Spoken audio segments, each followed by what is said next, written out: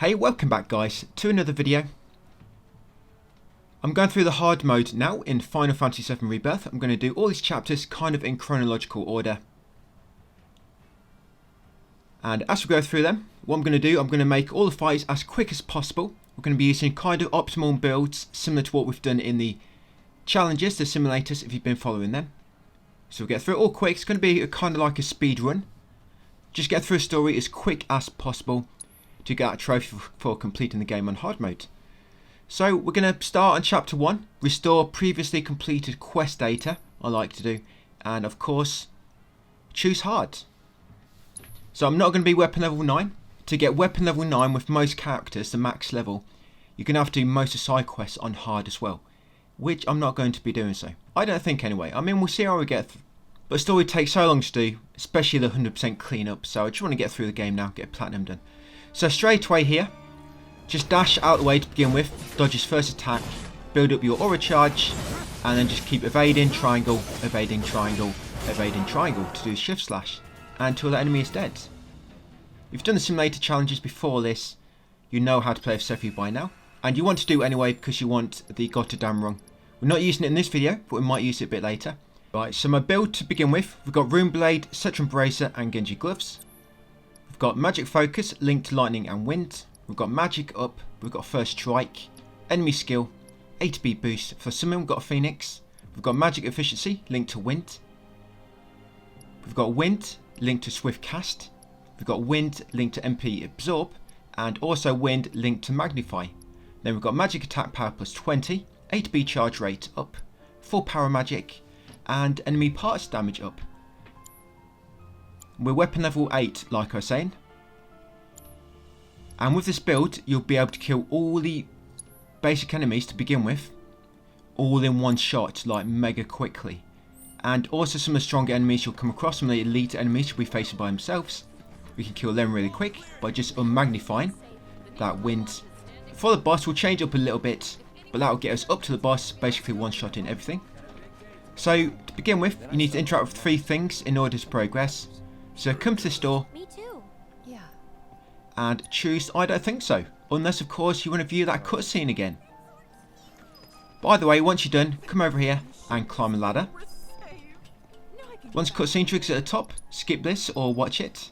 Jump down afterwards. And then come into the inn. Yep, head to this guy on the left. Another cutscene will follow. After the cutscene, either skip it or watch it. You can actually progress. So now once you get a prompt to rest at the inn, just head upstairs to find Sephi.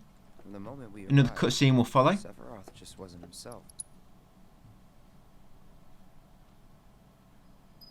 And now we've got to climb the mountain with Tifa and the clan. It's quite slow going this bit. I thought this chapter was going to take longer. I played this twice before I recorded. Yeah, played it twice and sort of optimised the build. And what you might want to do, guys, is put Wind level 3 on a shortcut and also magnify it. So that means when a battle starts, straight away 8B boost to get 2 full 8B gauges, and then use the shortcut to cast Wind level 3. That'll pretty much kill all the enemies instantly. You don't have to, which, like I say, just a bit quicker, saves you opening up the tactical mode and selecting it manually. Yeah, so heading up this mountain. Like I say, it's a bit slow going to begin with. Man, I wish I could go on trips all over the world like you guys. But I thought it was going to take much longer. I was quite surprised when I look at the length of the recording. It only took like under 30 minutes. Hopefully some of the other chapters are going to be a bit quicker. I know some are quite long, but hopefully most of them we can get through pretty quick. Chapter 2, the next chapter, there's only one enemy to fight on that one. Pretty much the boss at the end. So that will be pretty quick to get through. You have to do a Chocobo mission again in chapter 2, unfortunately. But what's good about this is because you've done 100% already, you have all the warp points available to you. So when it comes to story, you can warp around quicker and get through a story a little bit quicker instead of having to go through everything again on foot. So if you haven't already, make sure you've done 100%, guys. Like I say, you want to have a Gotterdamn rung, so at least make sure you've done Brutal Legends. You could probably leave the Legendary bouts until later. But unless you're planning to get weapon level 9, You may as well just do them all at once before hard mode to get them out of the way. They're not going to be any easier if you do them now or later, so just get them out of the way. Right, so we're coming up to the first battle shortly. They're only basic enemies, but the problem is, on hard mode they can hit very hard, and we need MP absorb, so we always get our MP back. So yeah, HP boost, and win level 3 guys, and that's it, they're dead already. And like I say, you'll be getting your MP back. You need to make sure you're getting your MP back that you're using, otherwise you'll get to the boss and you'll have no MP left. So again, HP boost, win level 3. Make sure you get the first strike by pressing square when you see the reticle around your person. That'll give you a bit more HP boost to begin with. Yes, this one, again, this third battle. Again, HP boost, win level 3 to get rid of them quickly. But on this fourth battle coming up, do not use your ability yet. Yeah, on this fourth battle, this one coming up. Yeah, so kill this manually, guys, just with your weapon. Do not use your ATB. So yeah, just attack him normally. I guess you could use 180B because attacking him, you're going to build that back up. The reason being, once you kill these first two, the frog and the bird type enemy, 2 more are going to spawn. These next 2 will be 2 birds, so you want to make sure you've got ATB ready for them, so you can just quickly kill them with your magnified win level 3. Because otherwise, yeah, this battle will begin and you have no ATB left. And this is one I like to use my wind level 3 on, guys, magnified. So I'll get rid of them too, pretty quick. Shall we pick? A lot of bosses in story mode, you can't pretty much nuke them straight away like we did with some of the sim fights. If it's a fight you want, how? Yeah, so this one, HP boost, again, magnified wind level 3. That'll get rid of them quickly.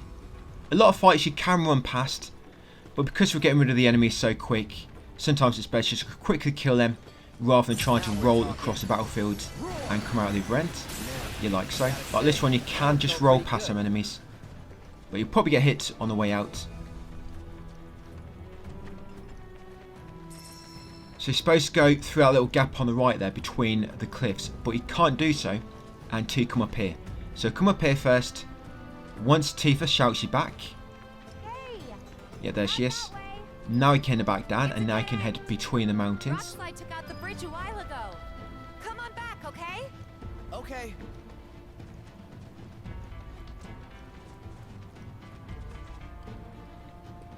Yeah, just shimmy through here, guys. Hidden loading screen. I see a lot of these in games lately.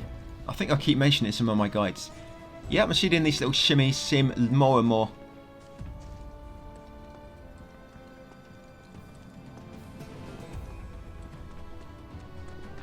Yeah, as I was saying with the nuking the bosses. Yeah, because they have so many stages, you kind of have to work around that. So as opposed to just trying to max out your damage for the first hit, you don't really need to. Just like doing a good amount of damage will knock them into the next phase, and you kind of set yourself up ready to get rid of them quickly in the second, and again on the third. But this first boss, you'll see we get through it really quickly. It's a real optimal setup, and I hope to do all the bosses going forward, similar to what we did in the remake walkthrough. So when you first reach the facility, you have to wait for Sephi to activate the terminal. Head inside and head up the steps. Head into the elevator on the left, guys, and press a button on the panel on the corner.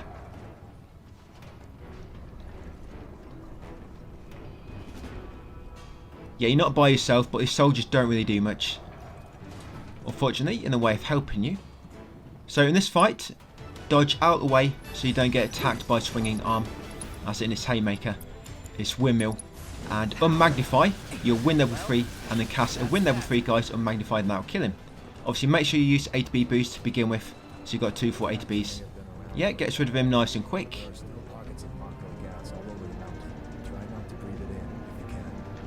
Luckily we only have to do this in this chapter, I believe. So yeah, come and grab this generator type thing, move it over all the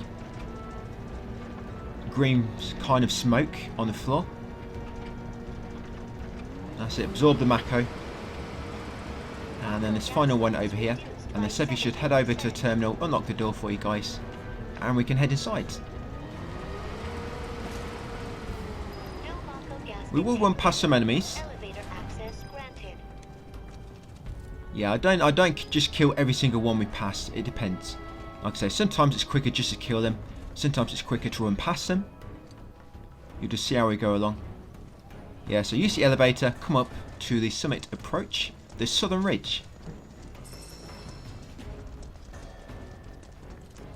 Yeah, fortunately you can't use items. I'm not quite sure why they just leave all the loot in the world in hard mode. Because you can't use it. You've got all these chests with items inside, but you can't use any, so I'm not for sure why it's there. I guess you could sell it, but it don't really sell for much, and by this point, you probably don't really need much. And, by the way, so you can't normally refill your MP, can you? Other than smashing crates and finding Mako shards, and then saving, reloading. Smash it, save, reload. But when it comes to, I mean, when we open the world map on Chapter 2, you can rest at Choco stops with a cushion, guys, and that will refill your MP, even on hard mode. So you can actually get MP back on hard mode. It's much easier than remake. So you're going to come along this long bridge. It's almost as long as the staircase in Final Fantasy VII Remake. Well, I guess not quite.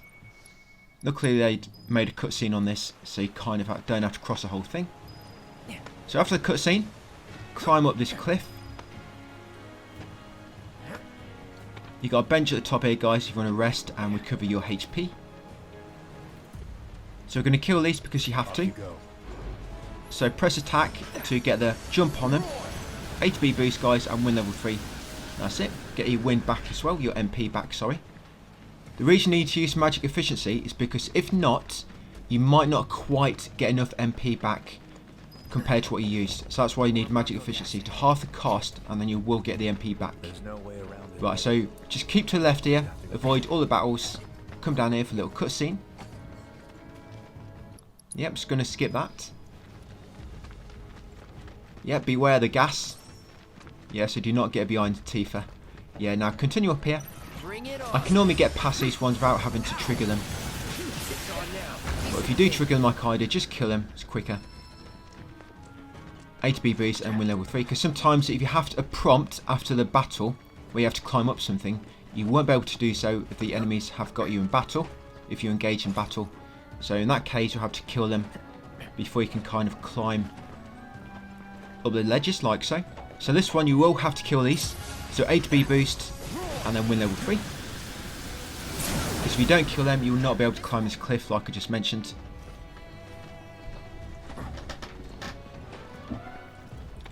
So yeah, climb up here. We're not too far away from the boss, if I'm honest.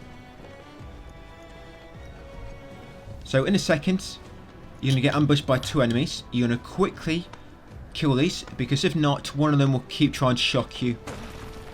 And it will stun you for a good 5 seconds or so. So you're going to try to get rid of these 2 really quickly. So be ready. HP boost, guys, and wind level 3. Here we go. HP, wind, dead. 2 actions, that's all you need. HP boost and wind level 3. So carefully shimmy along this platform.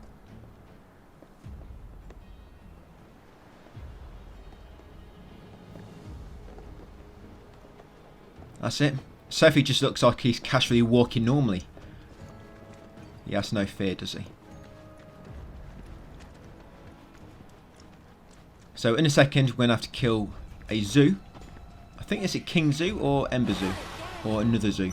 Yeah, it's just Zoo.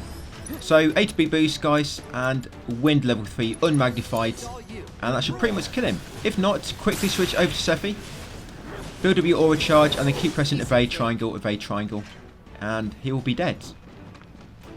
He is defeated.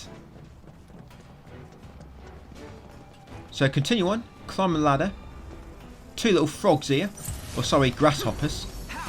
So yeah, HP boost, and then wind level 3.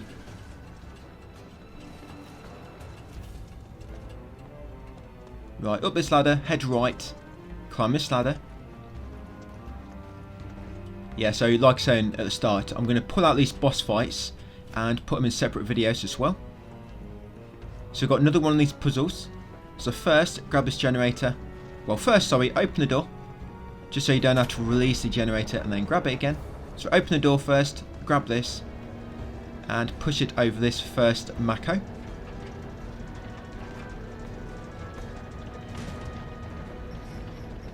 That's it. A bit awkward to get it past that broken fence post. That's it. Nobody will help you. They'll just watch. So once you've done that first one, come back here. And then push it through here, guys, and get the other Makos. Yeah, I think Sophie's got the hardest job. He's got to activate the terminal. I think that's why he didn't want to help you. Yeah, it's got to be ready to activate that terminal any time. There you go.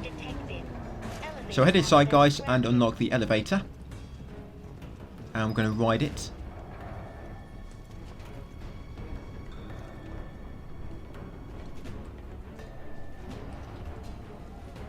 Right, go left.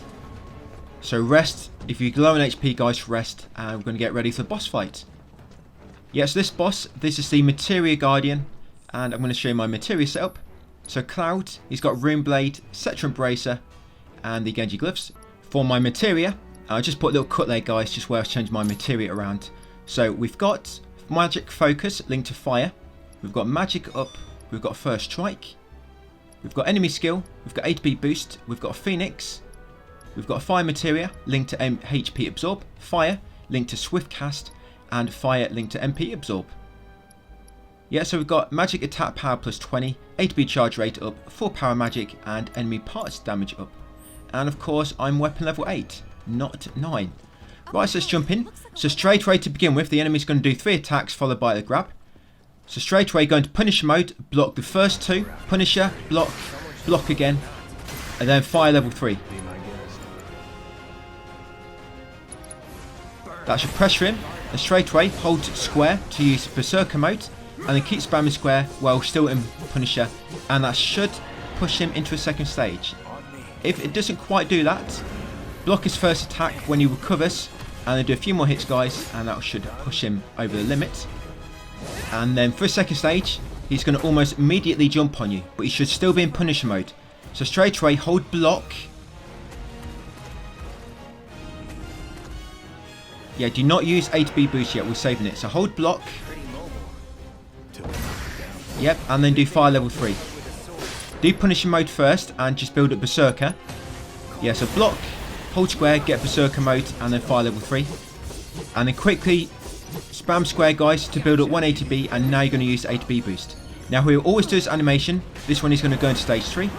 Be ready as soon as he runs into the wall and kind of knocks himself over.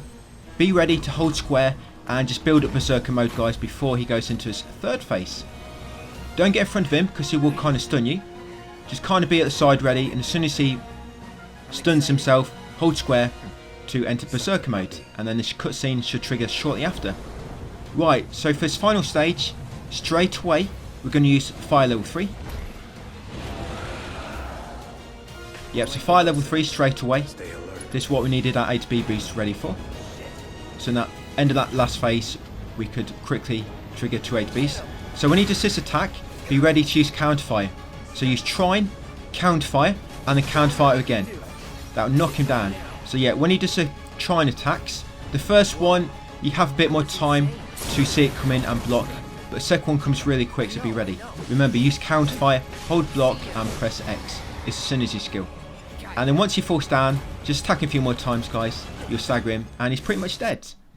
And that's it. How to kill Materia Guardian, guys, really easily and quick on hard mode. Right, so continue on. No more enemies to fight, I don't think. Yeah, I think that's it for the enemies. So yeah, in here and into another elevator. Plenty of elevators in this chapter. Yeah, so this chapter's 30 minutes long. 25 minutes of that is riding elevators, and 4 minutes is shimmying between mountains. Right, so down here. Oh, of course, and also a few minutes of that is turning valves and crawling forwards. Oh, and limping around. That takes another 5 minutes. Yeah, so come in here, skate down the ladder. Once this cutscene begins, come back out and turn the valve. I don't know why they make you go through that part in the village again when it's burning down. Where Cloud's pretty much limping for about 10 minutes. I don't know why you make us sit through that again. It's mega slow. And then just top it off, you have to crawl forward afterwards, even slower. Yeah, just when you thought your movement speed was already at 1%, it gets even slower. So yeah, turn this valve. Yeah, unfortunately we have to do this again later. I'm sure you can manage this, guys. If you need a tutorial on this turning the valve, just let me know and I'll provide a tutorial for it. But I think you can manage. Just got to get the right rhythm going. Holding L2 and R2 is quite tricky, but I can normally get it to work. Right, so once you've done so, head back inside. Sephi will be on the stairs. Just approach him in his big blade, which is pointing out from his groin area. That's just where he's holding it. Yep, it's ready for battle. So once you spawn here, head downstairs and head outside. I met Sephiroth. Is he busy, I suppose? Yeah, guy in a nice waistcoat will be waiting for you. Just run past him.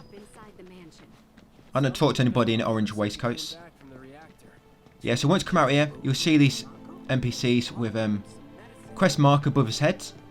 Just follow him or follow the quest marker. It's up to you.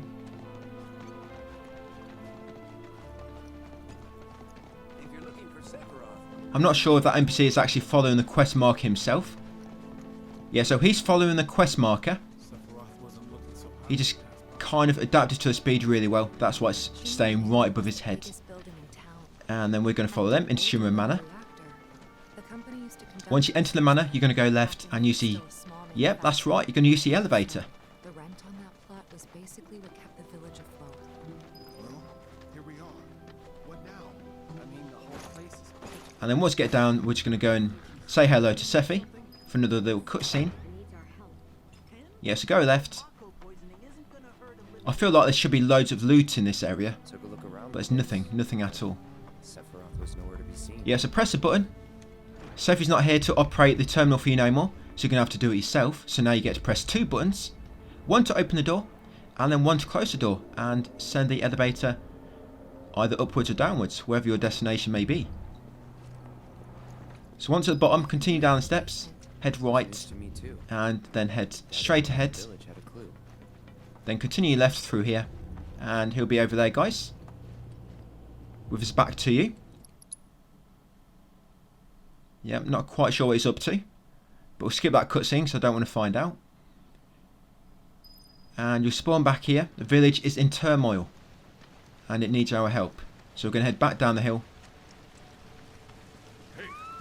Yeah, we're going to have to give everybody potions and ethers. Yeah, so continue down here, guys. Go right.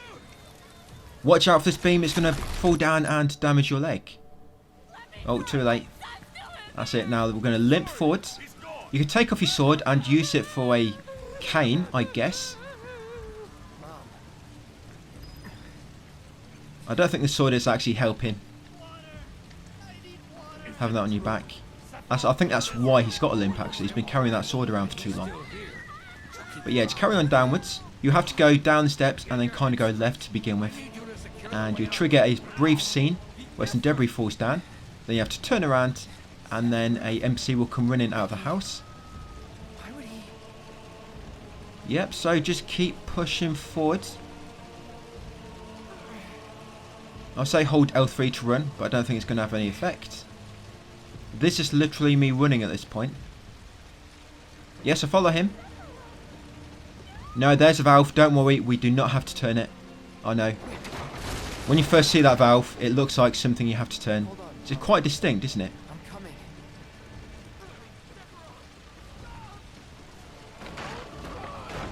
Yeah, so you're just going to run through that door.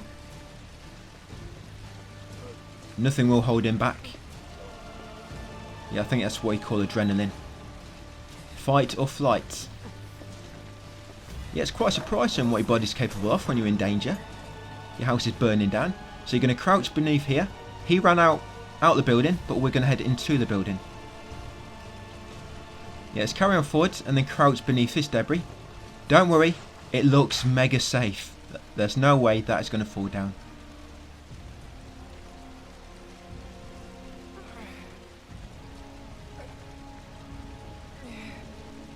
Right, carrying on around this corner. And in a second, guys, you're can have the pleasure of crawling forwards. That's it, watch out for the water tower. If only somebody had the bright idea to knock down the water tower.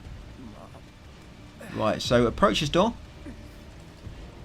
You got your gloves on, so you should be okay trying to open it. Right, here we go. So try not to press the wrong button here, or you'll die. That's it, just pull yourself forward. If you've got the materia, the jump materia, you can maybe put that on, and then you can just kind of jump over there. You sick son of a bitch! That's far enough. Right, I think this would be a good time to use Cure as well. Yeah, once you reach the panel, you have to press both at the same time, which is quite tricky. This took me a few attempts actually.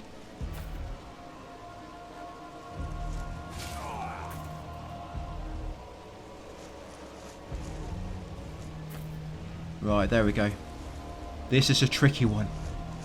Hold it in for 5 seconds if you can. And here we go, another cutscene. And that's pretty much it.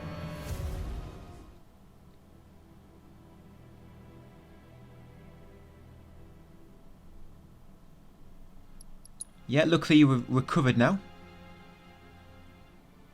We're just going to head outside the room. Fast travel is unavailable. Yep, Tifa will be waiting for you. Did I wake you? Going to follow her up to the rooftop. Nope. Follow me. Yeah, we're going to have a late night chat, it seems.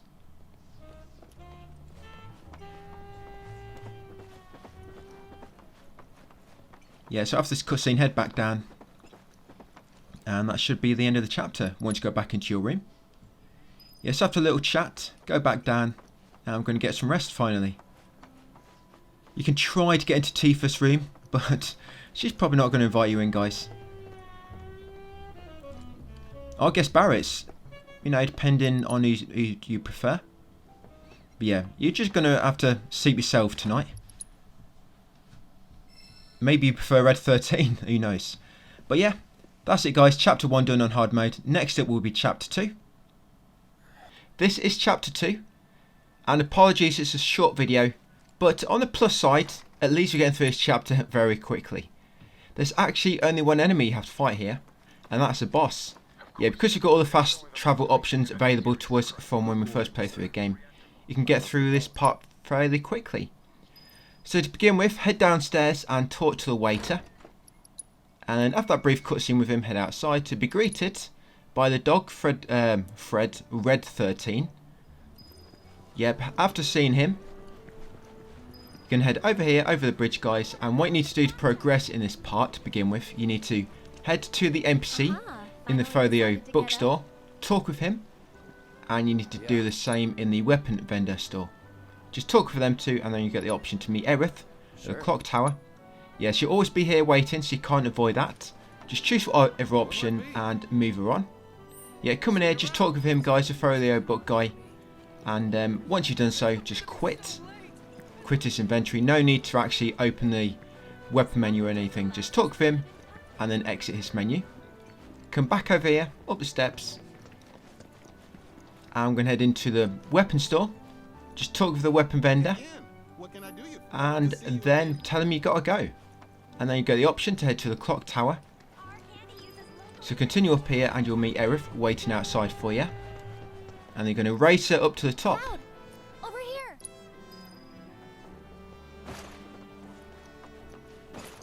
Yeah, so continue upwards, and then she'll walk to different parts of the railing. And you'll just approach her, and then she'll move on to the next, and eventually it'll trigger a cutscene.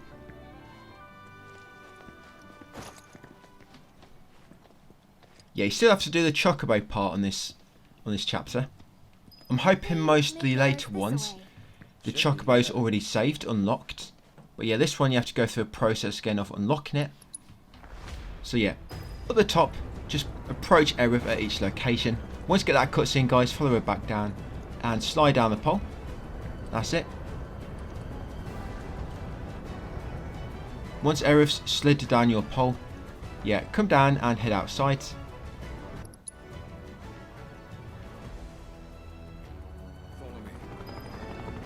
So now the way to guy is back.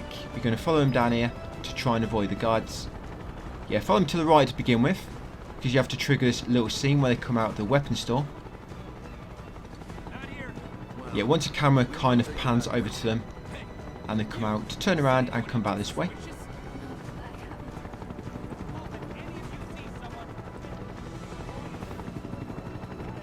Yeah, I'm hoping, normally when I'm recording this, I'm planning one chapter ahead, kind of. So normally when I record one, as you see me here, normally I've kind of planned the next chapter. I've not really planned any further than that. So when it comes to later chapters, I still need to kind of see how optimal they can be, you know, and how much you can warp around and skip stuff. I'm hoping we can skip most of it just by warping around. I know sometimes fast travel is locked, so you can't use it. I'm hoping that's not going to be too much of a problem, so get through hard mode pretty quickly.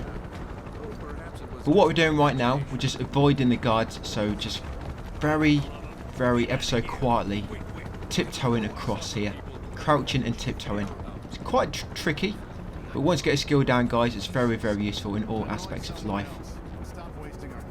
So yeah, just come along here, and eventually you'll reach the waiter guy again. Sorry, I do not remember his name. Yeah, you'll climb down at the end, and then follow him into the hideout.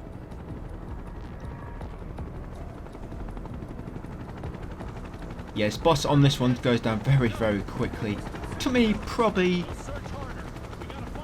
I spent between maybe 30 minutes to an hour just trying to do the setups on this boss, trying to figure out a nice, clean, optimal way to get rid of him very quickly with the least amount of effort and the least amount of materia. And quite pleased with it. It works pretty well. I think your second and third party member have only like 2 materia each, 2 or 3. And the Cloud's got almost full materia in all his slots. Once you get here, just open the door, guys, head inside, and you'll find all your buddies. Yeah, slide down the pole again. That's it, here they all are, waiting for you. Yeah, it's a bit of an awkward silence there, so hurry up, guys, and break it before they all kill each other. Yeah, Cloud seems to hold them all together. Yeah, let them all crawl beneath the pipe first. That's it, carry on and shimmy through the gap at the end.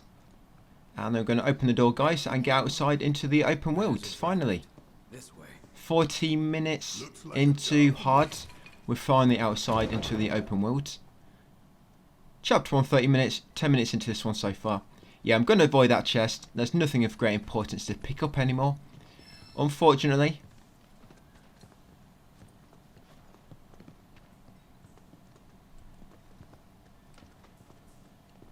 Yeah, so shimmy through here, shimmy up, shimmy do, yeah, and big door at the end. Yeah, so straight away we're going to fast travel to where the objective marker is, near the swamp, and then get the option, well not the option, but it will update telling you need to go to Chocobo farm.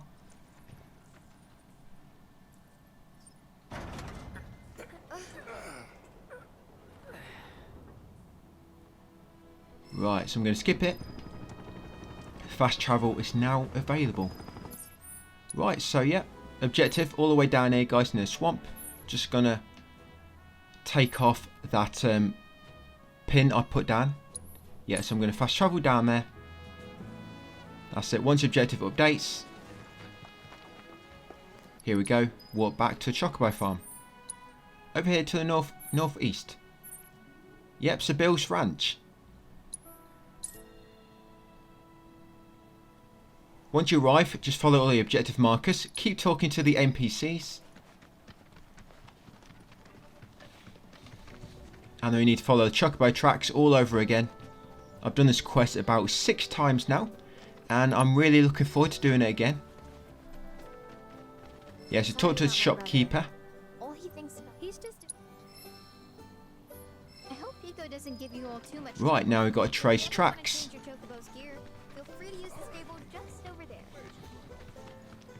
Yeah, so come out the gate and just go left. You can see the tracks on the floor. Kind of got like little feet, like little V shapes. Leaves a V shape on the floor. Just follow the V's. Down here. and quite quick to get past this one actually. Some of these Chocobo side quests take quite long to do.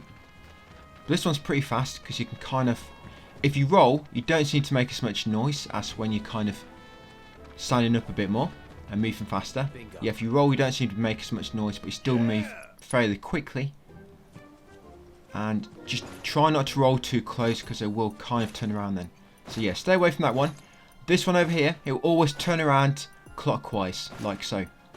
And if you time it well, you can just get behind him quickly. This one, the final one, grab a rock and lob it near him. But make sure when you lob it, there's a reticle over the Pico. That means it's going to make him hear it. That's it. Once he turns around, head up behind him, guys, and stick your hand in there and press triangle. Yep, that's it. We got a Pico. So once got this, you need to head back to the ranch. You're supposed to do a race, but all you need to do is start the race and then give up straight away, and that will progress a quest. No need to actually complete it. After all the Chocobo racing we've done, yeah, I'm sure you don't want to do this again. The most basic race there is, unless of course you want to. By all means, go and do it. By the time you've done that though, I'd have probably finished the chapter. Right, so yeah, over here into Pico's shop. Talk to the ranch hand again. That's it. Fast travel is unavailable. So you're going to follow him outside. And you're going to board your Pico. Your Chocobo. You're going to board him.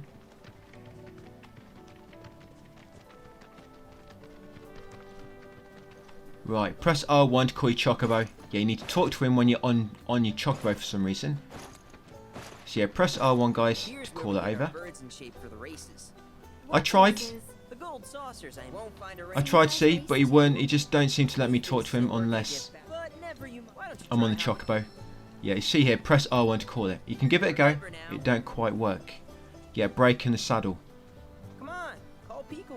Yeah, I tried to be persistent, but he's having none of it.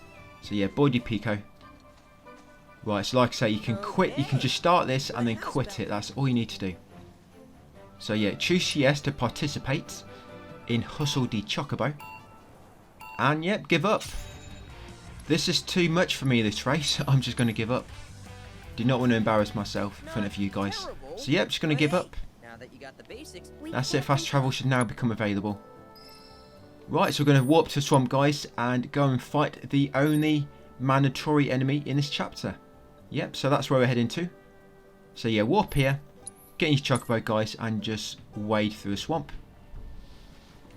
Yeah, I'll show you the build for this shortly once we get closer. Pretty much, once you get to that area, I've just shown you on the map. As you approach Ribcage, the carcass that will spawn the boss fight. So just before we reach it, I'll stop short and show you my builds. And obviously, because I'm pulling out all these boss guides and making separate videos on them, it will just help me to explain it for them as well as for you guys. So yeah, just continue down here, all the way down south along the swamp.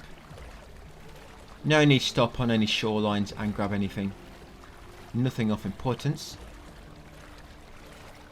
Like I say, it's quite a minimal setup this, but it pretty much kills the boss. He's got 3 stages, and the way we do this, just one attack knocks him to his next stage. Pretty much works really well. And we only have to use damaging attacks from one character. That'll be Cloud. Barret and Aerith just kind of got some kind of support here.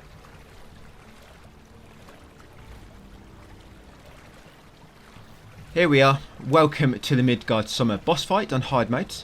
So I'll start by showing you my materia setup. So we've got Cloud, Barret and Aerith in the party. And materia. So Cloud, he's got a rune blade weapon. He's got a armor piece which will give you 4 slots. And he'll give you the Genji gloves. Now for the materia, he's got magic focus linked to ice. He's got magic up. He's got first strike. He's got enemy skill. He's got Phoenix Summon. He's got Ice linked to Swift Cast. And he's got Fire linked to Elemental in his armour. Very important. He's got Magic Attack Power plus 20, ATB charge rate up, full power magic and enemy parts damage up. So Barret, his weapon don't matter, but he wants a Choco King's Cape accessory. That's important. and he's got an empowerment materia, and he's got elemental link to fire in his armour. And Aerith, weapon doesn't matter. Now she's got a first strike materia, accessory doesn't matter either. First strike, time, ATB boost, and then she's also got elemental link to fire in her armour as well. Now shortly after this you'll finish this chapter, guys, and get all your HP and MP back, so don't worry about wasting too much MP. That's why I've not got MP absorb on. And on the second stage the boss starts with a massive fire attack. That's why I need elemental plus fire on everybody, otherwise you'll probably die. Right, so to begin with, straight away go into Punisher mode and block. That's it. After blocking that first attack, Barret's going to use Faith on Cloud. And as soon as he does that, Cloud's going to use Prime mode. Then you're going to block the next attack. There we go. And then try to build up 2 ATB, guys, and also go into Fury. I always hold square in Prime mode. That'll do a nice combo, build up nice ATB, and also trigger the Fury buff, which will make you give more damage but also take more damage. And then once you've got 2 full ATB, guys, and Fury is active, block the next attack and then use Ice level 3 on the boss to knock him into this stage. Now once he enters this second stage, it will start with Scorching Breath. As Cloud, make sure in Prime mode and zoom over to him, hold square to build up Fury and build up 2 full ATBs. Once you've done so, use Ice level 3 and then back over to Aerith, use ATB boost to get 2 full ATBs with Aerith, then back over to Cloud and then just hold square, guys, to do a combo with him, and that should knock him into his third and final stage. Now in his final stage he pretty much always starts with Coil, which will eat your current person you're controlling. So we're going to begin by casting Stop with Aerith. So straight away stop with Aerith. That's it. Then as Cloud, build up 2 full ATB and make sure you've got Fury active. Then Aerith's going to use Arcane Ward on Cloud, and then Cloud's going to use Ice level 3, which will kill him. Yep, very simple boss fight. Is it simpler than the first boss on chapter 1? Perhaps. Either way, both fights have been pretty simple so far in hard mode. And that's it, guys. Midgardsormr boss defeated.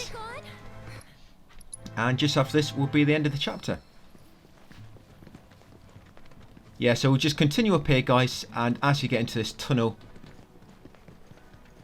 you get notification telling you chapter 2 is finished and chapter 3 has begun, and you'll always get your HP and MP restored shortly after the brief cutscene. Yeah, chapter 3, Deeper into the Darkness, that'll be in the next video. Yeah, kind of like a speedrun, and this is chapter 3, 2 boss fights on this particular chapter. Quite a few enemies, but we can kind of run past them all. As long as you don't get too close to them or press a button, like square for example, when the red kind of reticle appears around you. And even if you're doing engage in combat with some of the basic enemies, you can kind of just run away from them. And eventually you'll get a fleeing text appear, which will eventually allow you to run away from them. So really, all you have to face is really the bosses. So yeah, just going to head forward through the cave. There's a few things you need to interact with, like moving minecarts out of the way or flicking a switch. It's quite linear for the most part. So yeah, some enemies on the left there. Just going to run past them. Drop down this and then turn left and quickly come down this ladder before them enemies get too close. Yeah, once you come down that ladder, head over here. I'm not looting any chests, guys, because it's all basically pretty basic items inside, which you can't use anyway because we're on hard mode. And you want to try to conserve your MP for the boss fights. There's 2 boss fights, like I say. The first one's over pretty quickly and we don't really use any MP for that. The thing is, this chapter, for the first boss fight, you're going to be using Cloud, Aerith and Tifa. And for the second one, you're going to be using Red and Barret. So your MP at the moment for these 3 characters, if you do use it all in the first boss, it doesn't matter, because the second boss you have to use Barret and Red 13. But as with all the chapters, once you finish a chapter and complete it and head into the next chapter, all your HP and MP will be restored. So yeah, don't worry if you do use some MP, guys. As long as you've got some for the boss, if you use it all on the boss, it won't matter, because by the time you get control back, you'll have all your MP back anyway, because you'll be at the end of the chapter. So here, yeah, just carefully try to avoid them enemies and come to the back here And you need to push this minecart just down the track. And you can use it to climb up. And we're not actually far away from Rude and Elena. Yeah, first boss fight's Rude and Elena. And then we've got the Mithril Golem later. The Rude and Elena is probably the easiest out of the two, because they mainly do physical attacks, and you've got Aerith with you, so you can kind of use Limit Break and then Siphon it, and then Aerith can use a Planet Protection to make you immune to physical damage, and you can pretty much just attack him without any risk then at all. Similar to some of my builds in the legendary, not legendary, but one of the brutal challenges, where we kind of use Aerith's Planet Protection and just kind of hit all the enemies with 3 hits without having to worry about any damage. So yeah, once you reach this second vending machine in the level, yeah, so up here it's going to be a fight for Rude and Elena. Yeah, so for the Rude and Elena fight, this would be my materia build. So we've got Cloud, Tifa and Aerith, of course. Cloud weapon don't really matter, but he wants a Gastro-pod, very important, and he wants the empowerment materia and first strike. So Gastro-pod accessory and materia empowerment and first strike. Tifa, she's got a case of knuckles. Yep, and she's got a fury ring accessory. For materia, she's got elemental link to lightning and wind in her weapon. Strength up, enemy skill. We've also got Odin materia in the summon, and for the weapon skill, all we've got is concentration. Also make sure you got the other concentration unlocked in a folio. And then for Aerith, we've got the Expeditionary Medal accessory, and also first strike and limit siphon. And you might also want to put ATB boost on Aerith, because you'll see when we start this fight, my ATB is a little bit low. I don't quite have one full gauge yet. But if you put ATB boost on her, you'll always pretty much start with a gauge, because if you don't, you can just use ATB boost to get that gauge. Right, so once you're ready, head over here. You'll hear them chatting, which is going to eavesdrop for a moment. And I'm going to ambush them. I think they kind of know we're listening, so it's not quite going to work. But it's going to be an easy fight anyway. So what you want to do first is Aerith needs to use Limit Siphon on Cloud. This is why I said it comes in use we've got ATB boost, because Aerith didn't quite have an ATB when I begun. Yeah, and as Tifa, just block if you need to. And once Aerith's got a full ATB, guys, use Limit Siphon on Cloud. And then use Aerith's Planet Protection Limit Break. Yeah, so I took quite a bit of damage, like I said, that's because I didn't have ATB boost. If I had ATB boost on Aerith, I could use that, use Limit Siphon straight away, and then use Planet Protection. Once you've got Planet Protection, you're free from any damage now. So as Tifa, we can use Unfettered Fury to get Rage and Fall active. And then with Rage and Fall active, guys, you can build up ATB mega quick. All you got to do is hold square, and when you start the upcut, release and hold it again. And what happens when you've got Rage and Fall active is that'll stop the upcut and make you do like a quick punch, which generates a ton of ATB. And you just repeat that, and then when we get an ATB, guys, just do dive kick and just keep doing that. And in the meantime, Cloud is going to use Bravery on Tifa to give her a little bit more damage, and that's it. The good thing about having elemental linked to lightning and wind is because one of these is weak to wind and the other is weak to lightning.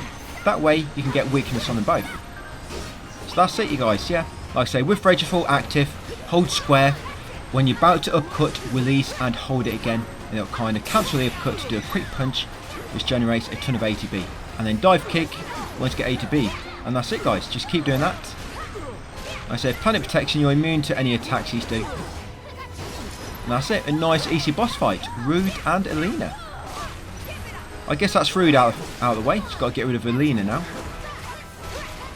Yeah, dive kick does quite a bit of damage because we're kind of buffed up Tifa's attack stats. She's doing a ton of damage. That's it. Nice. However, Aerith in your party creates a lot of cheese builds. Just Aerith. I don't know what we're going to do in the third one. But yeah, that's Rude and Elena fight done, guys.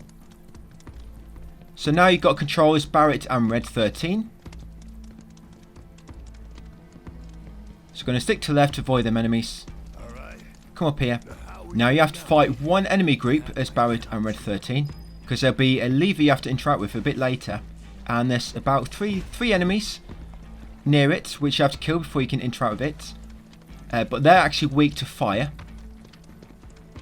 So I don't think I'll actually show you, but yeah, on Barret Armor 13, I've got a Magnify linked to fire on both of them. So as soon as the fight starts, they're both going to do fire level 2. Yep, that's all they're going to do, fire level 2. So when we get there, I'll mention it again. And all you got to do, yeah, keep right there to avoid them enemies on the left. Climb up here. Do the best you can. You've only got one hand. You're not going to be able to grab hold of anything with your weapon. Unless I guess you put your hook. Take off your gun and put your hook on. But yeah, it's carrying on at the top. There'll be another one of these in a second. Yeah, Mithril Golem goes down pretty quick as well. Similar to Rude and Elena, he's only got kind of 2 stages.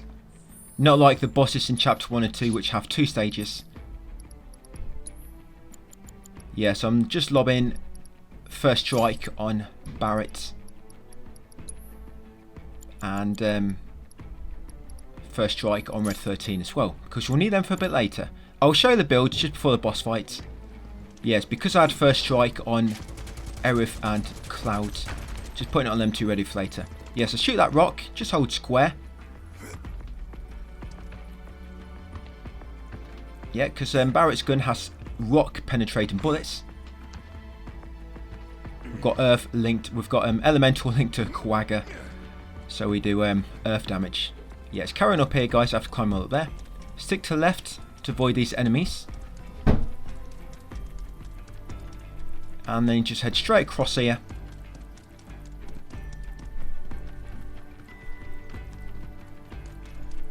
And when you see these enemies just up ahead on your left, just try to come over to the middle to avoid them. You can jump up onto a ledge if you want to, like I did. It's kind of a bit easier to avoid them then. So I think if you're on like a different elevation, the battle cannot start. So once you reach this minecart, first of all, come over here and turn the lever to flip the track. Yep, just hold the triangle button and that should switch the tracks. Yep, you'll even get a notification, guys, just to remind you what just happened. And then once you've done so, guys, grab the minecart and push it over there. You can use it to climb up. There will be some longer chapters later. These last 2 have been pretty quick. Chapter 2 was like 14 minutes or so. This one's going to be about 18. But yeah, I know some are going to be mega long later, so we'll probably make it back up. I think the speedrun on this is takes about 6 hours or so. So hopefully the walkthrough isn't going to be too long. So here, quite a narrow gap there to avoid him. But if you can get down here without triggering the battle, you can shoot this rock, guys, and then you won't have to face that guy. Yeah, so shoot that rock, come in here, and you'll meet the 3 musketeers just over there. Or 3 stooges. After the cutscene, turn left, and you want to shoot this ladder down. The other ladder just leads you to an item. Yeah, shoot down this ladder, climb up, and this is where them 3 enemies are going to be. So like I say, just use Magnify Fire level 2 as Barret, and then use Fire level 3 magnified as the other one, and that'll kill him. There you go, nice and quick, nice chain reaction. Once you've done so, pull this lever to open the gate, and you want to shoot the rock first before you start pushing the minecart. Yeah, go and shoot the rock first, because otherwise you're going to have to push minecart and then let go, and then shoot the rock and then grab hold again. Like I say, somehow Barret's bullets penetrate rocks. Yeah, so just going to push this all the way over there and give a way for our other party members to get over here. That materia you can see behind the gate is nothing special. It's just a lightning materia. I think that's just a game telling you, hey up, hey player, the next boss is weak to lightning. Yeah, I think that's what they're trying to do.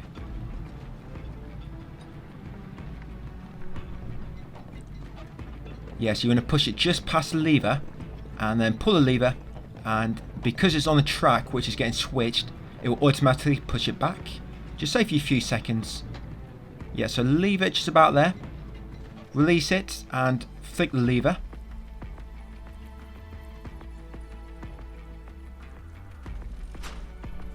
Yep, the minecart will automatically get pushed back as it switches.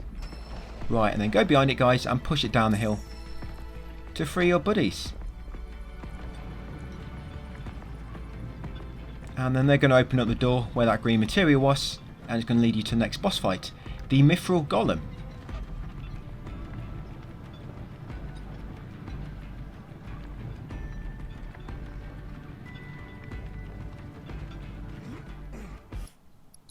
Right, there we go.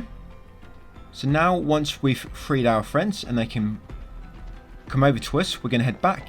That's it, kick that rock out of the way. Hopefully they don't hit one of your other mates on the head. Yeah, come over here. And Cloud should open the gate for you in a second. One sec. Yeah, so if you're low on MP, you might want to put MP Absorb on Lightning on Barret and Red 13. But you should be okay, because MP will get quite low during this boss fight.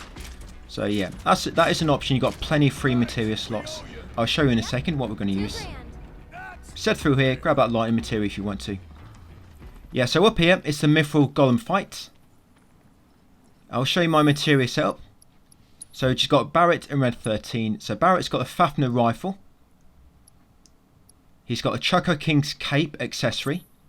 He's got elemental linked to lightning in his weapon. He's got 8B boost. He's got time materia, first strike, strength up, and he's got Gilgamesh in the summon. He's got lightning linked to magic focus, and he's got attack power plus 20 times 2. He's got enhanced elements and enhanced overcharge. Now Red 13, he's got the amethyst collar and the Genji gloves. For materia, he's got magic focus linked to lightning. He's got swift cast linked to lightning. He's got 8B boost. He's got magic up. He's got Phoenix in the summon. He's got first strike, empowerment materia. He's got 8B charge rate up and attack power plus 20 times 2. Yeah, it's quite an easy fight, this one. It's over pretty quickly. It's only got 2 stages. So yeah, jump in once you're ready. So first of all,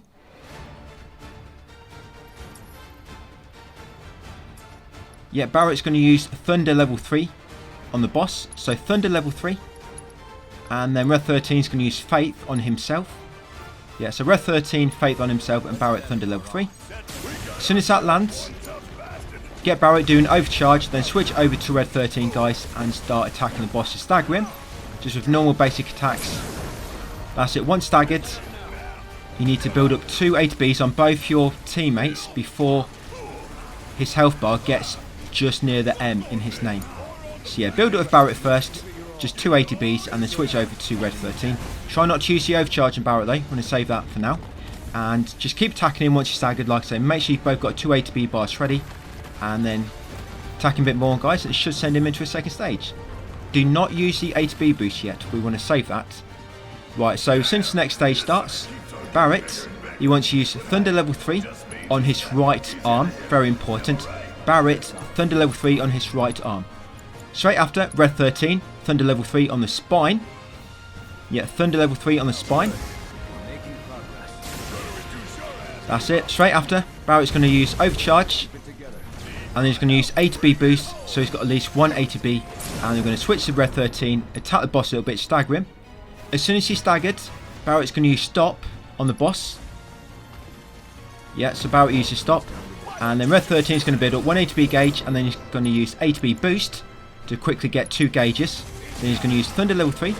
That's going to do a massive 25,000 plus damage. And then this Red 13, you're going to quickly build up another 2 80B gauges. And then quickly get off another Thunder level 3, which will finish the boss.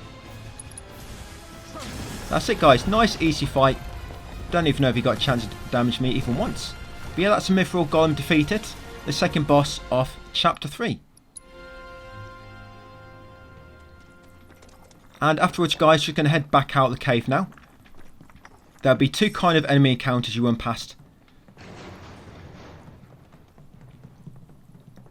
But we'll rendezvous with Cloud, Tifa and Aerith first. They're just over here. Yeah, cheers for the hand in that boss fight. So yeah, back as Cloud. We'll head out of the cave now and into Junon.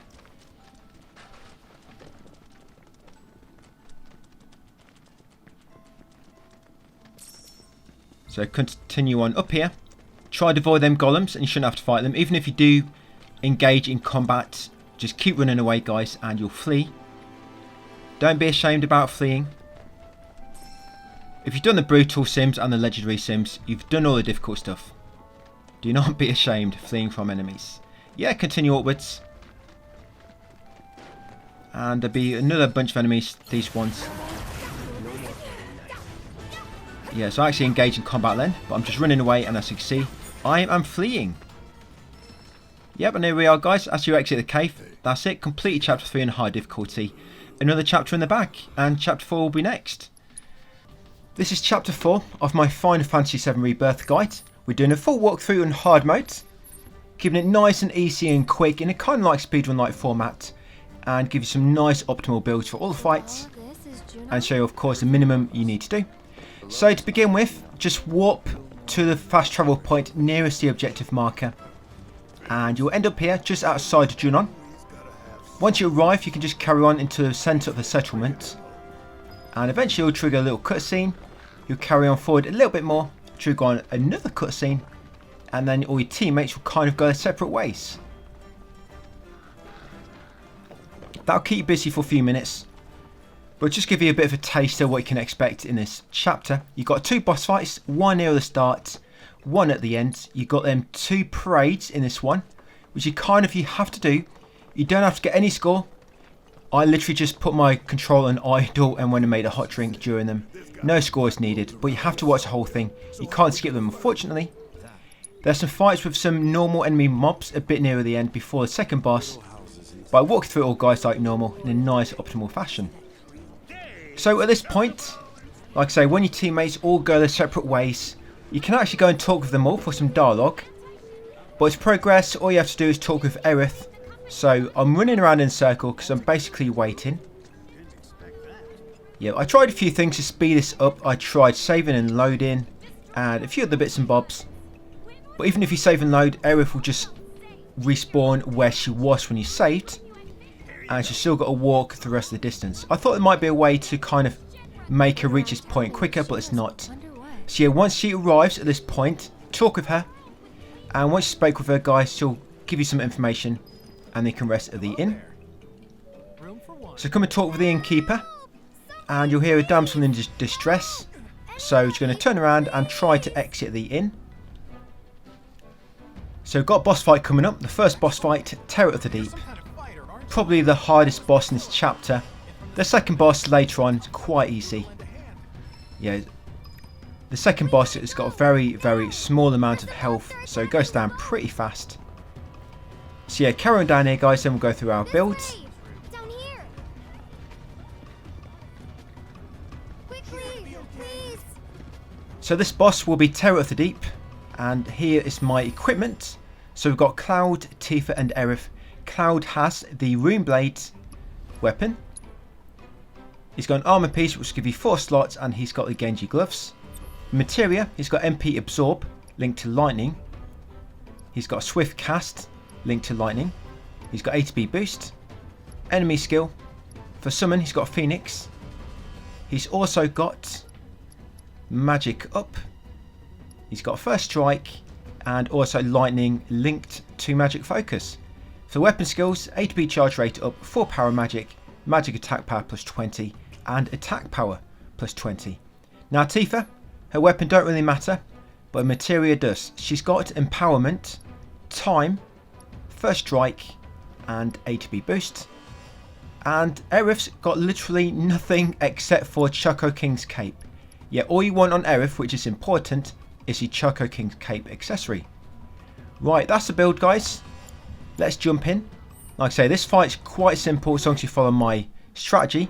So straight away, go into Punisher mode and block those first few attacks until you get 2 full ATBs with Cloud. As soon as you have, Aerith's going to cast Arcane Ward on Cloud. Make sure this is just after an attack. And then once you use the Arcane Ward, Cloud is going to use Thunder level 3. That'll pressure the boss. While he's pressured, quickly go into Punisher mode, activate Berserker, and then keep spamming square until you stagger him. Be quick before he recovers from the pressure state. Once pressured, switch to Tifa, use 8B boost to get 2 full gauges, then use Stop on the boss, and then use Faith on Cloud. And then once you do that, Cloud's going to build up 2 ATBs, And then he's going to use Thunder level 3 from the Arcane Ward. And that should pretty much put Terror of the Deep down to very low health, and his health will become locked. So while it's locked, just keep building up ATB, guys, like so. And try to build up Berserker mode just before the Stagger wears it off. That's it, because once you damage him just after Stagger wears it off, that knock him into a second phase. And then all you're going to do now, guys, in the second phase, as Cloud, head over to the Arcane Ward. Well, first of all, in this part, run away from the middle whirlwind. Yeah, don't let that tornado catch you. Just run away from it. Watch out for the smaller whirlpools just outside it. That's it. Just keep out of the way. After it, get in the Arcane Ward ready. As soon as the boss appears, use Thunder level 3, guys. And that pretty much kill him. Hit him one more time. And that's it. We've killed him. Terror of the Deep. Nice, easy way to get rid of him, guys. So once you get control back afterwards, you're going to swim back really slowly with the dolphins. Echo the dolphin here. You head all the way across back to Yuffie. Maybe someone should go find a doctor? There's no time. Somebody! And there'll be another little cutscene. Yeah, straight after that cutscene, going to head up these steps for another cutscene with Yuffie.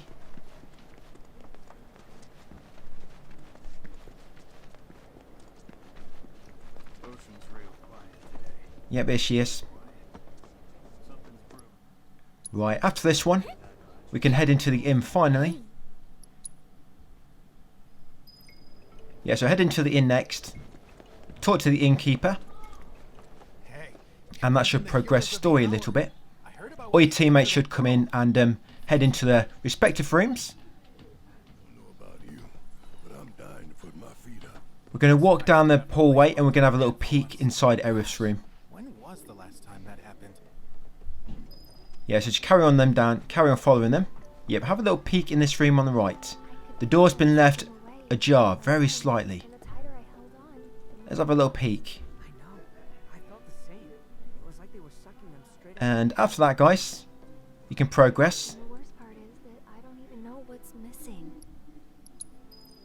Yep, so after that little brief scene, come round here, head up the steps, and we'll try and have a little peek inside Tifa's room. Yep, but she'll come out and greet you. Yeah, she caught you watching her. You're in trouble now. But yeah, go through that cutscene. And then after that one, guys, come through this door next. And then interact with the bed, guys, and go to sleep. Yep, rest for the night. Cloud sleeps with a sword on his back, by the way. Yep, look at that, already on his back, ready. Yeah, it's always ready for battle. So after that sleep and you woke up, it's the next day, you should be bright and fresh, guys, ready for the battles to come. So you're going to head outside and you're going to head down back to the water.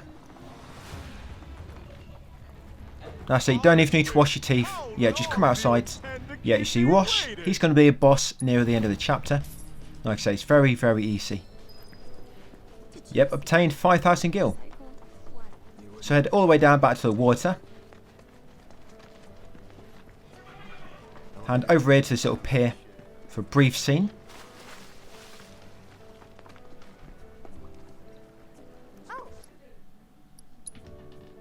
Yep, and we're going to say that we are ready. You'll not be able to return to under Junon for quite a bit of time, but it doesn't matter. Yep, so get back on Echo and just follow him over here. And once you do ride him, you can actually press options and skip this race, so you don't actually have to do the race even. Which is nice because I didn't really like this race that much. So yeah, eventually, that's it, jump on his fin, Mr. Dolphin. Come on, Cloud, you got this.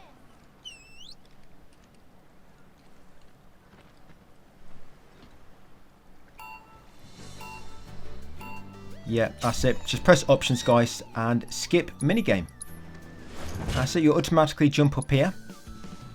So head over to the top, and they're going to operate the crane controls. I'm going to lower the Titanic. Yep, just lower it down. Just watch out for any icebergs. I don't know why you have to do this. You have to lower it and then raise it back up. They could have just put this in the cutscene. It's not as if it's quite immersive. Wow, we get to lower the ship and we get to raise it again afterwards. Such immersion here. Yeah, they could have just put this in the cutscene. But yeah, you have to lower it. Wait for your teammates to jump on, guys. And then raise it back up before you go.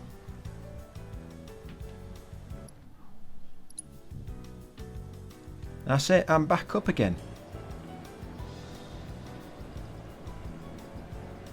Gameplay at its finest.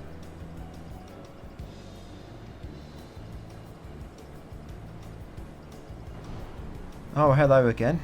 Yeah, it's my teammates. So eventually cutscene will finally trigger. Like I say, they could have put that cutscene a bit earlier, but it is what it is. They have to put some filler in the game. Perhaps a bit too much in this. So yeah, just come out afterwards. And up these steps ahead in the maintenance passage. Yeah, here they are. Ah, there you are. Let's move. Yeah, follow them around to the left. And then head right. And eventually we'll get back outside. I can't believe we get to see the new president. But we need to head all the way down to the bottom.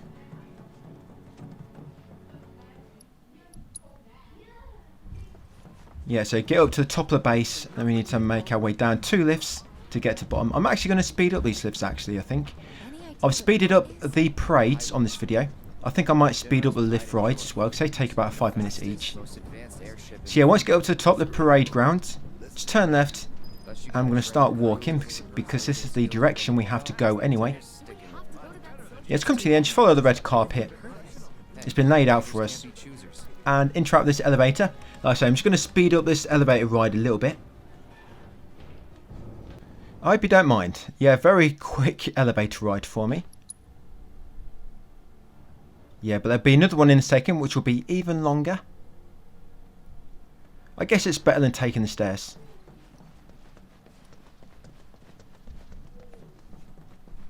Yeah, so once you get down here, just head on forward, guys, up these steps. And over here should be the second elevator. Like I say, this one's even longer.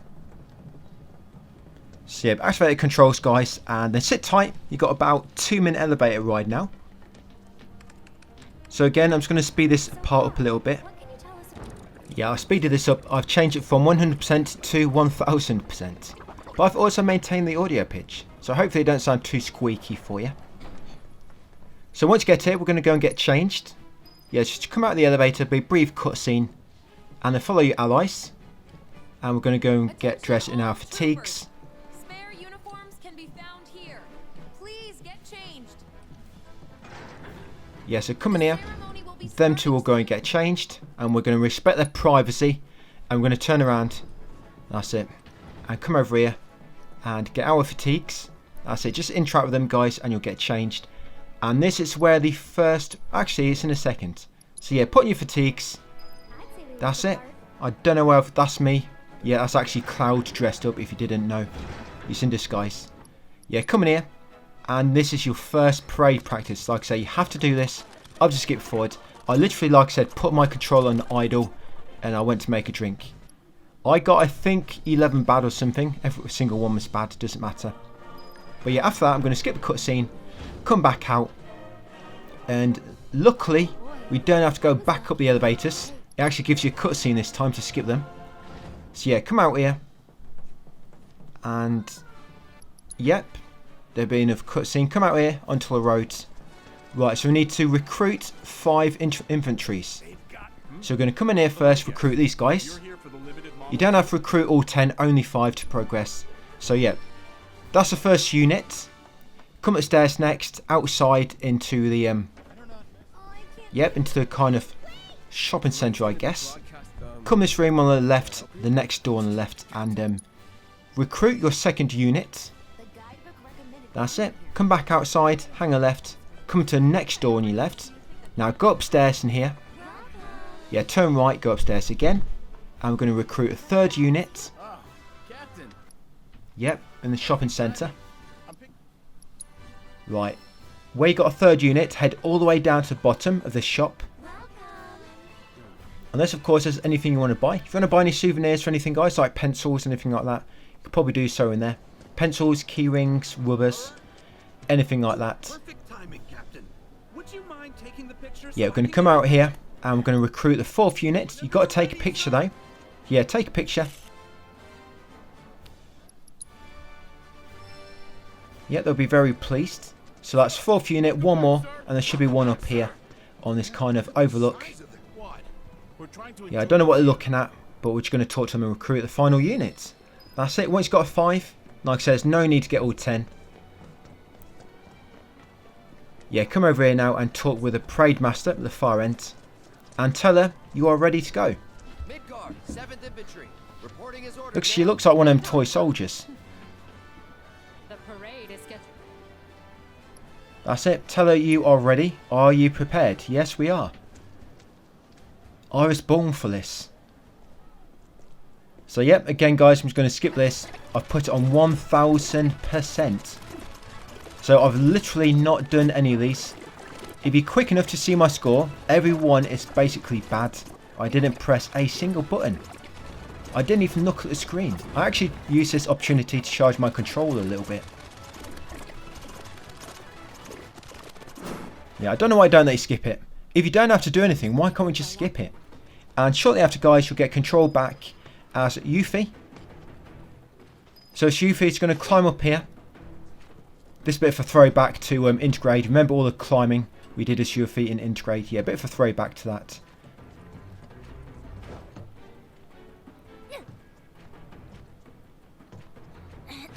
So carry on up. Carefully shimmy across. We're currently in stealth and we want to keep it that way.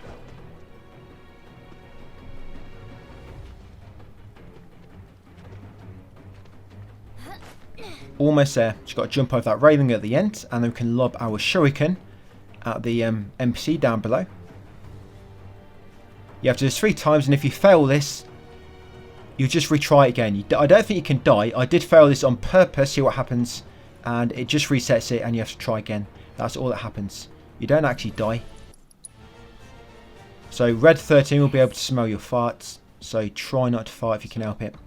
Yeah, so when the reticle fits inside the larger one on top of the NPC, press X. That's it. So wait for the spinning reticle to fit inside it, and there. So like I say, you're just waiting for the spinning one on the outside which keeps shrinking and getting larger, and then just press X when it's inside. Do that 3 times. Now complete it. So once you get control back as Cloud, we've got some battles coming up. So the build we're going to use is Runeblade, Such Brazier, Genji Gloves. We've got MP Absorb linked to Petrify. We've got Magnify linked to Poison and Petrify. ATB Boost, Enemy Skill. Phoenix Materia in the Summon. First Strike, Magic Up. And also Petrify linked to Magic Focus. Then we've got ATB Charge Rate Up, 4 Power Magic. Magic Attack Power plus 20. And Attack Power plus 20. So pretty much what we're going to be doing for these fights is using ATB Boost and then using Quake level 3 guys. And then anybody left, we'll just finish them off with normal melee attacks. So yep, ATB Boost, Quake level 3. I wish you could get more Petrify in this game.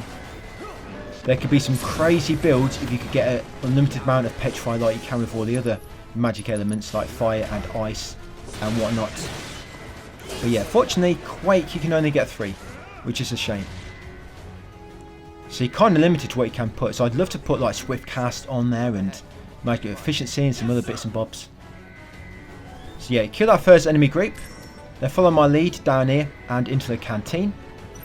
And these guys are not going to be very happy because we interrupted their dinner. So he's going to begin by using 8B boost guys and then lobbing Quake level 3. That should hopefully finish them all off. If not, finish them off with normal attacks. Once done so, head on forward to this door. It should open up. Turn right, head down the steps. At the bottom, turn right and then right again. Come around here. Now there'll be some guys with shields. Again, ATB boost, Quake level 3, and they should be deleted. There you go. They've just been fired. Yep. So this next battle, you've got 2 sweepers. So we're going to have to change our setup a little bit. This one's actually a bit tricky because the enemies are quite spaced apart, and when you kill the first 3, another 3 spawn. And so you've got to be careful that you've got A to B ready for them. So we're going to change our setup a little bit. So go back into Materia. Weapon, armor and accessory will be the same. But yeah, when it comes down to our Materia, we pretty much want to be using lightning now. So we're going to kind of swap our Materia around a little bit. But with lightning, because we've got like an unlimited supply of lightning, we can use a few more now as well. So you want MP absorb linked to lightning. And also magic focus linked to lightning, but you don't want to use magnify no more. So you have HP absorb as well. So we've got MP absorb linked to lightning, HP absorb linked to lightning, magic focus linked to lightning.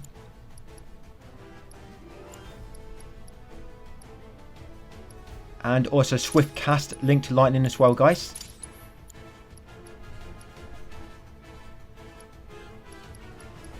Yeah, there we go. So swift cast, MP absorb, HP absorb, and magic focus linked to lightning. And then everything else has been left the same.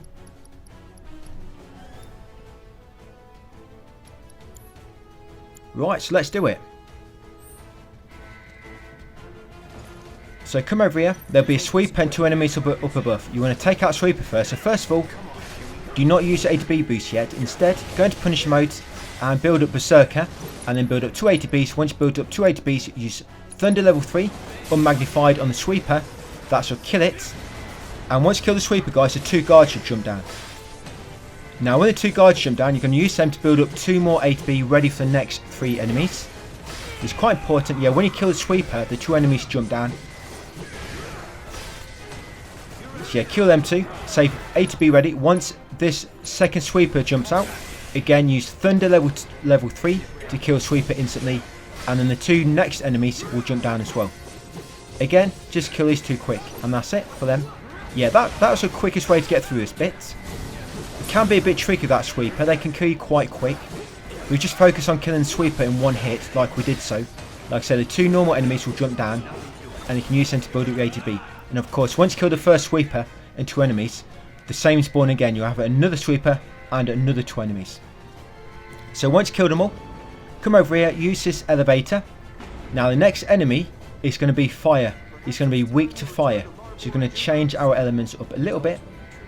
It's actually one of them motorbike type things. The unicycle weird, I forget its name now. Is it called Death Wheel or something? Something like that. So yeah, it's going to change our build slightly. So like I say, it's weak to fire now. So you can change everything to fire. So MP absorb, HP absorb, magic focus and swift cast linked to fire. That's it, that's all you need to do. So once you're ready, yeah, everything else remains the same. You just want fire to be your main damaging element now.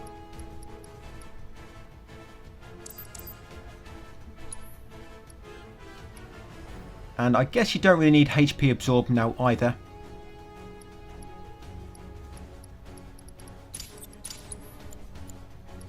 But you can put lightning and elemental, lightning linked to elemental in your armor, because the next boss coming up is actually, he does lightning attacks and you'll absorb his lightning attacks if you do that. So yeah, lightning linked to elemental in your armor, and also subversion, because he'll cast Dispel on himself. Sorry, not Dispel, he'll cast Reflect on himself. And if you've got Dispel active, you can knock it off. But I'll touch on the boss strategy in a second, guys. Let's get rid of the Death Wheel first. So first of all, use A to B boost and then use fire level 3.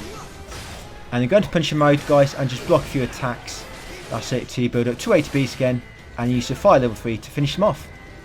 When he puts up his shield, he can actually attack him from behind. But it can be tricky, because if he tracks you, he'll follow you around. But if you just counter him, you get your A to B back and you don't do too much damage. And that's it. As soon as you get 2 A to Bs again, that's it. Fire level 3 for the win. So that's it. All that's left is the boss, which will be Roach, whatever his name is. So this boss fight coming up will be Roach. And I'll show you my materia setup to begin with. He's weak to fire and he'll cast Reflect on himself. So we've got Rune Blade, Cetron Bracer and the Genji Glyphs. We've got HP Absorb linked to fire.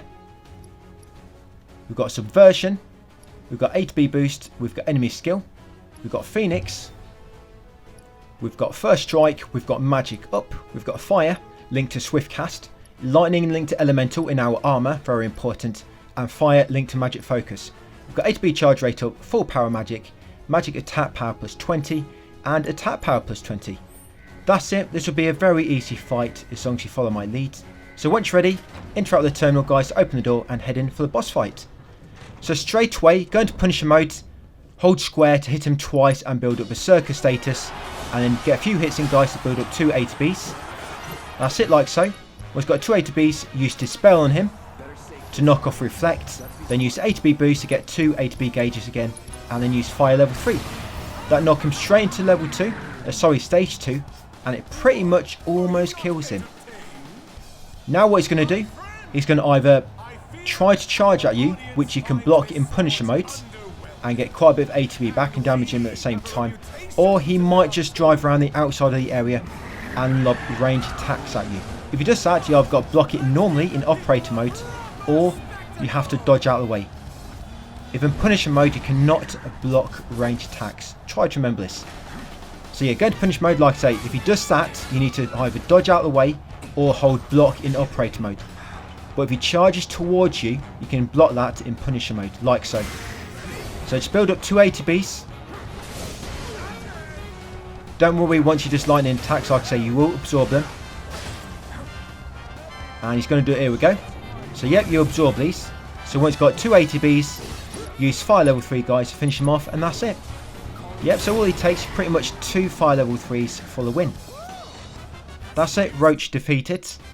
You get the Art of Swordblade manuscript, and then that'll be it for the Roach boss fight. So once you're done, we're just going to continue on outside, back into daylight. Use this elevator. Yeah, this is the first elevator of this chapter. And you know what? I'll sit through this one with you. I'll keep you company. Since you're almost done now. So you're down here, your friends will be waiting for you at the bottom.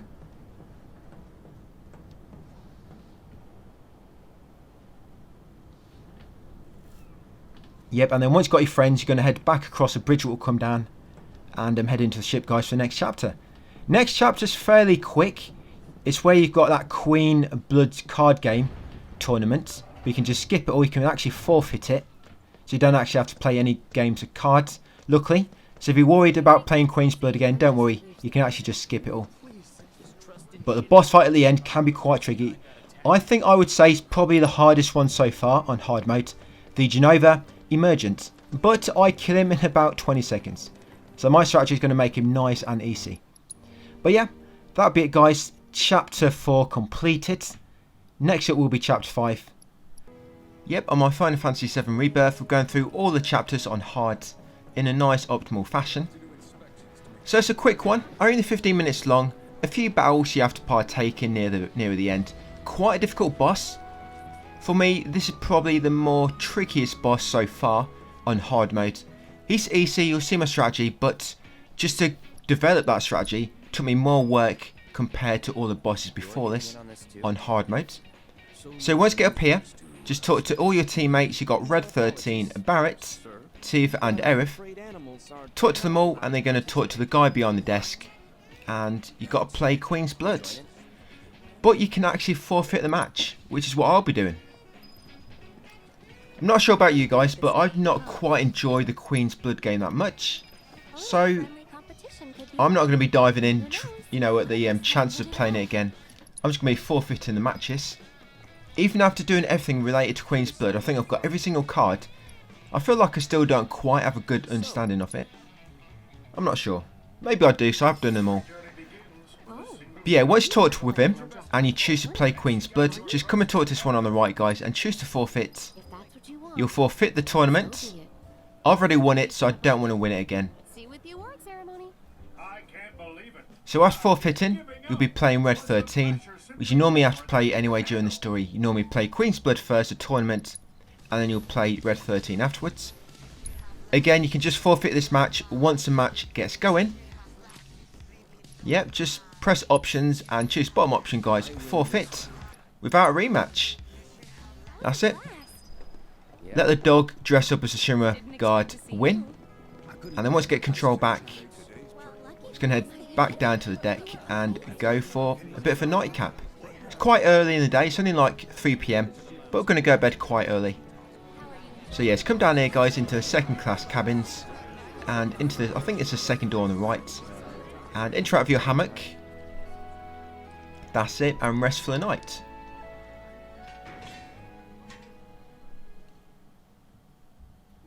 So these battles coming up, there'll be a few kind of normal enemy mob fights along the way to the boss. All I've got Petrify. I've got all 3 Petrify. Got one link to MP Absorb, one linked to Magic Focus, and the other one linked to Magnify. And then of course I've got Magic up on HP Boost, First Strike, and Genji Gloves, and the Rune Blade weapon. So as soon as the fight starts, I'm just going to spam Quake level 3 magnified, and that should get rid of most enemies. If not, just attack them a few times, build up another ATB guys, and then do it again. So yeah, I'll show you my build now. So Cloud, Rune Blade,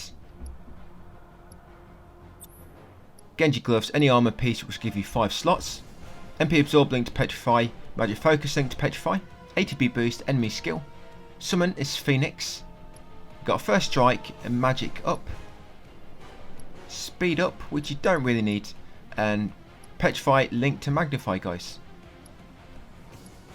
Yep, then we've got ATB charge rate up, full power magic, magic power plus 20, and attack power plus 20. And once you're ready, just come down here, and this should trigger the first fight. So, like I say, ATB boost, Quake level 3. That should get rid of them pretty quickly.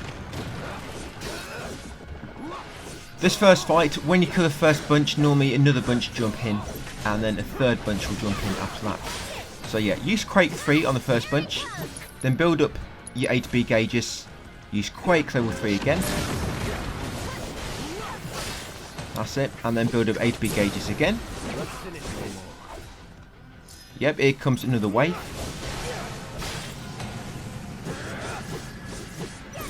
You can put some abilities on your teammates if you want to.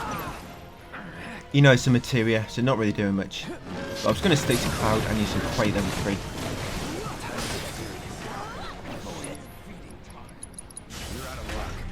There you go, use my limit break as well, which I built up from all them staggers.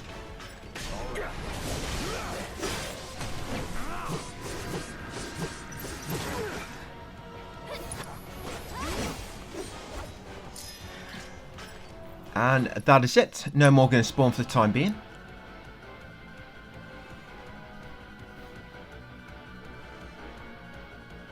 So what you do now, you head back up towards the bar, and you'll find some more enemies in the left corner.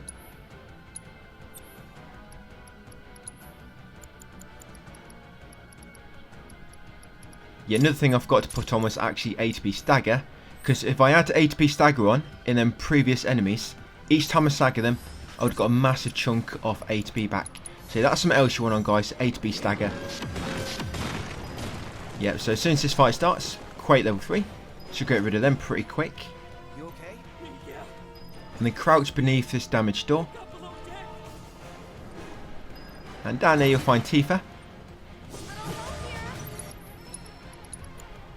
So again, ATB boost, Quake level 3. Awesome. If you need any HP, just rest on this bench nearby. Things are everywhere. Yeah, this is why I didn't bother putting HP linked to anything, because you can just recover your your HP, sorry. You can't recover MP. That's why you need the MP absorb on, so you've got plenty of MP ready for the boss fights. And there will be another bench before the boss, by the way. So don't worry if you take a bit of damage on the way. So yeah, just rest, get your HP back, and then continue through the second class cabins. As you get to the end, you'll be ambushed again. Just use the same attack, Quake level 3. And that should almost kill them. You can use it again if you stagger them, or build up HP. And there you go, they're dead. Just 2 Quake level 3s magnified. Squeeze through that gap afterwards, continue downwards. through his doorway, guys, and you'll see Barret up ahead. Yeah, this boss you kind of locked into using Cloud, Tifa and Aerith. And it's the Genova boss, so you can imagine it's going to be tentacles all over the place. So yeah, for this fight, so again, Quake level 3, HP boost, Quake level 3.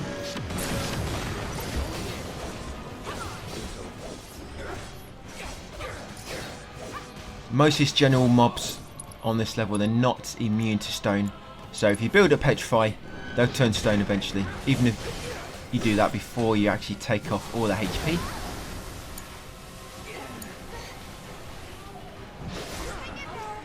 Like this guy here, I think I actually end up turning him stone.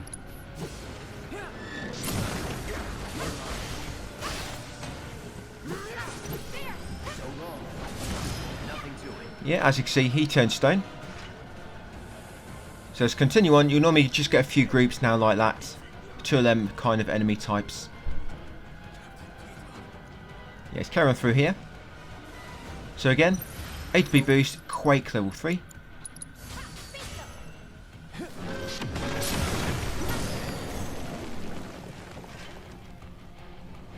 Quake level 3 magnified always works better when the enemies are grouped together, because when one of them goes off, it's got quite a big AoE, and if all the enemies are kind of near the first blast, it will attack them all, and obviously the second magnifier will go off, that'll attack them all at the same time.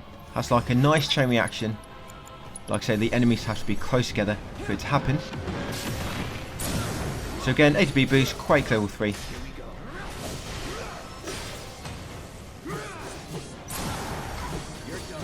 And one more Quake should finish him off. Right, so I think next up is the boss. Like I say, Genova Emergent. So there's the bench. Sit at the bench, guys, get your HP back. And then we'll just get a bit closer to the boss, and then I'll show my equipment loads for you guys, and of course ready for the separate video I'll put out as well of the boss fight. So yeah, rest and then continue on around the corner.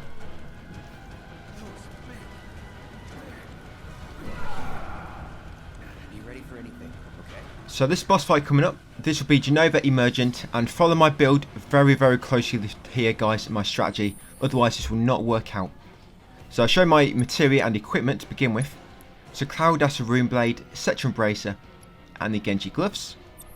He's got Magic Focus linked to Fire, MP Absorb linked to Fire. He's got HP Boost, Enemy Skill. He's got Phoenix Summon. He's got Magic Up, First Strike, Speed Up and HP Stagger. He's got Fire linked to HP Absorb and Fire linked to Swift Cast. He's got HP Charge Rate Up, 4 Power Magic, Magic Attack Power plus 20 and Attack Power plus 20. Like I say, this strategy is going to be very precise. Just try to follow as close as you can. Now Tifa, he's got Choco King's Cape, weapon don't really matter, Choco King's Cape, Empowerment Materia, Time Materia and First Strike. And Barret, yep, he's got a Tarot Cards, he's got a Time Materia and the Innovation Materia.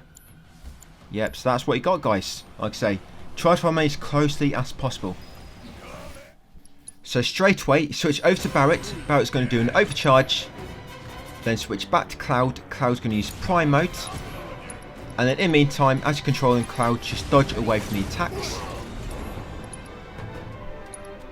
And then, once you can, Tifa's going to use Haste on Cloud, and also she's going to use Faith on Cloud as well. In this Cloud, you're still dodging the attacks. Then once you've got all them active, wait for an opportunity, and then Barret's going to use D-Shell on the boss. Yeah, Barret will use D-Shell on the boss, and then like I say again, once you get an opportunity in between attacks, build up 2 ATBs with Cloud. You've got all the buffs active which you need now, and of course debuff on the boss. Then once you've built up 2 ATBs, do fire level 3 on the boss. That'll pressure him. Now attack the head. Make sure you use some Prime Mode and hold in square, guys, for that combo which builds up a lot of ATB and also triggers Fury. And then once you destroy the heads and build up another 2 ATB, use fire level 3 which should stagger him. Once staggered, quickly build up 2 ATB again and use fire level 3, and then again quickly build up another 2 ATB, sorry, ready for when he goes into his second phase.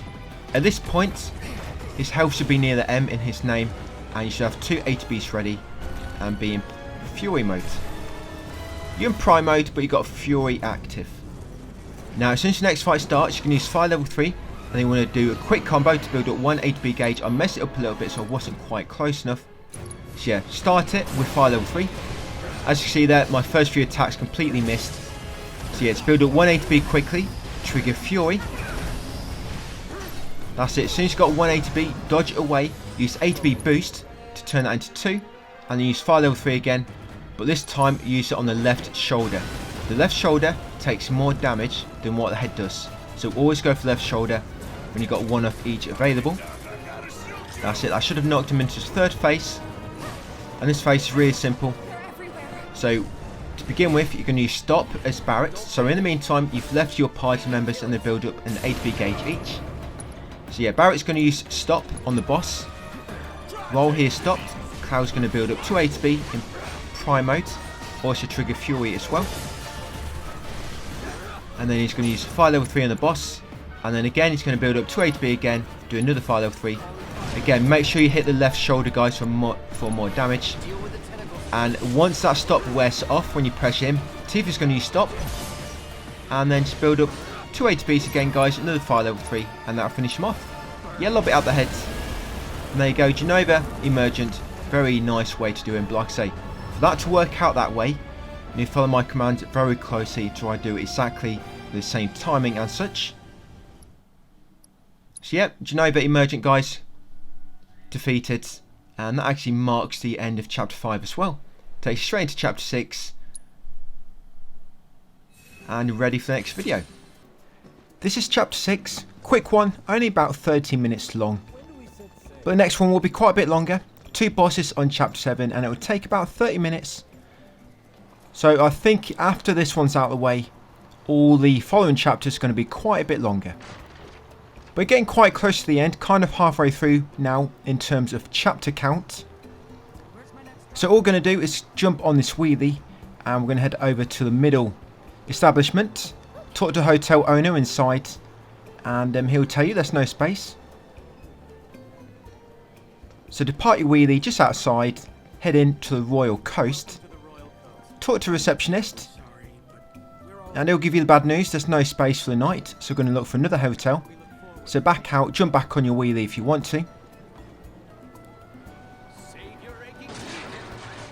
And head in this one just ahead on the left. Objective marker takes you here, so you can't really go wrong. Yeah, talk to this one. And you'll get exactly the same response. Sorry, but we're currently fully booked for the night. So after that, we're going to head back outside and you'll be greeted by Johnny. Yep, he's back from the remake. I wonder if he's going to be in the 3rd one as well. Yeah, Johnny will lead you to a side, kind of like secret hideout. It's looking pretty sweet. How I got my hands on it though. Now that's a story. I was cursed with the unholy trinity. So follow him through, shimmy between this gap. I've no idea how the postman gets to his house. But yeah, shimmy through there and follow him to the top. I've done the 7-star hotel, by the way. I did it, I think I did it just at the end after I did the legendary bouts. So yeah, this is pretty much the only trophy I need now. Complete hard mode. And then the platinum should be mine. And then I can look at doing some guides, because I know I've had quite some requests for other battles, like the ultimate party animals and stuff like that. I'll see you afterwards, guys. Let's just get hard mode done first. So yeah, come up here, talk to the Johnny, whichever, the one with red hair. I don't know how to tell them all apart. But eventually, your party selection will be locked. Once it's locked, come in this room and you're going to put your sword to sleep. That's it, just put it in the stand.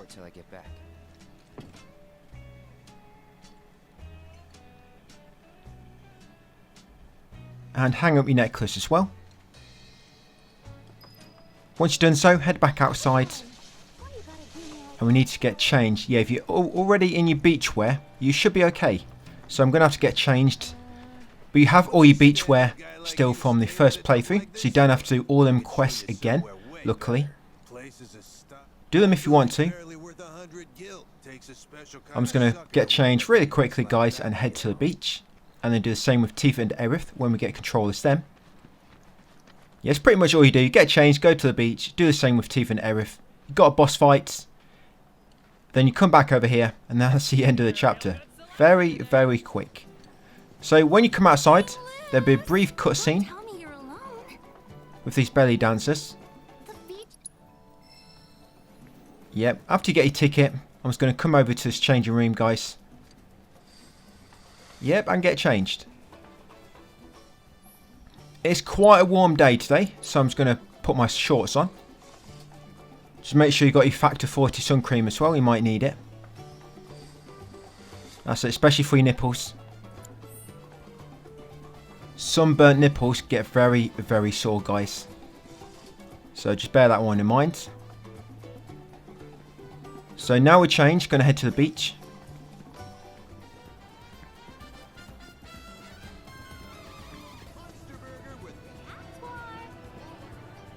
Yeah, tell them that you're ready. Looks like you're more than ready to enjoy the beach. Would you like to head on down there? Yeah, apparently not allowed to the beach unless you're in beach clothes. Yeah, this beach has some very, very strange rules and regulations. So after that, you'll get control back as Aerith. She was actually waiting in Cloud's room for him, but it's taking a bit too long. So we're going to head outside and we're going to knock on Tifa's door. She's already changed. So all we've got to do is get changed as Aerith next. So again, you just head out the secret shimmy entrance. You get a little cutscene with the belly dancers and then you can get changed in the change rooms on the left.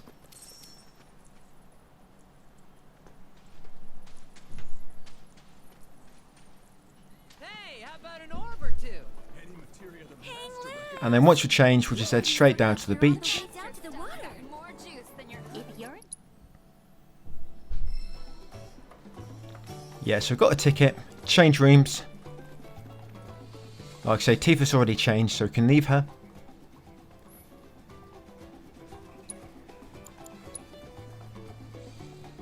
Yeah, and if you got your red 13 clothes, I think for the red 13 and Barret clothes, you have to buy them from the gold saucer. I think they cost 1,000 each. Yes, you get the Hellhound for red 13, but won't currently let me equip it. But anyway, it doesn't really matter. It'd be nice if these outfits gave you some kind of effect, so you get some kind of bonus from them. So not just cosmetic. Yeah, so we're going to head down to the beach because we're now ready.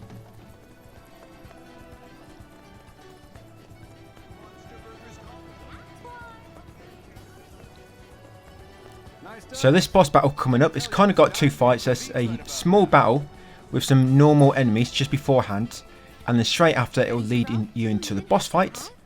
You can kind of pick your group as well. We're going to pick Aerith because obviously she can do Arcane Ward and kind of double your magic. So yeah, just after everybody's got to the beach, just want to head up there near where Barret's running off to. Wow, that's quite an offer. Yeah, apparently Barret's in his beach clothes.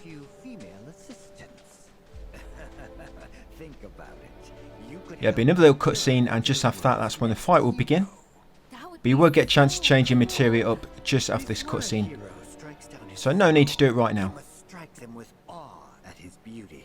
But he is not a hero by virtue of innate greatness. Only by inspiring others does he earn.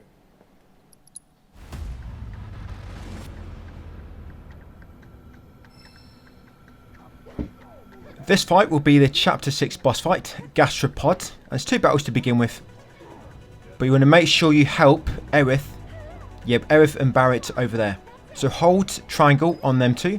You want Aerith in your party for this. That's it, so Barret and Aerith have joined us now. And now to go over the materia setup. So Cloud has a Rune Blade, Cetron Bracer, and the Genji gloves. He's got Magic Focus linked to Lightning, MP Absorb linked to Lightning. He's got HP Boost, Enemy Skill, Phoenix Summon Materia. He's got Magic Up, First Strike. He's got Binding linked to Warding. He's got Lightning linked to HP Absorb. And he's got Lightning linked to Swift Cast. For weapon skills, HP Charge Rate up, 4 Power Magic, Magic Attack Power plus 20, and Attack Power plus 20.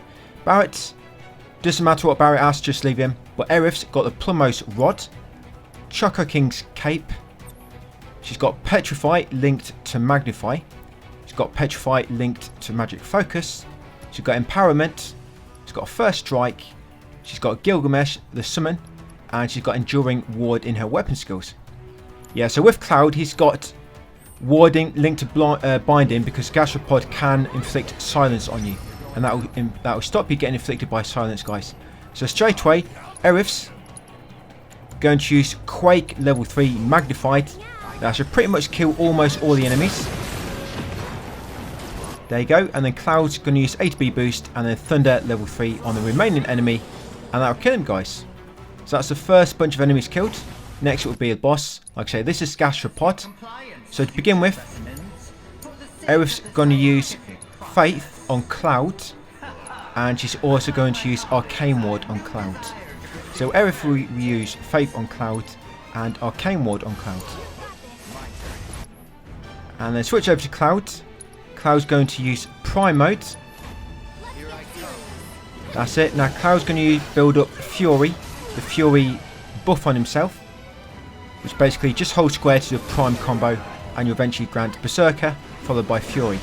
And then once you've got Fury active, guys, and 2 full HPs, do Lightning level 3 on the boss. He's weak to Lightning, and it's also going to heal you up at the same time. And you see that big cloud he just done, of that purple gas, that will inflict silence on you. But because we've got Binding linked to Warding, it will not have no effect, other than doing a bit of damage. And of course, Poison. But we're going to be healing ourselves up with Lightning. So yeah, he's going to bind your 2 characters once you bring his HP down so far. But once you've done so, you normally have to wait for a small amount of time before you go into a second phase. So just keep damaging him, guys, to heal yourself and also to fill his stagger gauge ready for the second stage. You can't stagger, once you've locked his health, you can't stagger him, but you can still build up the gauge. So yeah, just keep attacking him, guys. Heal yourself with Lightning 2 if you need to, or Lightning 3. But just make sure you've got 2 ATBs ready, and of course Fury, and he's got a full stagger gauge ready for the second stage. So yeah, you can see from the time it's taken me, by the time you lock his health and he binds your 2 other characters, you kind of know how long it takes for him to go into a second phase. What we'll do, eventually he will bind you, so you'll know when it's coming.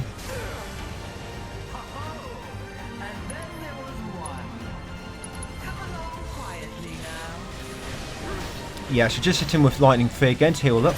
So my health's getting a bit low.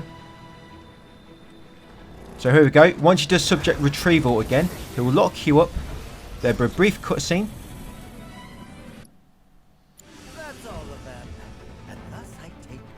And then you get control back. And we're just going to finish the boss off, guys, with a few Thunder level 3s. You should still have 8B boost ready if you need it. So you can do a Thunder level 3, build up 1 ATB gauge, use 8B boost, and then do another Thunder level 3, and that should finish him off. I did consider casting D-Shell on the boss, but normally it's worn off by the time you get control back after these cutscenes. So yeah, because his stagger gauge is full, 1 hit has staggered him. So yep, do Thunder level 3, that'll do massive damage, and then while his health gets locked, build up 2 ATBs again quickly before he enters his 3rd and final phase. This is all my fault. Hey, you. There'll be another brief cutscene. And 1 more Thunder level 3 will pretty much finish him off. You want to help him, don't you? Then you'd better hold still. Let's wrap this up. Right, and he's going to kind of enter Rage mode as well. Yeah, it's kind of enhanced himself. But it doesn't matter, he's going to be dead pretty quickly. So I just use ATB boost there. And there we go, another Thunder level 3. And that's it, guys, he's dead. Very nice and easy way to kill him. That's it, Gastro-pod boss completed. And shortly after that, guys, once you get control back, just turn around and come to these steps behind you. You don't have to talk to anybody, just come to these steps. And then you'll get the chance to go back home. Go back into town. Choose yes.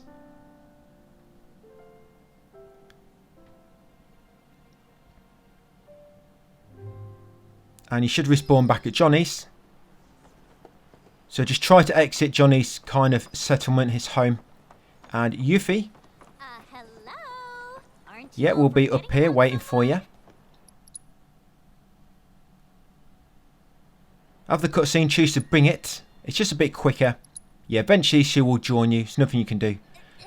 But depending on what option you get, it's just going to delay it very slightly. So choose bring it. Head forward a bit. She'll come running up the steps.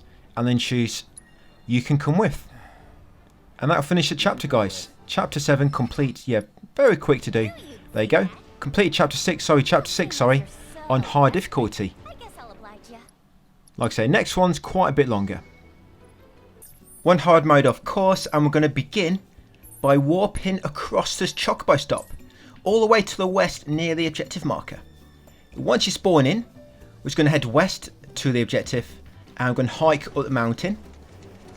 And this particular chapter, just a look ahead, we've got 2 boss fights in this one. The first one's pretty easy.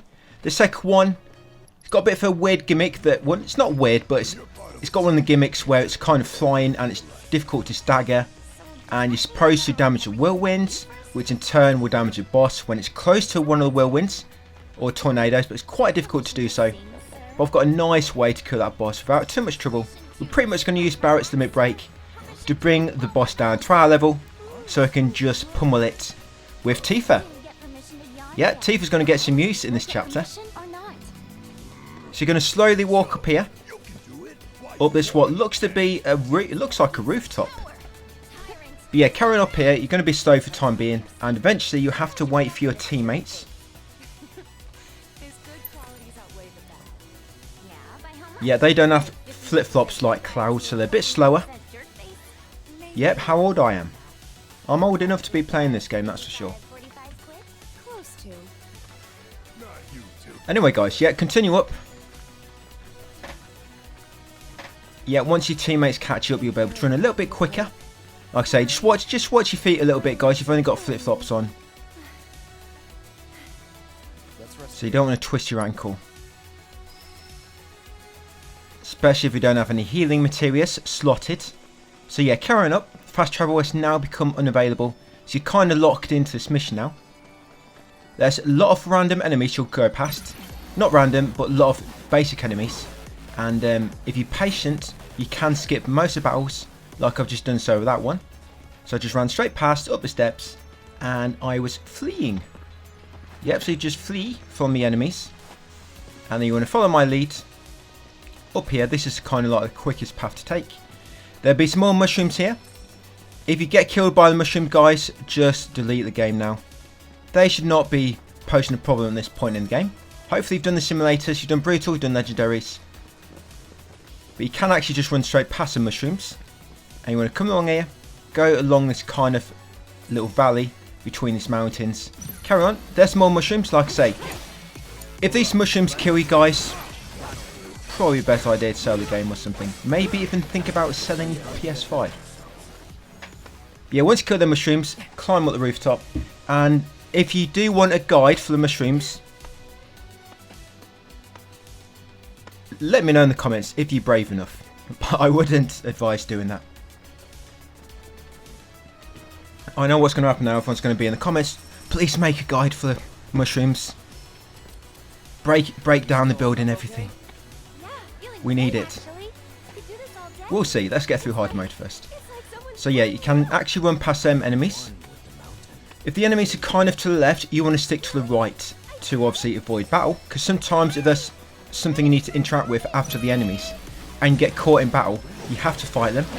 But when it's a part like this with the mushrooms and you know you can actually run away quite a distance, it doesn't really matter if you do trigger the battle, because you can just flee from it as you carry on along the story path. Yes, more enemies on the right there. I'm just going to stick to the left. Along here, past that machinery.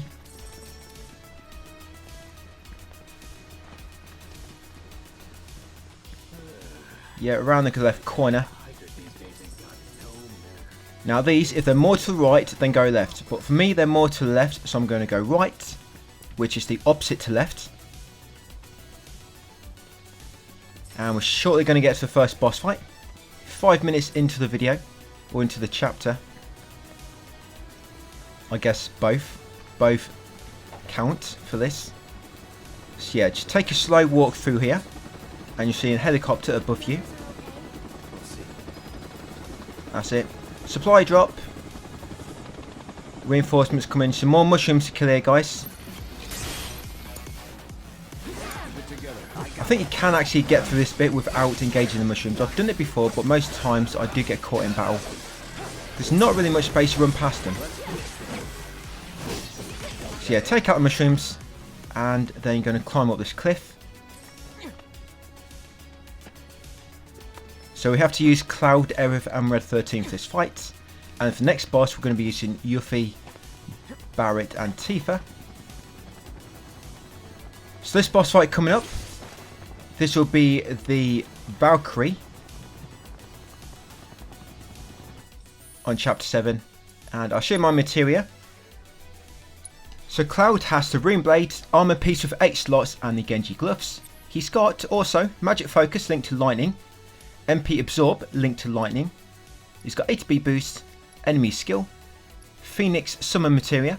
He's got Magic Up, First Strike, Fire linked to Elemental in the armor. He's got Lightning linked to HP Absorb, and he's got Lightning linked to Swift Cast. He's also got ATB Charge Rate up for Power Magic, Magic Attack Power plus 20 and Attack Power plus 20 for the weapon skills. Now Aerith, she's got Plumose Rod. She's got ATB Boost, First Strike, Elemental linked to Fire in the armor, and Empowerment Materia.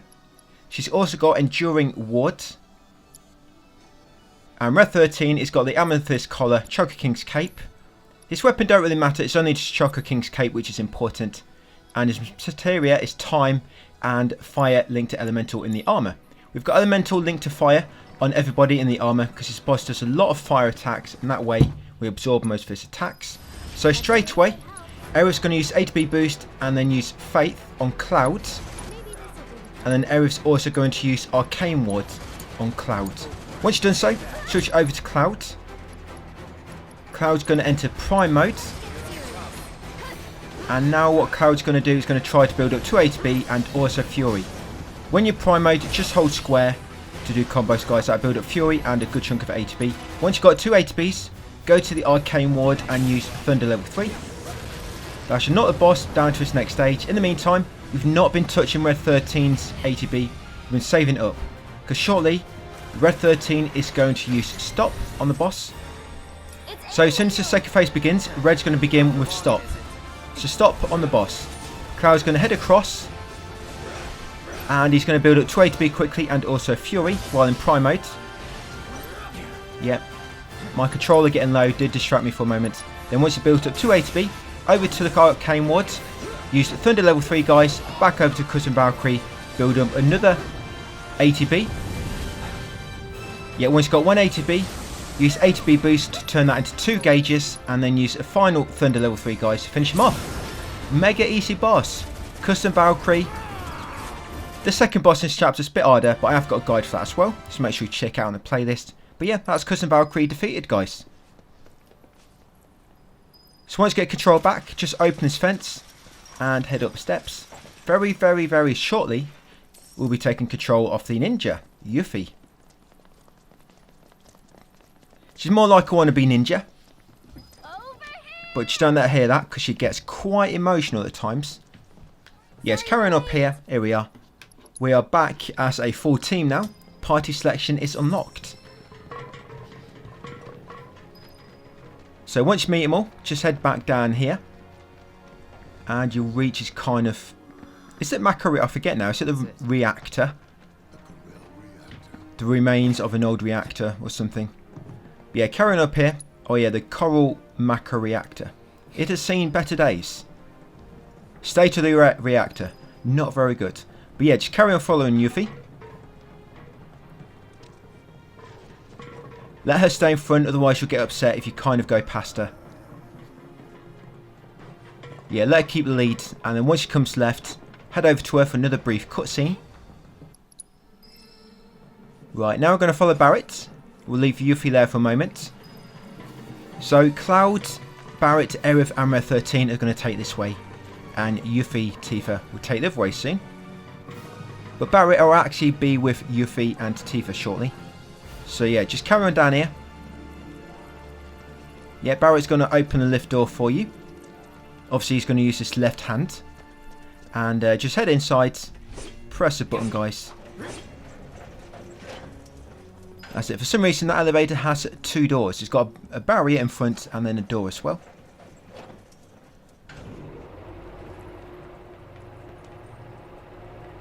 Yep, just hang out here with your friends for a moment. Have a chat if you need to. Or just stand here in silence like I am. Pretty much we have nothing to talk about. And Aerith and Tifa. There's quite a bit of tension between them two. So once you get down, just stay away from them 2 enemies and come around the back here. And out this door.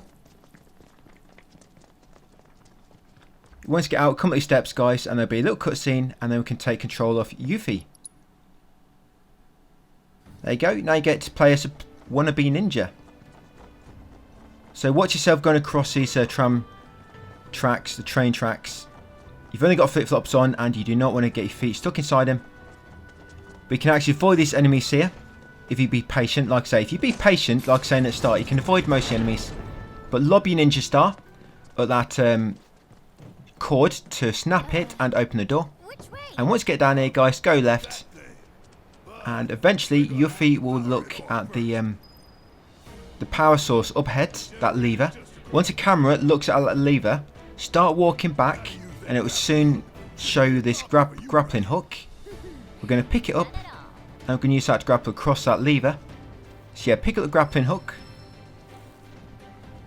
That's it, then press L2 to swing across, circle to drop off when you see the prompt, then hold triangle, guys, to lift it up. Right, once you've done so, we're going to swing back across. I'm leaving all chests, as you can see. All they give you really nowadays is a bit of cash, but I don't really need any. Yeah, then come up here. I wish there's something better to spend your money on. Unfortunately, by the time you get into hard mode, it's a complete waste. I guess unless you want to make cushions, because you can still use them on hard mode. At Chocobo stops, get your MP back.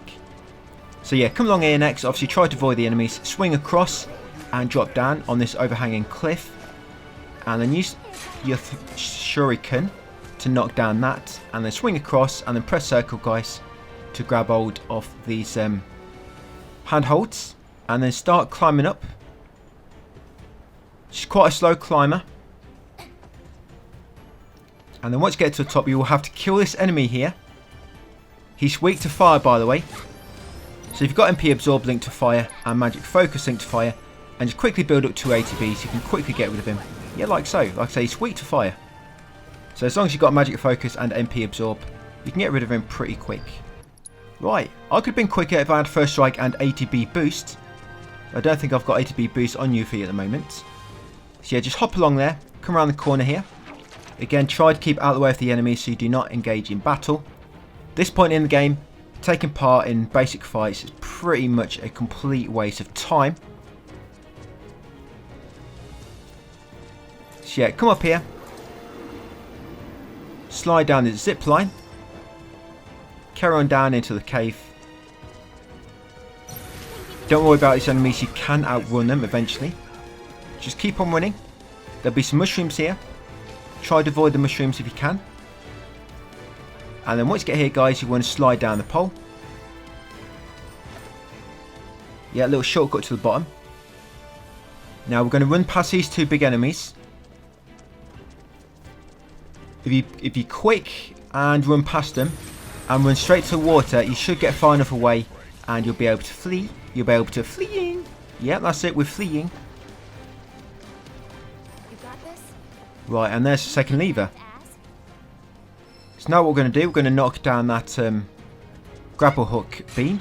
We're going to grapple across around the roof, around the ceiling in this cavern. And once you make your way back, them 2 enemies, if they're too close to the rope, just go back up the steps where we slid down the pole. Yes, go back up steps if you need to. But if you're lucky like me and you've got space, you can use the pole without triggering the battle and then just get back to the top a bit quicker. So yeah, with this, swing forward and then let go of the control stick. Swing forward, let go of the control stick. And that's what I keep doing. So that I keep moving it forward and not moving it forward a little bit back, forward a little bit back. Yeah, just swing forward, let go of controller, swing forward.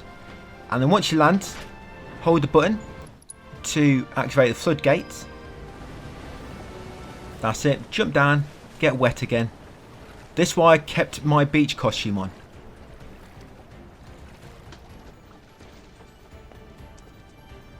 Yeah, so if you can get past these without triggering them, you can use the rope, like I'm going to be doing. But if you do trigger them, guys, just run, keep going right, down to the pole, and just go back up steps. And then once back up here, you want to use this rope here to go even higher, all the way to the top of the mountain. Yeah, once at the top, it doesn't matter if you engage these enemies because you can outrun them. So just run past them, onto the cliff outside. Yeah, we're going to flee. Come around the corner here, and there'll be shuriken. And that kind of looks like a kind of power source. I think it's more supposed to be a switch. Yeah, there'll be shuriken at that, and it will lower that beam. And you can start swinging. We'll see if Tifa and Barret down there. It might be a bit awkward between them. I don't think them two really talk about much. And you want to drop down here, lobby shuriken at that switch to lower the next beam.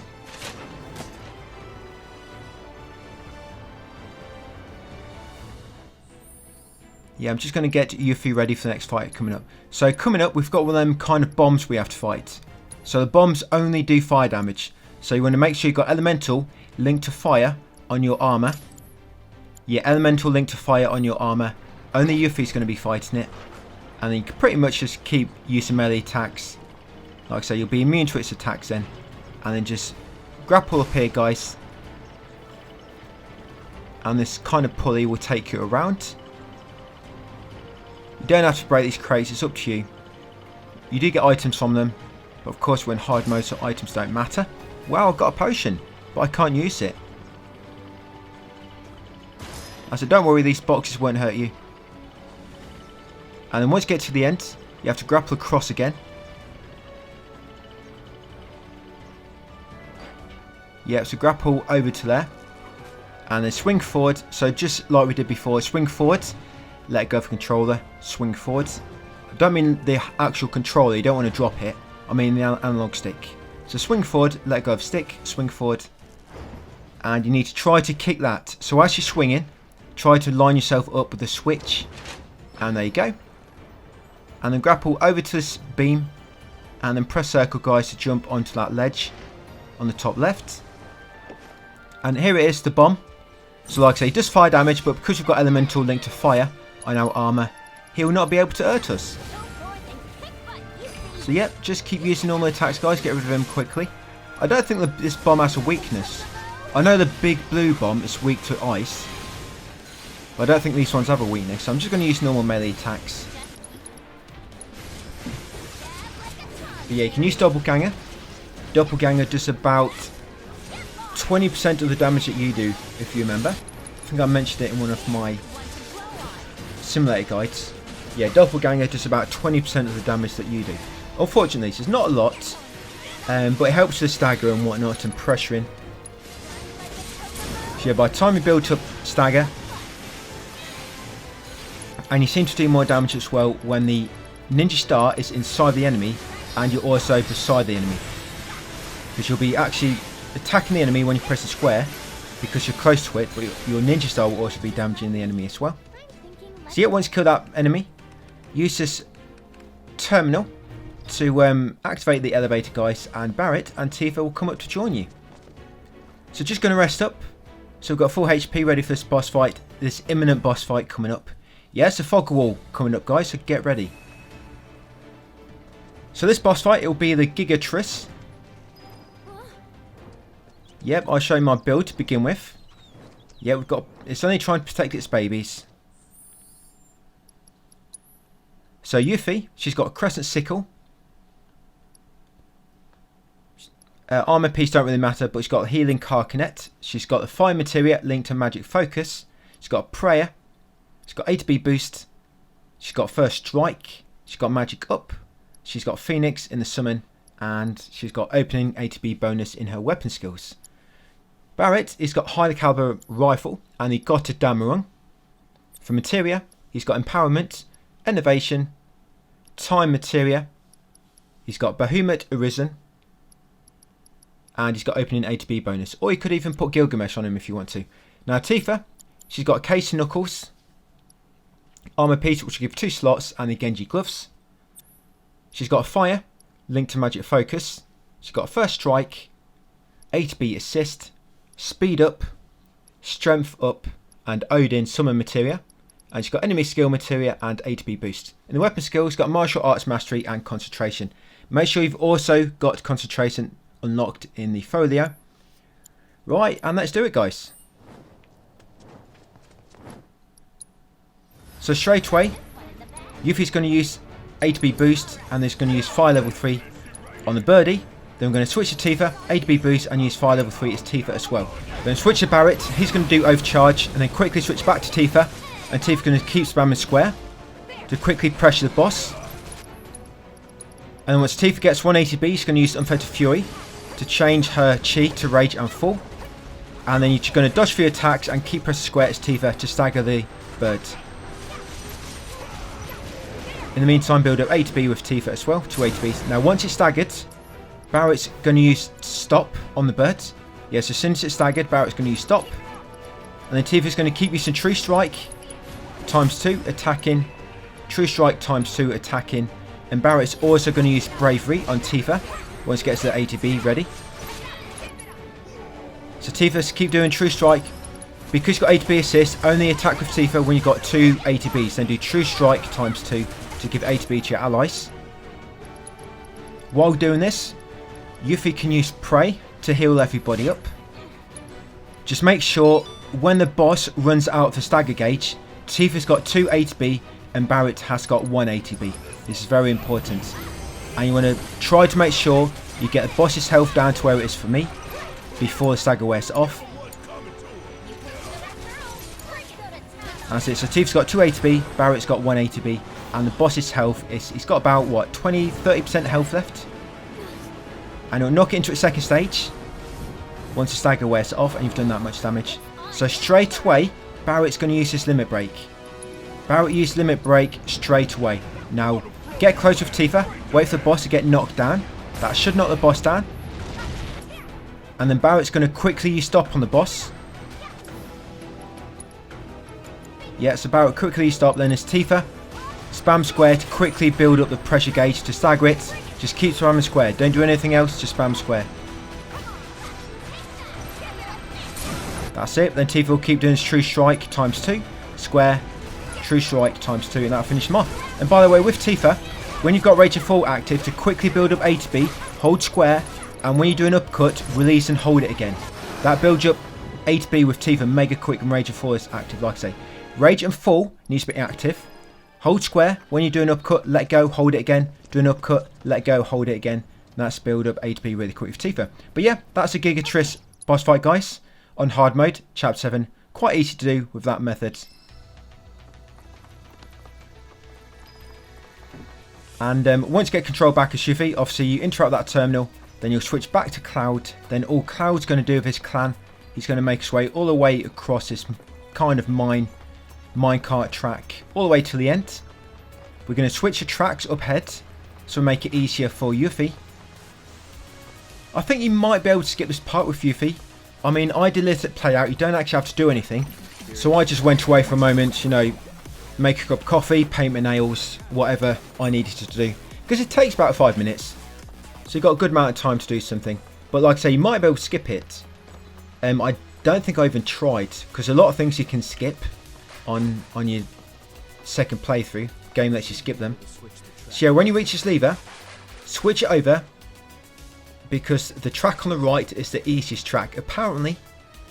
So yeah, switch it over to the right. There you go. Yuffie will approve.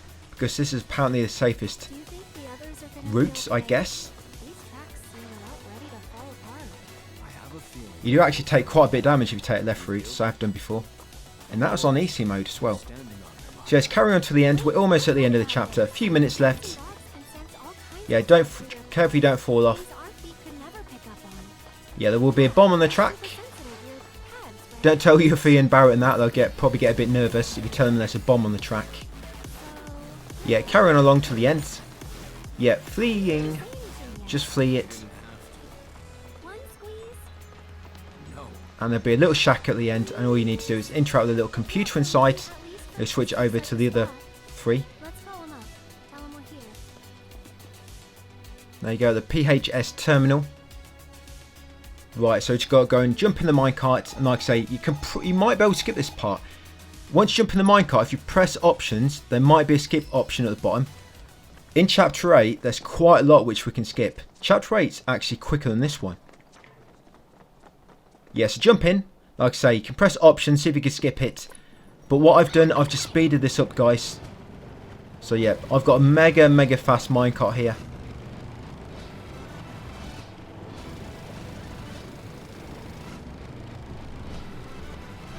Yep, and then once you get to the end, head across a bridge and there'll be a few cutscenes once you get to the little settlement. I forget the name of this place now. This place is called the Suspension Bridge. I mean after the bridge. Yeah, it's a little settlement. I always forget about a settlement. I remember when I was doing cleanup, I forgot a settlement was here.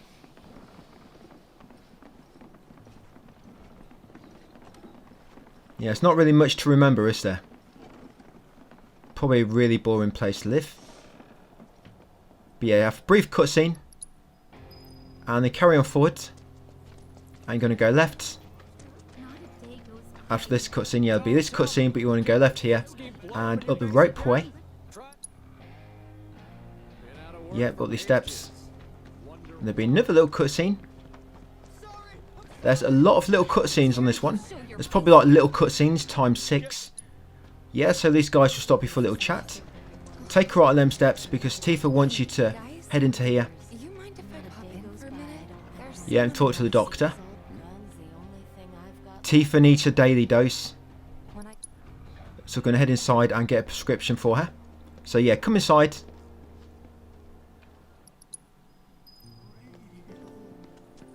That's it. After that little cutscene, come back outside.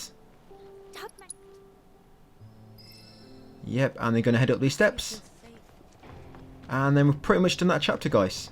Yeah, come up here, head over to that terminal where the objective marker is, and that will mark the end of Chapter 7. Ready?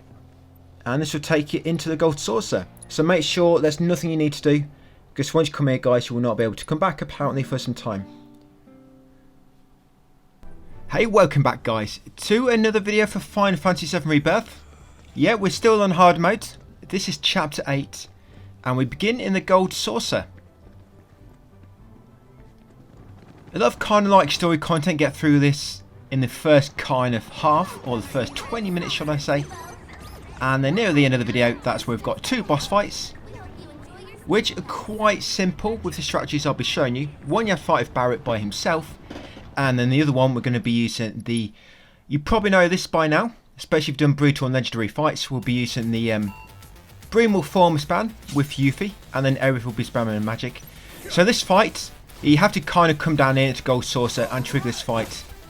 Yeah, you need to do this to progress the story. So you can either let him beat you, if you're really bad, or you can beat him up. It's up to you. Either way will progress the story, guys. So if you want to beat him yourself, obviously to dodge left, you have to press left on the analog stick. On the left one, to dodge right, you press right on the right analog stick. You know which punches come in, because obviously if he drops his right arm, then the punch is coming from the right, and you need to dodge to the left. If the punch coming from his left arm, you need to dodge to the right. And of course, when he drops an arm, he's basically teasing you to punch him. He's like, come on, punch me if you think you can. So you got to be quick when that happens, because if you're not quick enough, you'll miss him, he'll dodge out of the way. So yeah, just be ready, dodge his punches if you want to. When he drops an arm, make sure you punch him on that side. It's actually quicker to win than what it is to lose, because you do more damage to him than what he does to you. Like I say, either way will progress. And afterwards, Let's have some fun. follow your teammates over here again for another cutscene. Sounds like a plan to me.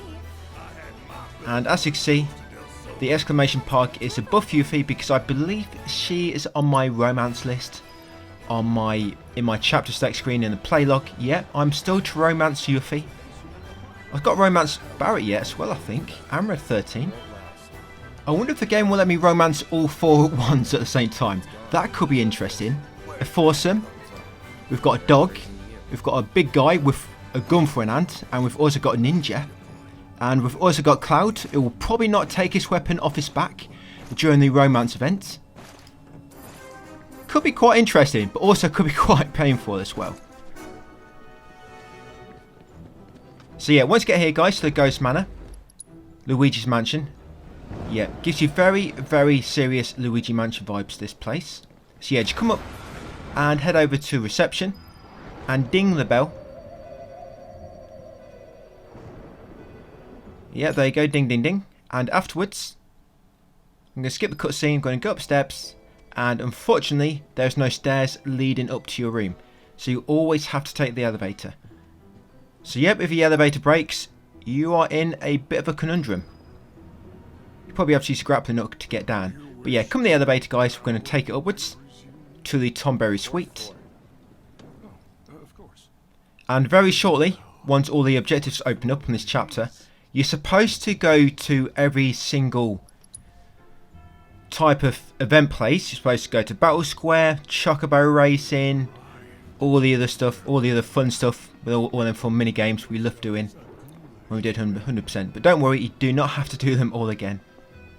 It appears that if you just warp to Sky Wheel, it basically completes every other objective, which is nice. So yeah, we're going to come in here and we're going to go to sleep. You have to sleep by yourself, unfortunately, today. You might have a ghost tickling you in the night. Yeah, it'll be just that, a ghost. So don't get any ideas. So yeah, when you wake up, come outside. Or it could have been one of them little Tomberries tickling you in the corner. Yeah, come outside, and whoever your relationship is, they will greet you. Yep, so Yuffie for me. So yeah, because there's no stairs, we're going to take the elevator back down. Yeah, so you're supposed to go to all them different squares. But like I say, if you go to Sky Wheel first, it will automatically complete all the other objectives. It should do anyway, providing you're on a kind of New Game Plus and you chose. I always choose to restore all previous side quest data. I always choose to restore everything. And maybe it's related to having Yuffie, it's a romance option, I doubt it. I think it's just because it's New Game Plus and I've restored all previous side quest data. So yep, go straight to Sky Wheel guys. Interact with the guide Moogle. Yep, as you spawn in, there'll be a little cutscene. And all the objectives will automatically complete. So thank goodness we do not have to do them all again.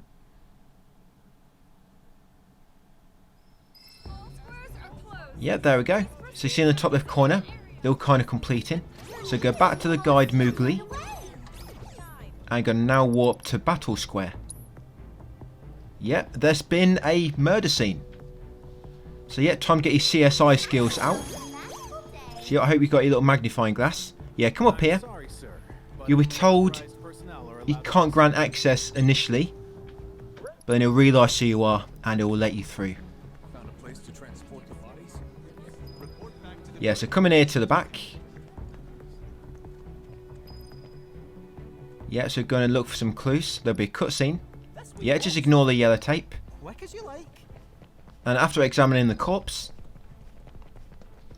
yeah, we'll do a post-mortem autopsy later. Yeah, come all the way down here, follow Cait Sith. That's it, just watch him struggling to press a button. And we'll skip the cutscene. You find yourself in the Dust Bowl. And if you remember this from early in the story, we had to collect loads of like little grass plants.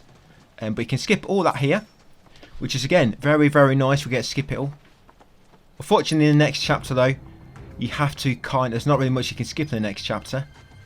You have to go from the Gongaga, the little village there, all the way to the Mako reactor place. But it doesn't let you walk there. You have to go all the way there on foot. And then when you get Chocobo later with the women, you have to make your way there on foot again, but on, I guess, Chocobo foot. It doesn't let you warp, fortunately, in the next one, but it's not too bad, the next chapter. 2 boss fights, similar to this one. But get through it nice and quick, so you can actually avoid most of the enemies if you're quick to run past them quick enough. So yeah, once in the Dust Bowl, come over here, talk to the Chocobo trainer, the Whisperer. Yep, after talking to a Chocobo Whisperer, turn around and talk with this guy. Ready or what? Yep, and you want to choose to participate in the race. So normally you'd have to go and collect all them green plants, but I don't think we have to do it now. Well, I didn't. Like I say, that might be related to choosing to chapter select and picking to restore all previous side quest data. It might be related to that. So if it's not letting you do that, then that's probably why. And you can either do it all again, or you can just restart a chapter and make sure you choose to restore all previous side quest data. It's not that long anyway. I mean, we're only 8 minutes in. It's going to take much longer than that to get all them green plants. So yeah, follow the lady in pink. Sorry, I do forget her name. Yep, into another elevator. Yeah, Chocobo's going to come in as well.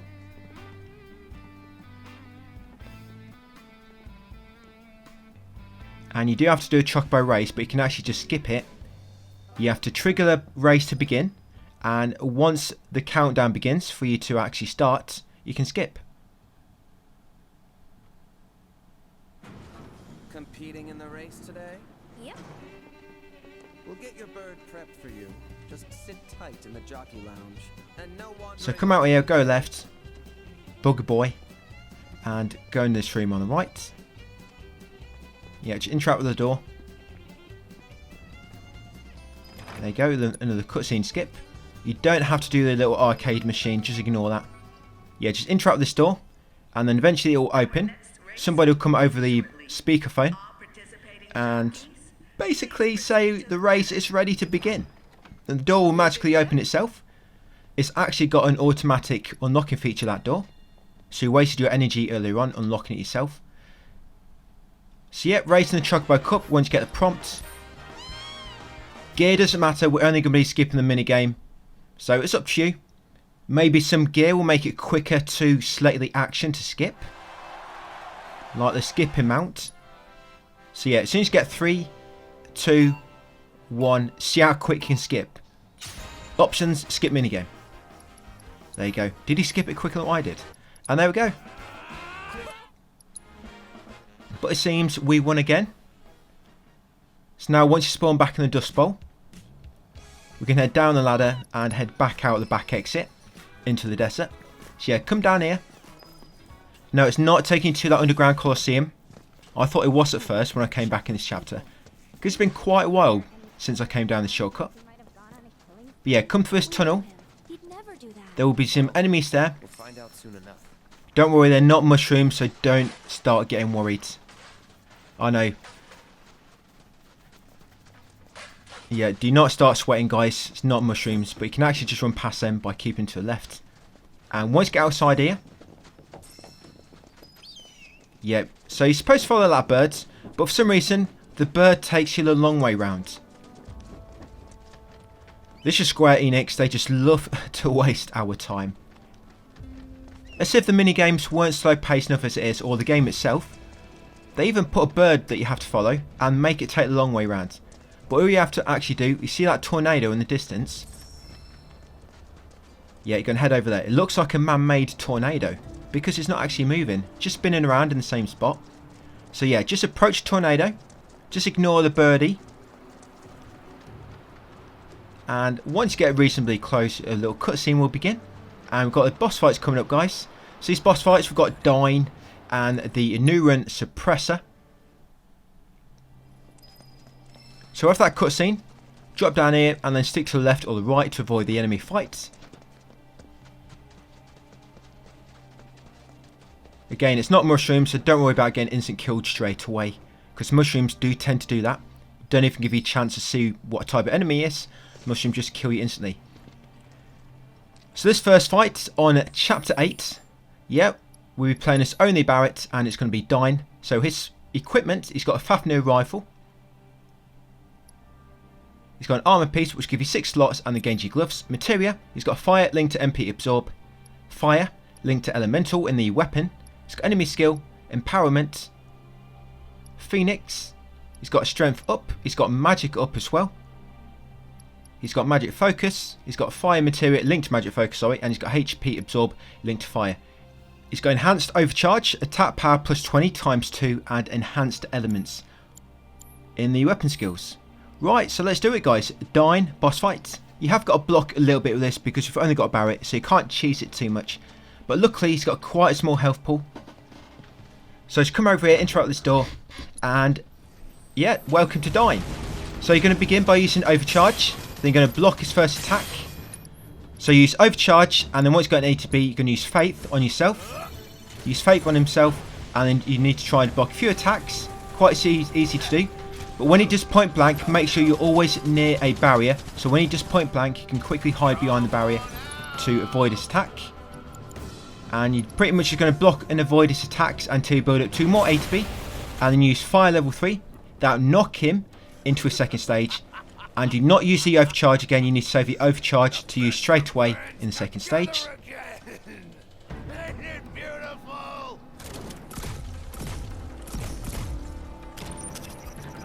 So as soon as the second stage starts, you're going to shoot Loverboy with the Overcharge. That's it. And then get near a barrier to quickly hide behind if you need to. No, unfortunately we're not going to be using Steel Foreskin on this. So don't get excited. Yeah, but then you're just going to keep shooting him, guys. And try to build up 2 ATBs in the meantime. If he does Repentance or Point Blank, make sure you're ready to hide behind the barrier. Yeah, just keep shooting him until he becomes pressured. So just keep shooting him normally. Do not use ATBs and do not use Overcharge again. Now, as soon as he becomes pressured, use Fire level 3. That's it, and then start shooting him again. Once his health gets near the D in his name, that will make him enter his 3rd phase. And you want to make sure you've got at least 1. I mean, if you've got 2, that'd be great. So try to get 2 ATBs built up ready for his 3rd stage. This way, with this fight, it's very, very selective in how you use the strategy. Try to do it all in the same order as me. Same types of damage. Same times when you use Fire level 3 and Overcharge, for example. Because if not, his stagger gauge will be a bit lower or too high. And you will not enter this last phase with 2 ATBs ready. So straight away, 3rd phase, use Fire level 2 on the scrap arm. Fire level 2 on the scrap arm. And then use Overcharge on his main body. And then straight away use Fire level 2 on him as well. And that should pretty much almost stagger him. If not, shoot him a little bit more. And then once you become staggered, build up 2 ATB guys and use Fire level 3 to finish him off. So yeah, like I say, that strategy, you've got to follow it very closely. Try not to deviate too much, otherwise you'll stagger him too quick. Or you won't have enough ATB, etc, etc. So just be very, very careful of that strategy. But yeah, that's a Dyne fight, guys. Quite simple with that build. So coming up, now we've got the Anoran Suppressor fight with Cloud, Aerith and Yuffie. We're going to be using the Brutal Form spam. So the equipment, Cloud, yep, Cloud, Yuffie and Aerith, Cloud as leader. So Cloud's got the Rune Blade, an armor piece will give you 2 slots and the Choco King's cape. For the Materia, he's got MP Absorb linked to Lightning. He's got Magic Focus linked to Lightning. He's got First Strike. He's got Gilgamesh Materia and the Summon. He's got Empowerment and Time Materia. He's got ATB charge rate up, 4 power magic, magic attack power plus 20 and attack power plus 20. Now Yuffie has got a Crescent Sickle and the Speed Demon Keychain. Armor don't really matter. And she's got ATB boost. She's got opening ATB bonus and ATB charge rate up.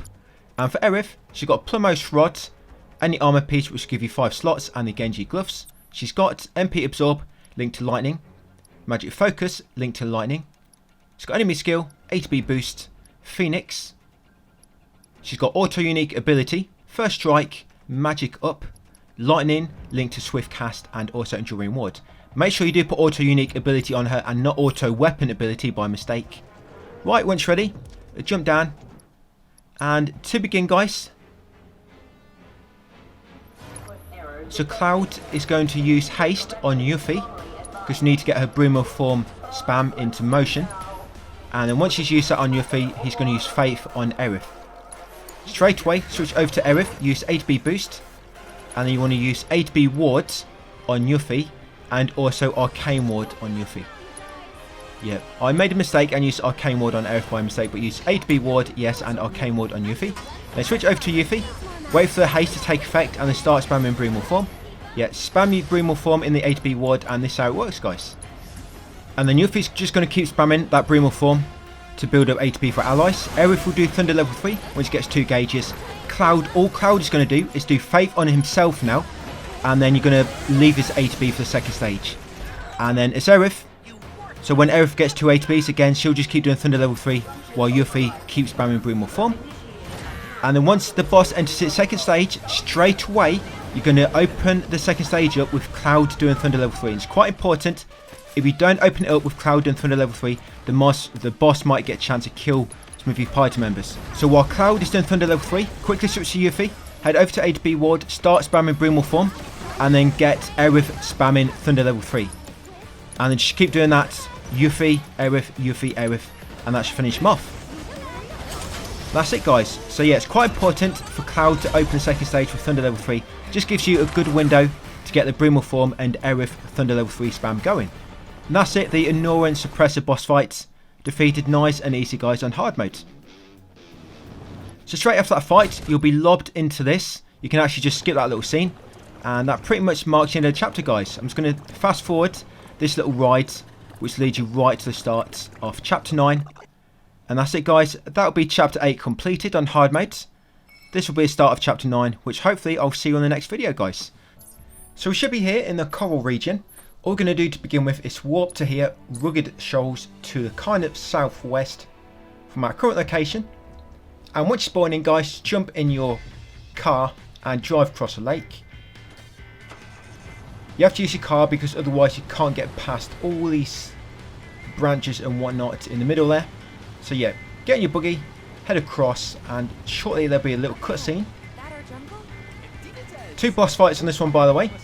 You'll be playing as Cloud, Barret, and I think it's Cait Sith, and then you'll be playing as the other 3 a bit later. But yeah, once you spawn in, after a little cutscene, once you reach a beach, you should be able to warp to this location, just near the village.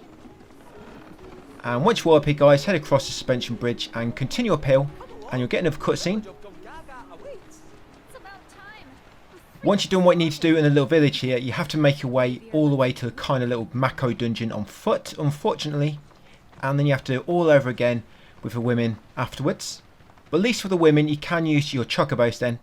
And you can cover a bit more ground a bit quicker, because you can use the mushrooms to jump. So just follow this NPC across the bridge. Sorry, I do forget her name. The flower lady. Yeah, continue across here. She'll stop to pick up some flowers. Don't get a lot of visitors, what with the jungle.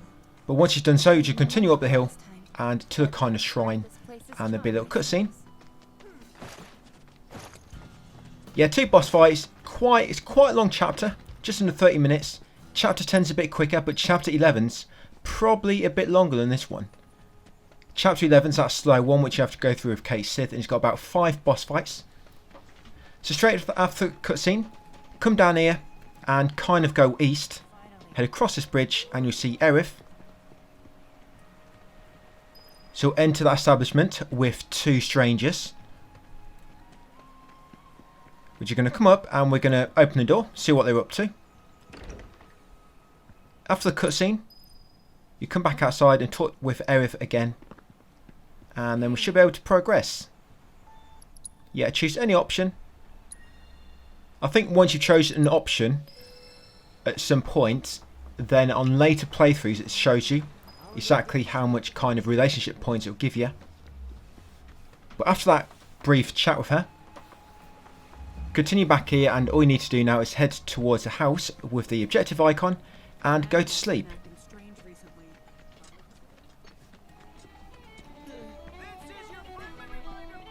Yeah, these 2 boss fights weren't too bad. The first boss fight is pretty simple. The second one's a bit more tricky. It's that Crimson Mark II. It begins weak to lightning, but afterwards it becomes kind of strong against lightning. But I've got a nice, good way to get rid of it. Pretty much we use lightning to begin with, and then we use Aerith's Planet Protection, and then switch it to Tifa, and then she just smashes it to bits. So yeah, after going to sleep, fast travel will become unavailable. Head outside and follow Yuffie now up to the shrine again. Hey, you ever see that old the old reactor's being... Shrine, memorial, whatever you want to call it. Yes, follow Yuffie up the hill. And this is where your kind of party gets chosen. Like I say, it'll be Cloud, Barret and Cait Sith, I believe it is.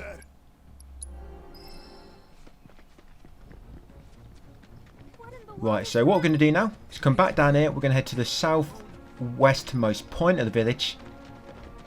Sorry, southeast. Yeah, southeastmost point. I'm probably going in the wrong direction if I want to go southwest.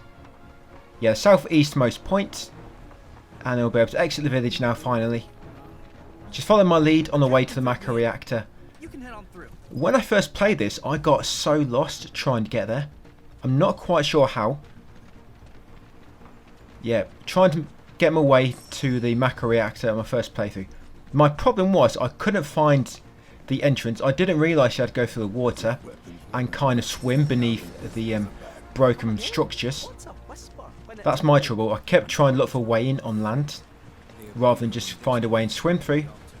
But yeah, a good few hours later, I finally found a way in. So yeah, just follow my lead, guys. I'm trying to stick to land where I can, just because you move a bit quicker on land. But we'll be swimming soon. We'll have to slide down a few poles. So here, just jump off and then you'll be in the water briefly. Just quickly swim out. Come along here. Again, just dunk yourself very briefly and then climb out again.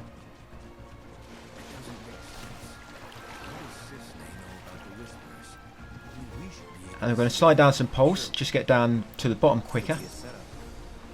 There's probably quite a few different ways you can take this. You can take on the way to the Mako reactor. I think this is one of the fastest ways. So as you slide down this pole, press circle and then hold forward, and you'll kind of jump down and you'll roll at the bottom. Just allow you to recover a bit quicker. And you'll jump down here. Just be careful, there is some enemies. So obviously stay away from them. And just behind them there'll be another rope to slide down.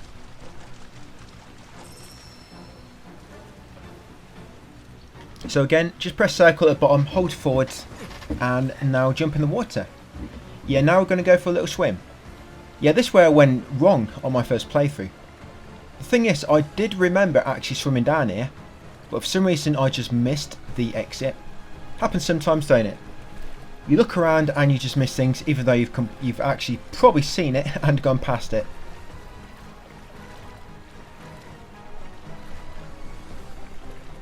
Yeah, like I say, it's a bit quicker for the women because they'll be on the chocobos and they can use the mushrooms.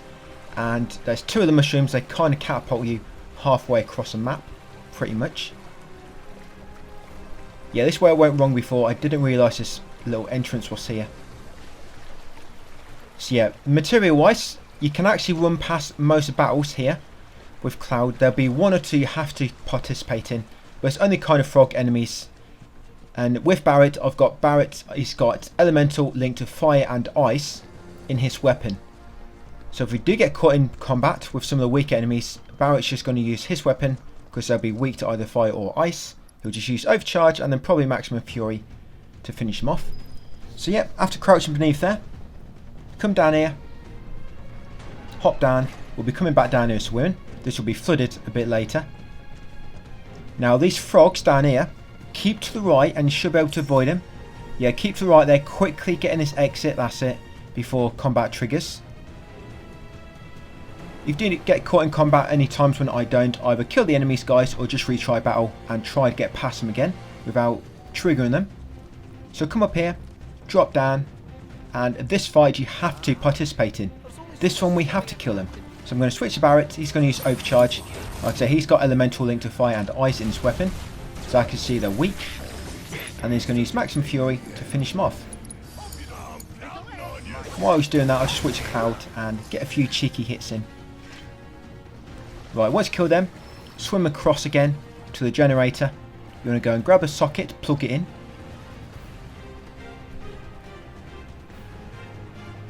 Yeah, plug it in and that should open the door.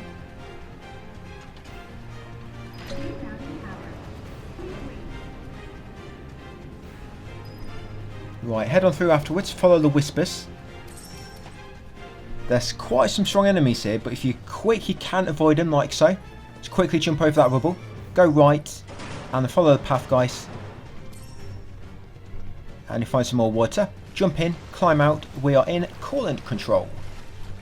Yeah, take the stairs on the right because it's furthest away from the enemies, and then jump up this catwalk. You get a brief little scene with the Whispers. Yeah, jump down in the water again, and then go left and climb a ladder. Yeah, Cloud's getting flashbacks there from To Be a Hero, the simulator challenge. I'm traumatised by that. Whenever I see Zack, that is what's going to flash before my eyes. Yeah, climb up this ladder. And then go left up the steps. Be quick here and you should be able to avoid the enemies. Some enemies on the left there. Keep to the right and shimmy between this half open door to avoid the enemies. Come around here. Pull this little trolley out of the way to free the cable. And then we'll plug it in. And then we'll interrupt the terminal. Yeah, because normally things will not work if you don't plug them in to begin with. Also make sure you turn the switch on. So yes, pull it out of the way. Yeah, grab the socket guys and put it in. The male end always goes into the female end. Just remember that. Yeah, once you plugged it in, drop down and interrupt the terminal.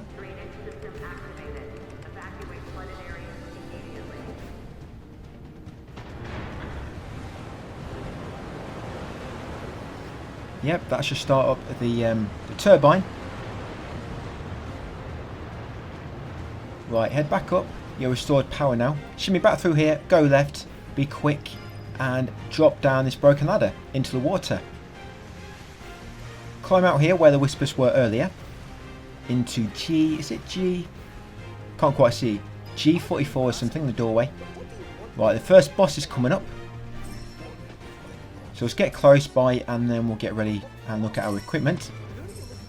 There will be a bench here, guys, if you want to recover your HP if you're a bit low. I'm just going to ignore that material, it's nothing useful. So yeah, use the bench if you need to. Carry along here. This boss fight will be the Specimen H1024. Yes, that is his name. And our material-wise, so obviously we've got Cloud, Barret and Cait Sith. Cloud's got Rune Blade, Cetron Bracer and Genji Gloves.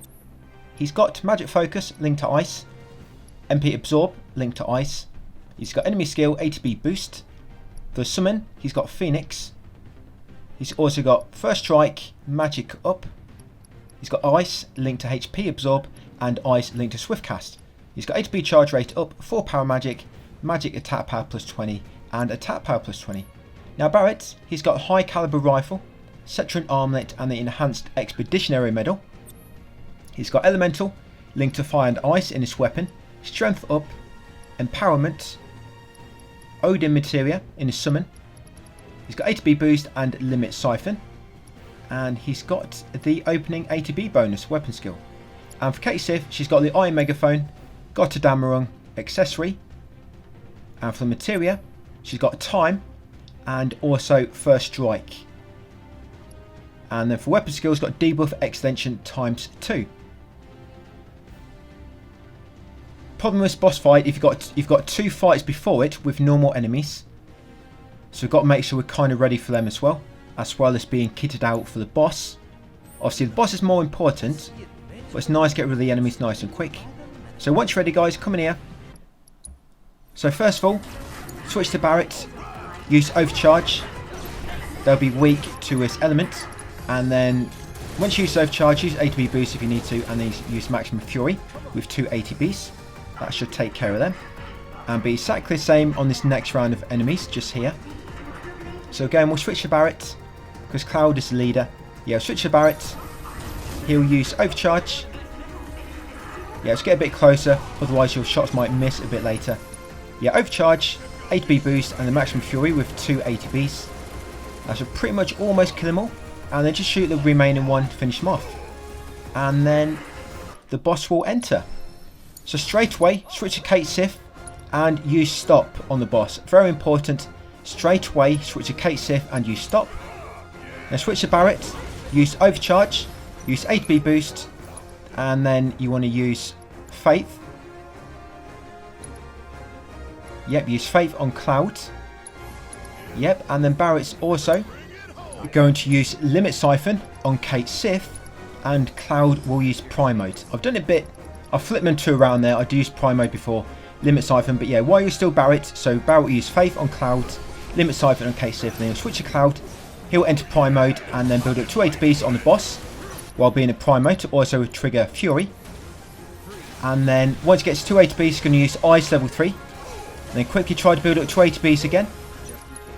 And then again as Cloud do another Ice level 3. And that should knock the boss into a second stage. And at this point, Barret's also got his limit break ready. And of course, because he's got Enhanced Expeditionary Medal, he can do his level 3 limit break. Alright, I'm good. Yeah. I'm about to jump. Wanna do this? You know I will. So as soon as you get control back, Barret's going to do Satellite Beam, his level 3 limit break. And then while he's doing that and the boss is done, Cloud is going to build up to ATB. While in Prime mode to activate Fury as well. He's going to do Ice level 3. And then pretty much Cloud will do another Ice level 3 and that should finish off the boss, guys. If you think the boss has only got a tiny bit of stagger left or health, you can try to do an Ice level 2. You're going to try to be quicker. But you might make a mistake I just did, guys, and misjudge it. And it doesn't actually do as much damage or stagger damage as you thought it would. So it's probably best just keep building up to 8Bs, Ice level 3, 8Bs, Ice level 3. And yeah, that's it, guys. Specimen H1024. A nice, easy and quick way to beat him. Having that stop to begin with is a massive help. Just as well as Barret's limit break.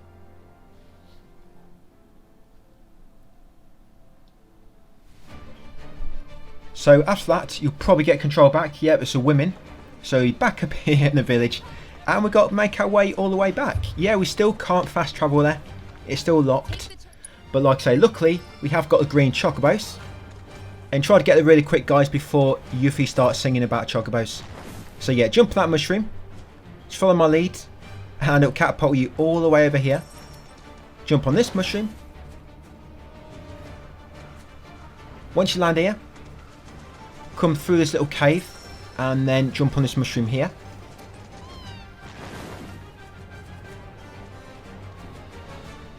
And then jump on this one. Just two more to go. Yeah, jump on this one and then one more and that'll take you all the way there. So you're going to be fighting a lot of human enemies. That's women. And so what I've got, Aerith has actually got, she's got MP Absorb linked to Petrify. She's got Magnify linked to Petrify. And she's also got Magic Focus linked to Poison and Petrify. So yeah, as you can see, Aerith, she's got First Strike, ATB boost. She's going to jump in, ATB boost, get 2 gauges, and then use a Magnified, Cait level 3. And that pretty much should almost kill everybody, guys. I won't let you down. And you also want ATB stagger on Aerith as well. I actually forgot to put it on her ear. But yeah, one more Magnified Quake kind of finish him off. Yeah, ATB stagger, you also want that on Aerith. So if your first Quake does not kill everybody, you'll likely have 2 ATBs again from the stagger damage, and that will also allow you to cast it again. But just be careful casting Quake when there's only one enemy, because if you do that, you might not get your MP back. It uses a lot of MP, but if you do a Magnified, you do a lot of damage, so you get most of your MP back. So again, in here, keep to the right to quickly avoid the enemies. Shimmy between this half open door, come down the steps, and now as you can see, the area is all flooded. So our t-shirt's going to get a bit wet. This is why I've got our beach gear on, guys, so we're ready for the waterworks. Yeah, jump in here. You have got to grapple up above, but it seems it doesn't want to let you grapple until you get on this platform. Let's get up there, turn and face where you just came and grapple upwards. Quickly grapple up again before the enemies get too close to you. And then grapple up again.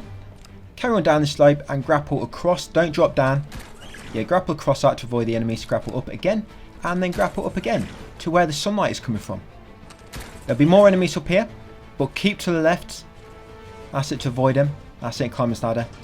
And like I say, if you've got ATB stagger on Aerith, that'll help as well. So basically Petrify, ATB stagger, and of course a First Strike and ATB boost and anything which will enhance her magic. You want to grapple across here. These enemies you will have to kill. It's only frogs, so if it's Aerith, just use Quake level 3 to finish them off quickly.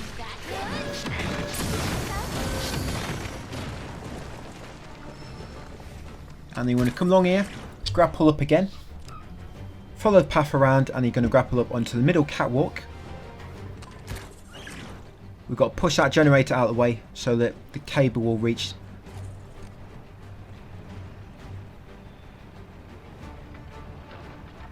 Yeah, you got to push it back a bit so the cable will reach the door. I don't know why generator's all the way up here. When you push it all the way, just come back down to come back across to the middle and then slide down this pole. Once you've done so, grab a socket, guys, and plug it in to open the door.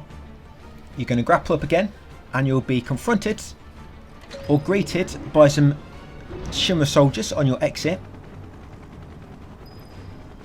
So again, we're going to use Quake level 3 quickly to take them all out, and if not, have an HP stagger. Should almost refill your gauges again, so you can use one almost straight away again afterwards. As you can see there, I've just got 2 gauges back. So again, I'm going to use another Quake, guys. I guess it's only one enemy, so I'm just going to melee him to death. Right, once you killed him, carry on across here. Got a second boss coming up very shortly. Crimson Mare Mark II. Yeah, grapple up there.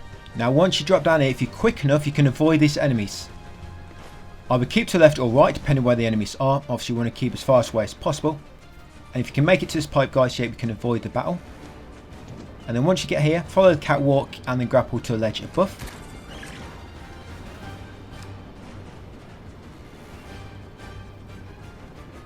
There'll be some more enemies up here. This is the last bunch of enemies before the boss. So it's going to use Quake level 3 to get rid of them quickly. And then we can use the bench, guys, to get our HP back. Ready for the boss fight coming up. At the end of this chapter, you've got about 10-15 minutes doing some really slow story sections, but I kind of just speeded up the video for that bit. Yeah, really slow paced.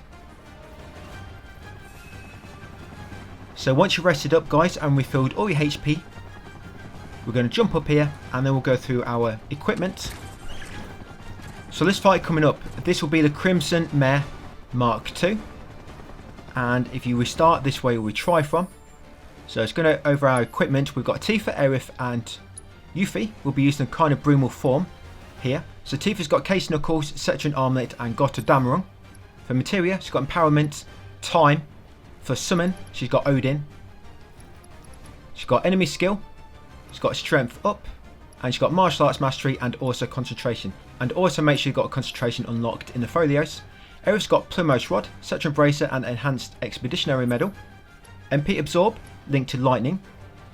Magic Focus, linked to Lightning. It's got Limit Siphon, A to B Boost, Phoenix Summon. It's got Magic Up, First Strike, Auto Unique Ability, Lightning, Swift Cast, yeah, Lightning linked to Swift Cast, and Enduring Wards. And Yuffie's got a Crescent Sickle, Valkyrian Bangle, Speed Demon Keychain, First Strike, Materia, A to B Boost, Time Materia, Opening A to B bonus, and A to B charge rate up. Yeah, this boss, it begins weak to lightning, but then in its second stage it becomes mega resistant to magic. So you kind of have to switch up your build a bit. But with this equipment we're taking in, it'll work really nicely for this boss fight. And auto unique ability on Aerith, by the way, it'll make it so when she's not controlled, when AI is controlling her, she'll warp to her A to B ward automatically. Right, so straight away to begin, Aerith's going to use A to B boost, and then she's going to use A to B wards on herself, and then she's also going to use Arcane Ward on herself. Then we'll switch to Yuffie.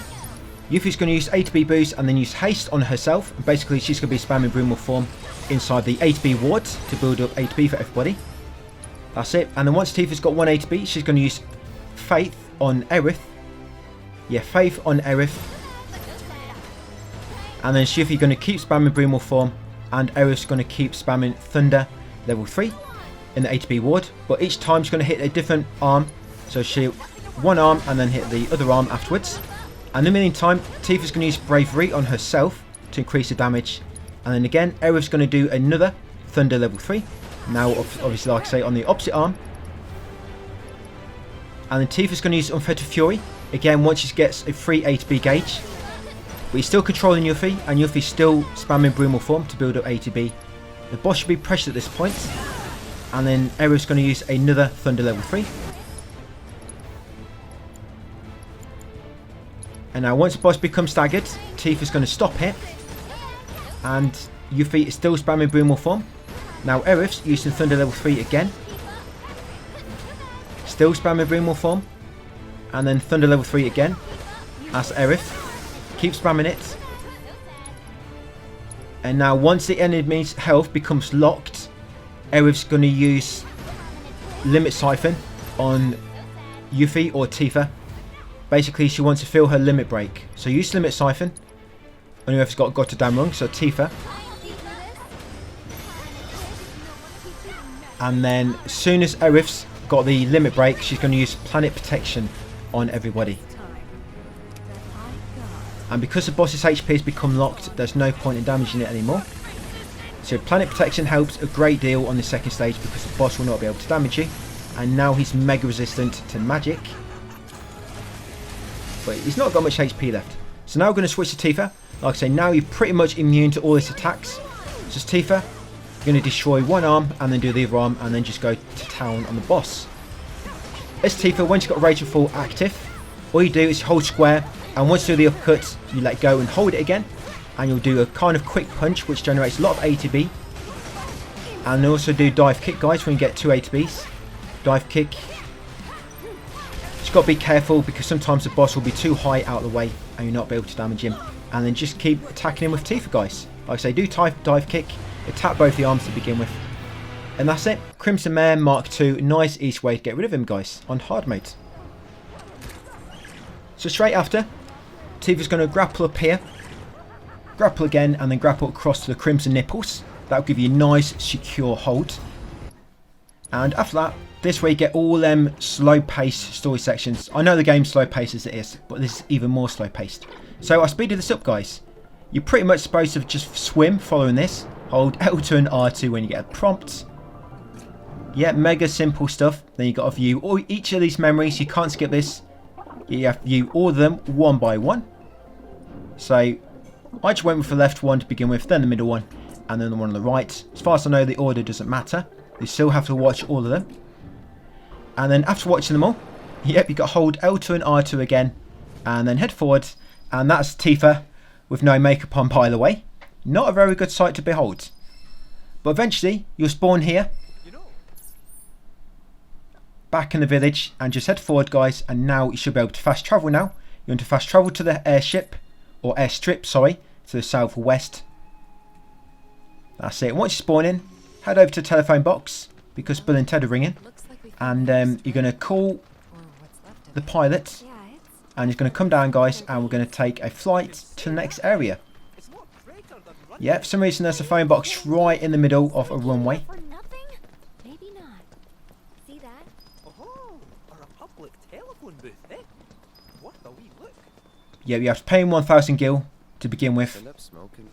Serious? Yeah, the pilot's fee. It's quite cheap actually, considering I've got about 700,000. Yeah, barely an inconvenience. Anybody want to chip in? I'm sure I can manage. I'll get this one. You guys get the round in later on. Yeah, so once you land here, guys, that is it. The end of that chapter. So another chapter done, guys. So should be here, chapter 10. And we're in the Cosmic Canyon region. To begin with, just going to warp to the closest fast travel point to the objective marker. For me, it's gliding range number 5. So I'm just going to warp over there, then make way to the objective marker for a little cutscene. And the beginning and the end of this video, I just speeded up slightly. I've just doubled the speed on it just to save like 5-10 minutes, and it's pretty much only story anyway. But you'll see what I'm doing. Like I say, it'll just be a bit faster, and I'll walk you through it anyway. But once you get in the dungeon, they'll all be at normal speed, guys, boss fight, all that. Just the story bits at the start and the end, because it take quite a long time. So as you come into a little settlement, Cosmic Canyon City, so follow Red 13. Yeah, just take this path I'm taking. And you have a little cutscene with him there by that tree. Carry on up here and you'll see him go up the elevator. So next we're going to make our way over there. The elevator should come back down by the time you reach it, and then we're going to take it up. The objective markers are a little bit misleading in this area because they don't show you how to get to the elevators. They just show you where the objective is, not how to get up there. So once you get to the top, just carry on around the mountain. Pretty much only one path once you get up here. Just keep heading up and you eventually find Red 13 talking to the professor. You're going to follow them into the observatory.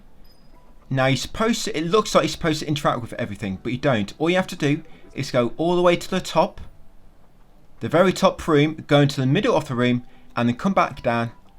Yeah, so this part here, go into the middle, and then head back down. And as you get back down to the middle floor, the objective will change, and now you can listen to this planetary photograph thingy. Interact with that, guys. It'll be a little cutscene, the phonograph, and then follow the professor down here for another little cutscene. That's it. After that, come back up here and now go back down to the elevator. Yeah, this NPC will want to show you the hidden stash, but it's not really anything of value inside. So I'm just going to ignore it. You don't actually have to follow him. He just wants to take you to his little love nest. So yeah, just ignore him and carry on back down to the elevator. And take it all the way back down. Like I say, this is at 200% speed, guys. It'll be slower once you get into the dungeon.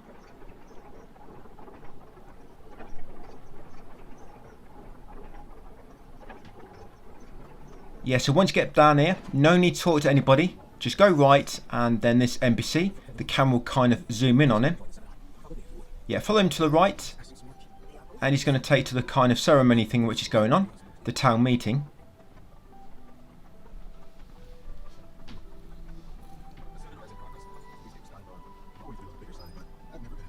Right, after that cutscene, we're going to head back now to another elevator. Again, the objective don't quite show you where the elevator is. It just kind of tells you that you need to go many meters below where you are at the moment. So this is the elevator you want to use, the torch elevator. In the ceremony at the bottom, all you need to do is talk to any 3 of your party members.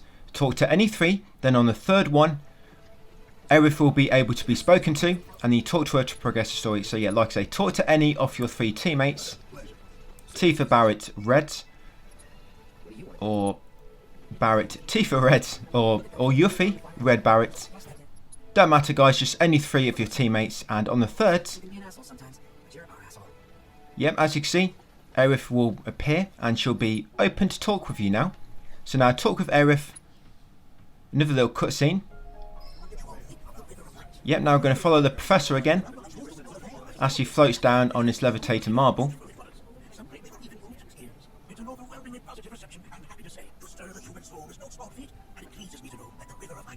Yes, follow him down on this levitation materia. And this is going to begin the trial. So this trial is kind of like the dungeon on this chapter. You've got one big boss fight, Genetic. Quite an annoying boss because you don't have a weakness. I've got quite a good strategy for him. The strategy is a little bit RNG based, but it does work really well. Yeah, it works good. Just a little RNG based, but most of the time it does work. So yeah, you get down here, guys, to the sacred door, and you're going to undertake the trial. Say yes, we are ready to begin. And the game is going to restrict you to only Red 13 and Barret in a second, unfortunately. Yeah, you got an annoying boss fight here, mainly because of the characters you're stuck with. You have to use Red 13 and Barret, so you can't really use any cheese tactics, other than, I guess, using the Gastro-pod. And the thing with this boss, he does a lot of debuffs and instant kill attacks, and some of them you can't avoid. You'll see very soon enough, we'll be there shortly. So yeah, soon the dungeon is going to begin, guys, and the video speed will go back to normal.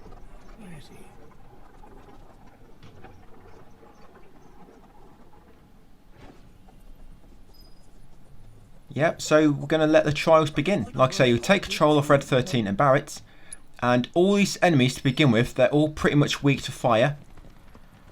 So you can avoid most of them, but on Red 13 or Barret, you're going to put on them, of course, your normal stuff. First strike, A to B boost. You have to kill these bunch to begin with. Yeah, you have to kill these. And of course, like I say, they're all pretty much weak to fire. Just try to have MP Absorb Link to fire, Magnify Link to fire, Magic Focus, and Swift Cast.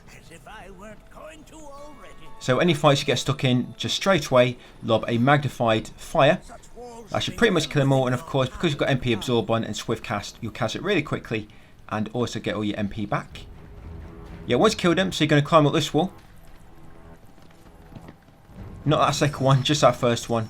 And you're going to make your way down here. And you can avoid these guys. Just stick to the left if you can. You've got to get to that tunnel behind them.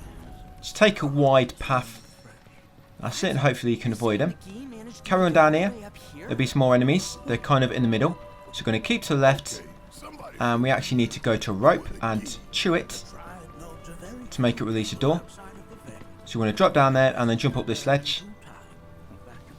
And interact this rope, like I say, it'll make the door drop down. The massive tablet blocking it. Yeah, so just chew through it. And then try to get through there if you can without triggering the enemies. If you do, then just kill them quickly. Yeah, come through here.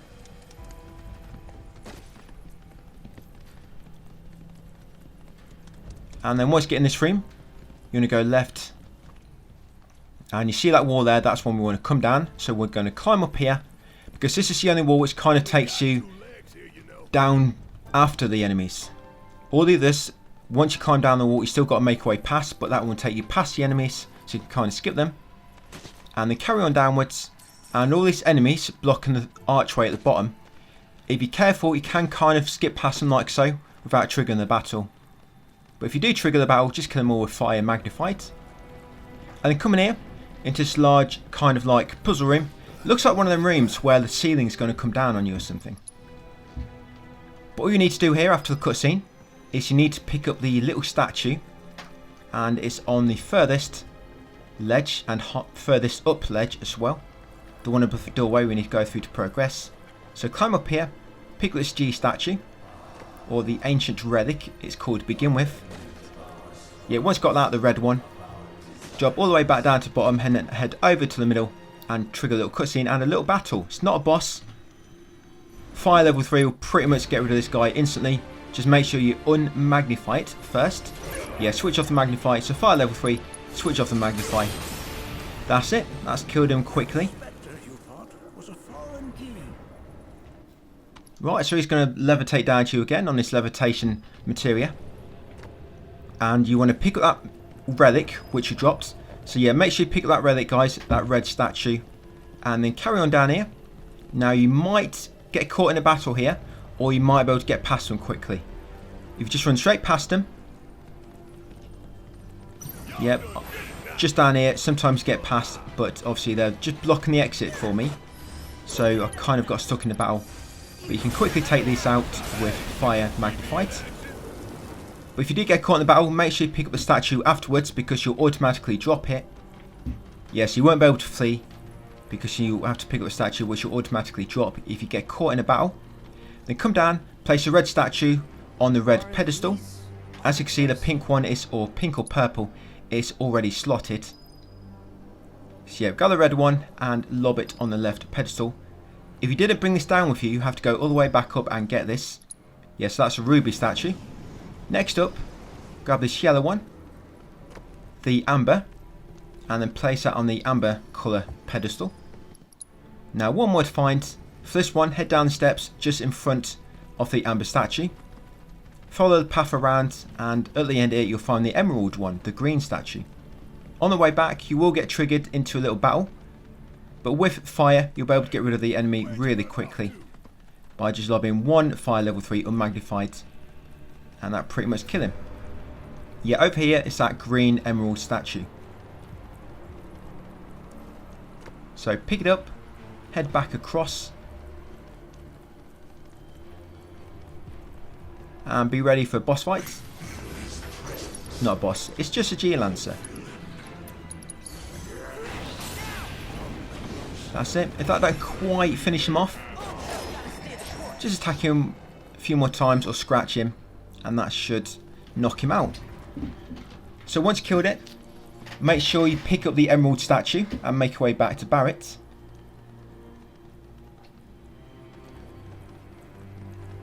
And then head back up the steps and place this on the green pedestal. And that should open the path ahead.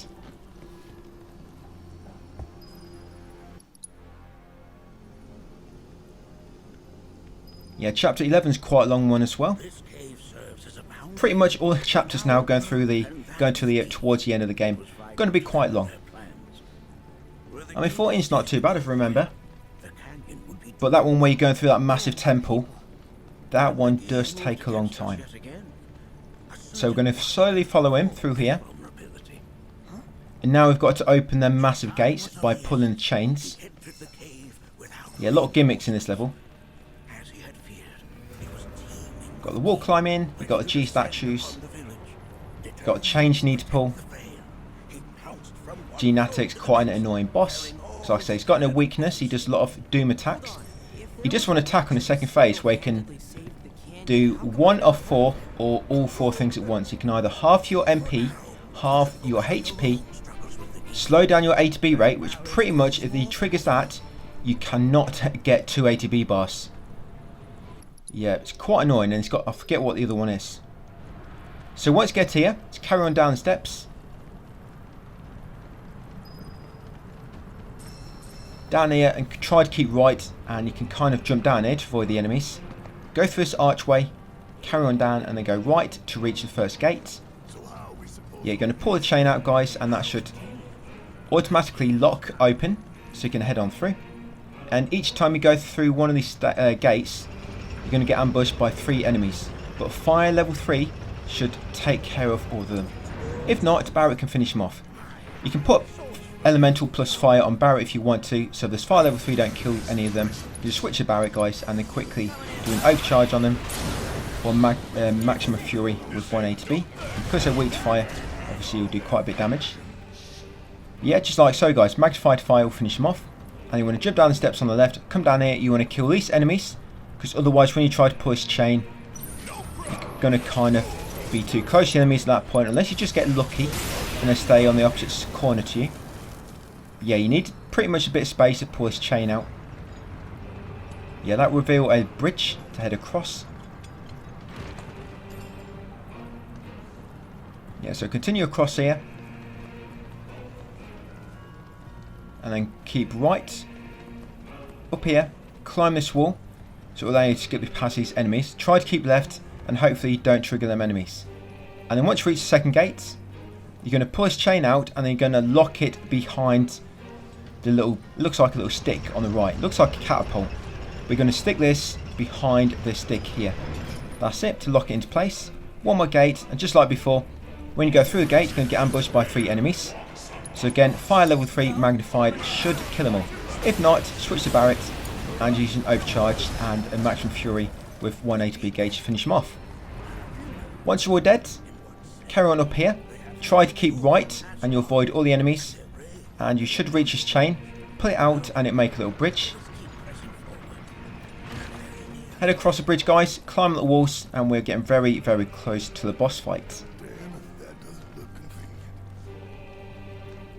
Yeah, problem with this boss as well, because he's got no weakness, your magic doesn't do a lot of damage. So you're slowly losing MP, because you're not quite recovering everything back that you use. So you've got to really plan this one out. Otherwise, she's going to get pear-shaped, you're going to run out of MP, you're going to get instant killed. Many things can go wrong here. So yeah, pull out that chain, jump on this bridge, climb up this wall to the right. Pull out this chain, which will bring out the final bridge. Yeah, then you're going to jump back down, head across to the gate.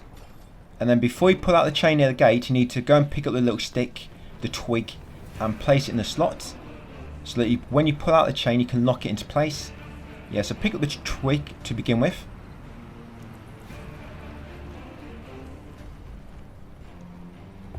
There you go, slot it in there.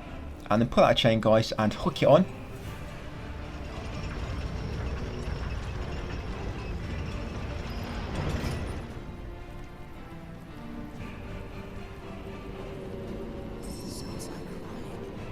Carry on out here, and as you can see, it looks like you don't get ambushed when you go through that third gate. But up here will be a bench and rest, ready for the boss fight, guys, and then we'll go through the materia and whatnot.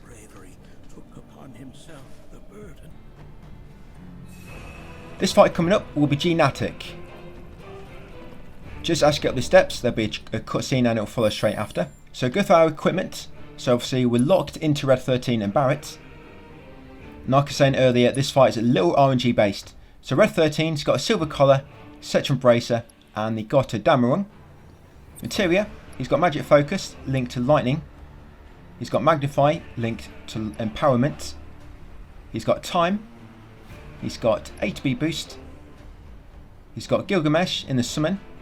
He's got First Strike, Strength up, HP up, MP up.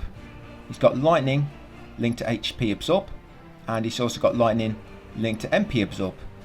For weapon skills, he's got Attack Power plus 20, Magic Attack Power plus 20, Vengeance Gauge Charge Rate up, and Vengeance Gauge Charge Rate up again.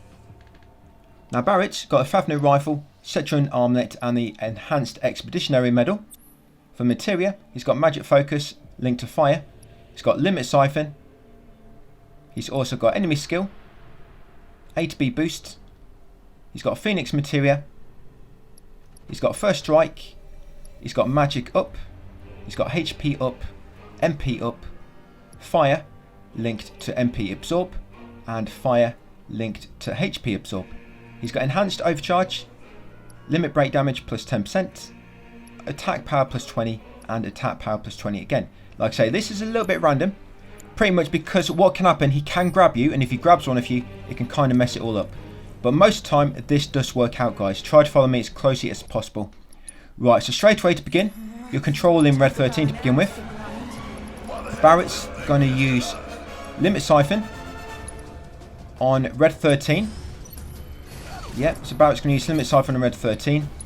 And then Barret's going to use Satellite Beam, basically Limit Break level 3 straight away. And at the same time, Red 13 is ready to block the first attack.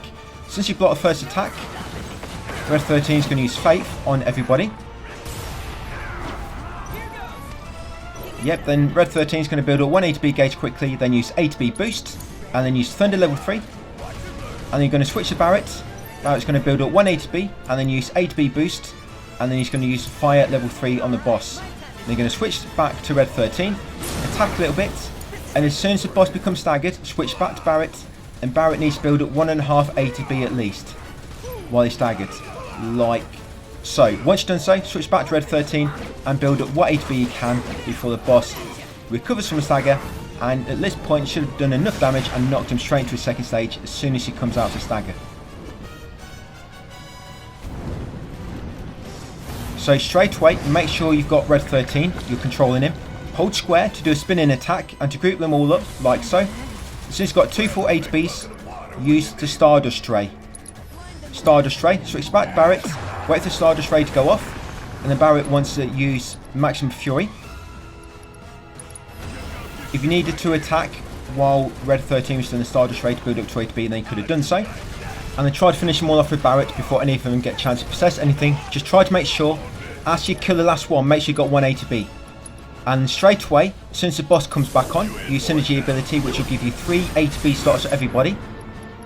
And that should change Barret's 1 ATB into 2. Then Barret's going to use his Fire level 3 on the boss. And then while he's using that, Red 13 is going to try to build up 2 ATB as well. And then he's going to use Thunder level 3. Like so. Then switch back to Barret. Boss should be pressured at this point. Back to Barret, build up another 2 ATB, do Fire level 3. Back to Red 13, quickly build up another 2 ATB, guys. And as soon as the boss becomes staggered, Red 13 is going to use Stop on the boss. And then Barret, if you haven't got full Limit Break, can you use Limit Siphon on Red 13, which should give you enough. But if you've already got enough, by the time you've got your full Limit Break, the boss is stopped and he's staggered. Barret's going to use his Limit 3 Limit Break, the Satellite Beam. And while he's doing that, he's going to switch to Red and try to build up 3 ATB ready. And then once he's got 3 ATB, switch back to Barret after the Limit Break is finished and then quickly build up another 3 ATB. So at this point, the boss energy should become locked and should all have 3 ATBs remaining. And by this point, your ATB boost should be ready again. So as the boss starts the Doom countdown, Barret's going to cast Fire level 3 and Red 13 is going to do Lightning level 3. And then you're going to switch back to Barret. Once you've done it, use ATB boost to get 2. he's going to do another fire level 3. Then back to red 13, he's going to do ATB boost, and you do thunder level 3 again, and that should finish him off, guys. There you go. Yeah, it's quite a lot to pay attention to there, but that pretty much always works for me, unless it gets a bit random, and sometimes you might not have killed all the skulls in time to start the second phase, or if the boss grabs you, and that can mess it all up as well. But yeah, that's a Genetic boss fight, guys. So straight after, we're going to carry on up here, guys, and soon I'm going to speed this up again, because it's pretty much the story again now, and it's quite linear. You still have to fight a few enemies, but as long as you've got fire weakness on, or like fire magnifier like we had before, you'll get rid of them all pretty quickly. So as you come up here, you'll reunite with all your party. Yeah, I mean, you've got your party back as well. I mean, if you want to, you could put fire on one of your party members, like Cloud, for example, and another one you could put Quake, like you'll see me do. But try to always lead with the fire, and then use a Quake for backup. I kind of did it in reverse, so I was doing Quake first, and it kind of messed it up a bit. Yeah, you kind of want to start with fire, magnified fire, obviously magic focus, MP absorb, and swift cast. Start with that, and then Quake comes in as backup. But yeah, once you get to the boat, just jump on. As you can see, now I've speeded it up a bit. So you come up here, there'll be a brief scene, and then you carry on a bit further up, and this is your first fight we get lobbed into. So as you can see, I started with Quake. It worked quite well here. Just make sure whoever's got Quake on, if you do use that, they've got ATB stagger on as well, so that when they stagger the enemies with Quake, it kind of builds up their ATB as well at the same time.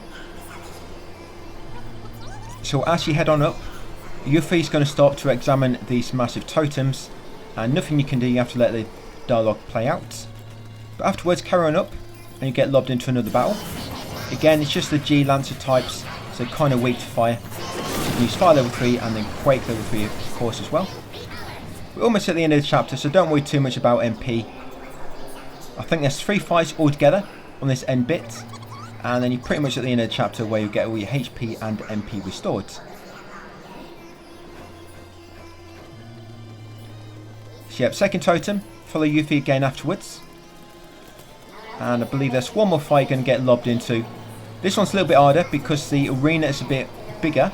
So what you'll find is sometimes the enemies might move away from each other too much, and one of them might avoid the magnified spell.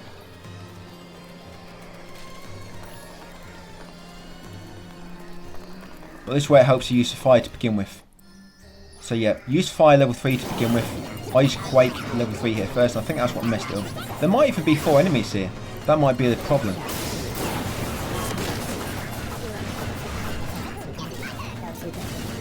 But if I had fire on one of my other teammates for backups, there's 3 of us, that could have simplified that fight with a 4th one still alive. So once you beat them all, carry on up, guys. We're almost there.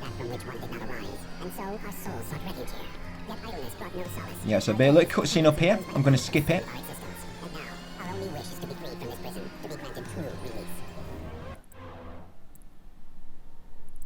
And afterwards, head forward, and this kind gentleman is kindly going to escort you to the elevator. It's literally straight ahead, about 10 meters, but he's going to show you the way. Just make sure you don't get lost. You can never be too safe. And these parts are quite rough as well. You might get robbed or something. So yeah, he's basically there to escort you guys. And then you ride the elevator up. There'll be another brief scene, and they can talk with one of the guides, and he can warp you to the entrance. And then all we need to do, guys, is warp to the airstrip, get back in the airplane, and take a flight to the next area. Yeah, it's a very, very long elevator ride, this one. It pretty much takes you from bedrock all the way to the top of the world. Yeah, so once up here, like I say, another brief scene with a levitation materia guy. And then talk to this guide, warp to the entrance, head forward for brief scene. Right, and then we're going to warp back to the airstrip. There you go, Cosmo Canyon airstrip. Head back to the phone box. Call the pilot. He'll want 1,000 gil again. Actually, he only wants 300 this time. He's reducing his prices for you because you're such a nice customer. Yeah, once back in the Bronco, You can steer it a little bit, but I don't know why they even let you, because it doesn't really do anything. And that's it. Once you land, guys, that'll be the end of the chapter. Chapter 10 done. Next up is 11, 12, 13 and 14. As you can see, it's quite a long one, just over 45 minutes. And there's also 5 boss fights on this. To begin, I'm just going to warp to the closest warp point to the objective, to the Nibel village. And I'm just going to head up the path, guys, for a little cutscene. I'm hoping this is maybe one of the longest ones. I'm still to route chapters 12, 13 and 14. I'm not quite routed past this yet because it took quite a while. I've not really had time to route afterwards like I do normally. I normally have a chance to route 2 chapters or 1 chapter ahead. But with this one, because it's so long and I've kind of had to optimise 5 different boss fights, it's just taking me a bit longer, so. But once you get to the village, all you need to do is come into the inn to begin. And you'll see Zack up the steps. I did want to try to ignore him because we are no longer friends. But you have to head up and find out what he wants. The flashback. Don't worry, it's not going to lob you into another brutal simulator or legendary simulator for that matter. Just come up here, trigger that memory, and then come back down here. Yep, try to forget about the PTSD if you can. And then after the Zack scene, come outside, talk to Aerith. She'll climb a tower. She'll mention climbing her, so don't get excited. Yeah, she just means climbing this ladder. So climb up the ladder, there'll be another little cutscene, and after this one you can go and talk to Cait Sith then. Yeah, all you have to do to progress the story is go into the inn, trigger the Zack memory, and also trigger the Aerith cutscene. That's all you need to do, and then you'll get a prompt to check on Cait Sith. Once you get it, come inside, and he'll be on this console. Talk with him, and they'll get the objective to carry on up the mountain to the reactor. So yeah, just going to prep for departure. Like I say, 5 boss fights. It begins, we've got Diabolic Variant to begin with. We fight him in a very, very similar way to how we beat it in the simulator, if you follow my guide for that. After that boss, we have Yin and Yang afterwards, with just Cait Sith. Yeah, tell him you're ready to go to Mako reactor, guys. We just want to crack on with the chapter. Yeah, Yin and Yang with only Cait Sith. Then you've got a forgotten Specimen. Kind of like a gimmicky boss, because you kind of have to, each time you hit him with a heavy magic attack, he becomes resistant to melee. And then you have to work on magic and keep swapping, vice versa. I guess kind of similar to Yin and Yang. Same kind of gimmick, I guess. Then after Forgotten Specimen, we've got the Galleon Beast, which is quite an annoying boss fight. It's quite easy with a very, very specific approach, which he takes straight out the gate and makes him a pushover. And then right at the end, guys, we've got to fight Roach again. It's only clouds. That fight is actually a lot harder than the Roach fight back in, I forget what chapter it was now. But in the chapter before, he was actually weak to fire. But now he seems to got some fire resistant gear on. So now he's no longer weak to fire. So it's a bit more tricky now. But with the strategy, guys, it will make all these fights quite simple. I hope so anyway. So just making our way up to the Mako reactor. We've come into this cave. As you can see, you can run past most of the enemies. There's only one group of enemies we have to actually fight. You'll come down here, there'll be a little cutscene. Yeah, if I get past an enemy, you can. Sometimes you might have to wait for the enemy to fly out of the way. Like here, for example, I'm just going to wait for all the kind of winged creatures to fly to the left. Give me an opening on the right, so that when I go by, I'm not too close.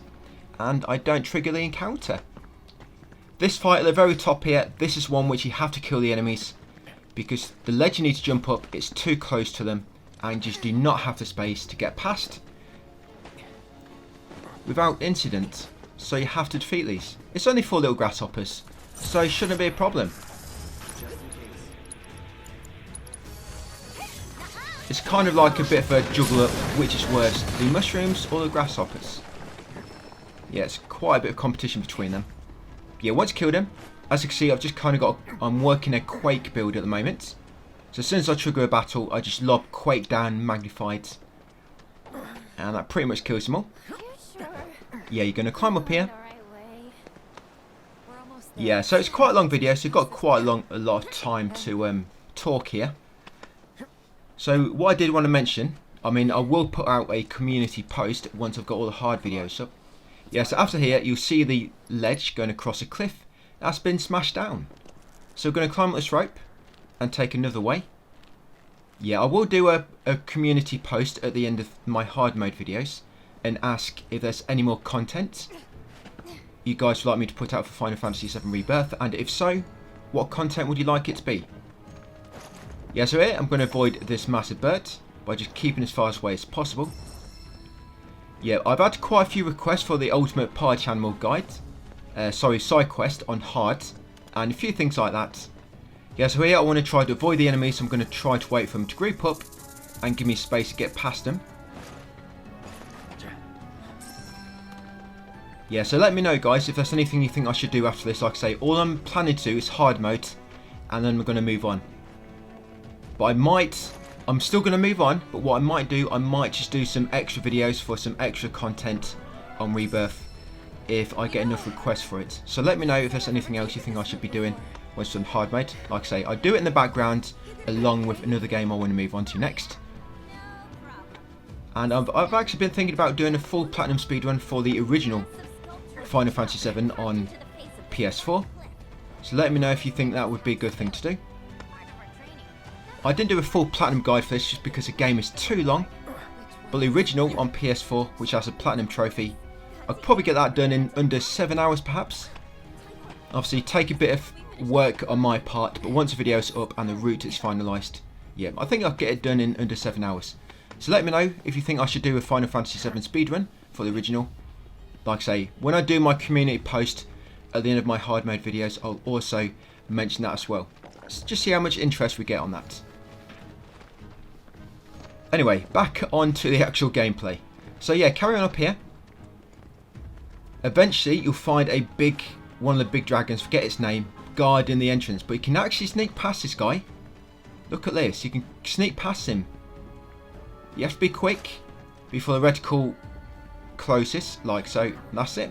Get past him without incident as well. So far all you've had to face is grasshoppers. Them grasshoppers are harder than any boss in this video, by the way. So if you can beat the grasshoppers, the rest should be a cakewalk. So here, try to go down the pipe on the right. The reason I'm telling you what pipe to go down is because some pipes lead to an enemy battle. Not a bad enemy, just basic enemies, but just to skip them, just take my lead. And then once you come down to this next part, go in this pipe here, guys. I'm not going to say left because there's about 10 pipes down here. And that left could mean 6 different pipes. So yeah, come in this pipe you saw me go into on the gameplay. Right, then we're going to move over this cart and use it to jump over the boarded up fence.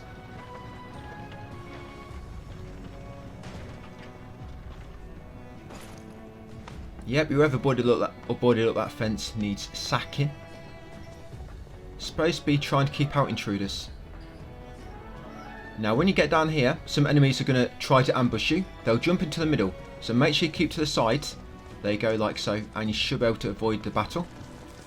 And then open this door.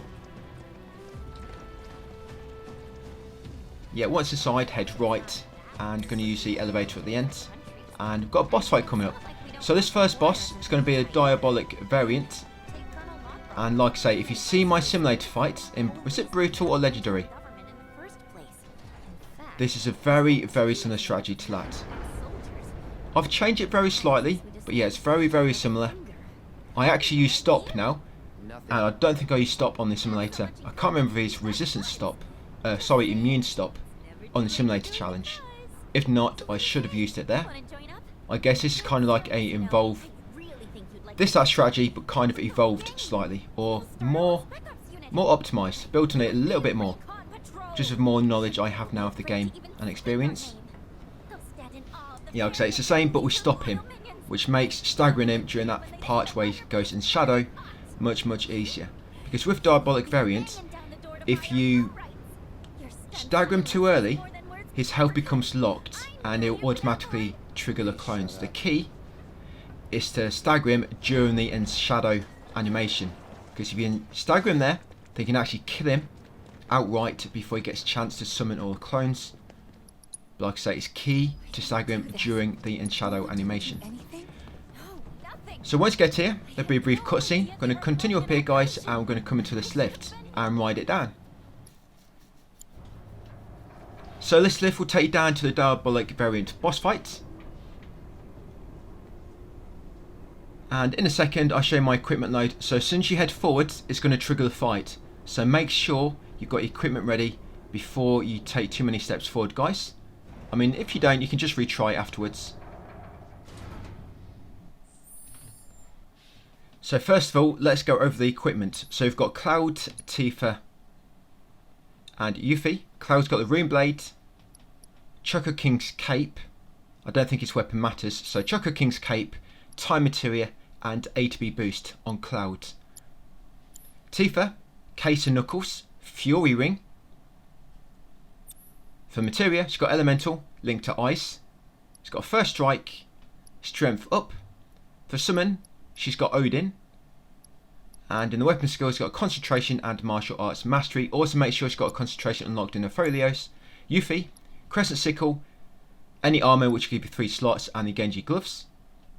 Materia, Ice Materia linked to MP Absorb. Ice linked to Swift Cast. This boss is weak to Ice, by the way. You've got First Strike, Magic Up. For Summon, we've got Phoenix. We've got Enemy Skill, and we've also got Magic Focus linked to Ice. For weapon skills, we've got Opening A to B bonus and Shuriken Mastery. That's it, that's the build, guys, so let's jump in. The key to this is to stop him and stagger him during the Enshadow animation. That is very key. So straight away, Cloud's going to use A to B boost.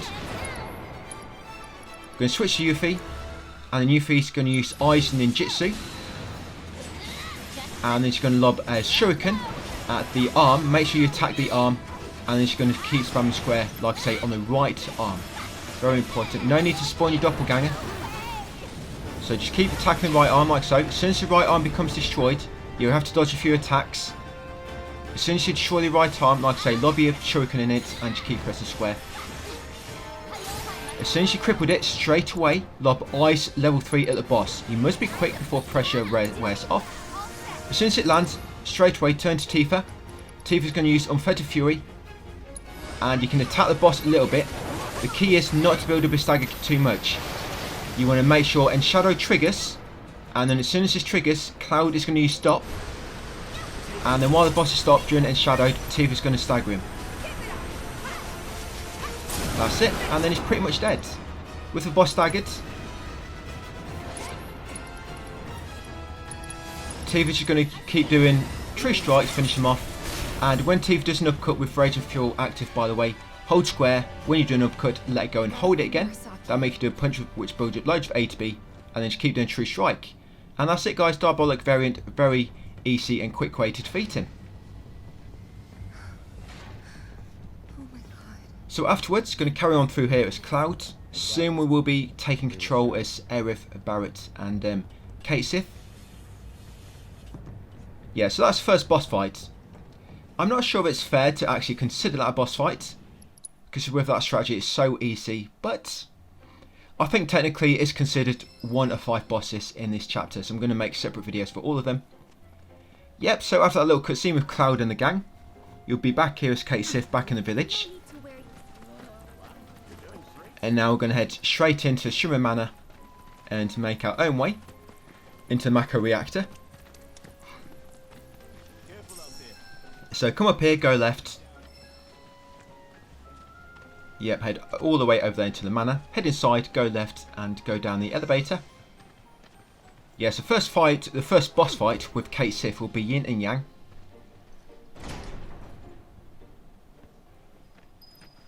And the way I do this Yin and Yang fight with XIII, I deliberately kind of get damaged to make it really easy.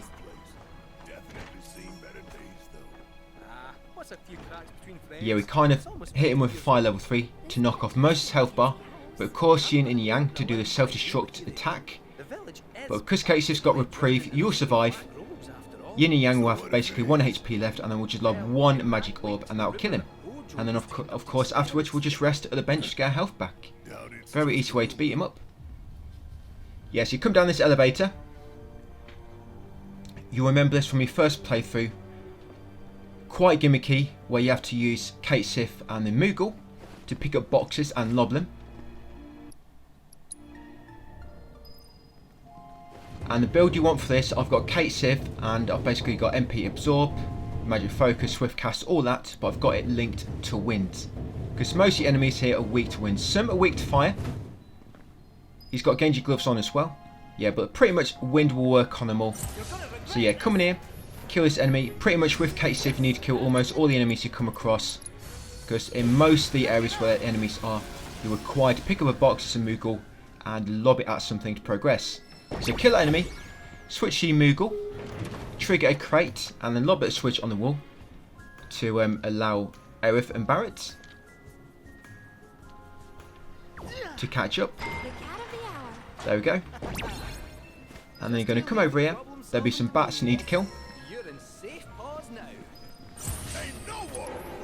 Yep, so use wind level 3, just quickly as Cait, Sith, magnified.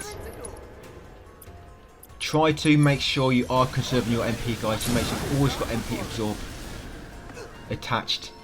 And it works really well with Magnify as well. Yeah, because there's 5 bosses, you need to make sure you conserve your MP pretty well, otherwise you could get in trouble a bit later.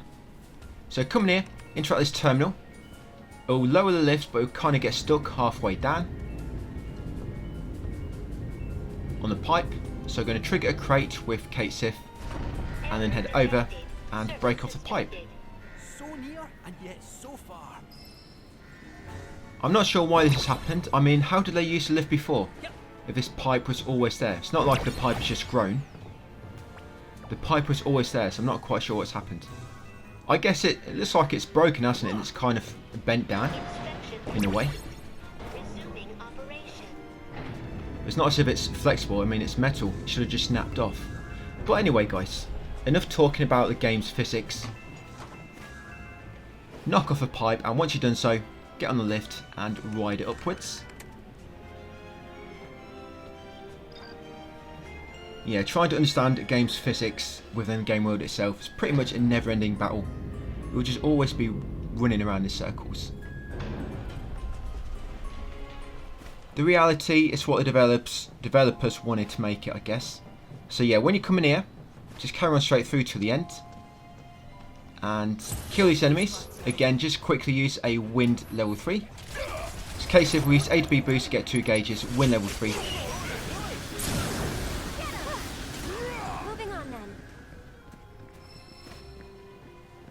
And then what we're going to do is roll through here as Cait, Sith. Again, kill these enemies. Again, just win level 3 after using A to B boost.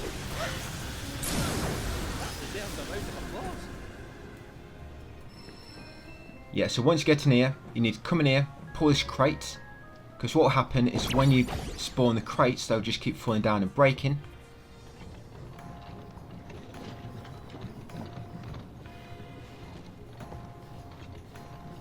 Yeah, there'll be a metal plate on the floor, which kind of indicates where you need to push it to. Yeah, so push it to there, that's about right. And then trigger the pressure plate, guys, to make a crate fall down. And apparently that stops it from breaking. So you're going to pick up the crate and lob it on the switch of that middle valve, which is not working. That Mako machine. That's it, you've restored power now to the security system. Don't mention it. All in a day's work. Lots of crates here. But don't be tempted, guys, there's nothing important in there. It's just shiny things to break, but there's nothing in them. So be quick, you can avoid that battle. Just keep out of the way of the enemies and come in here. Now you have to kill these.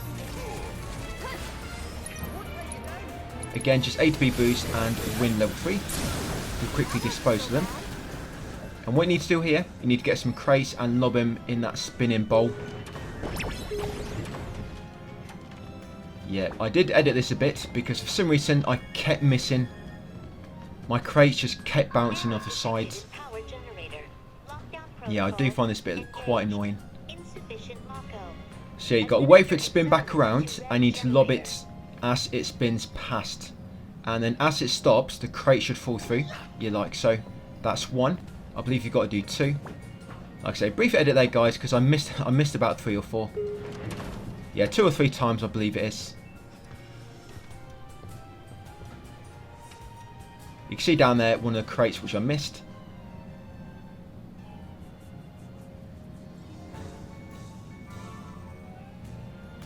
And there we go.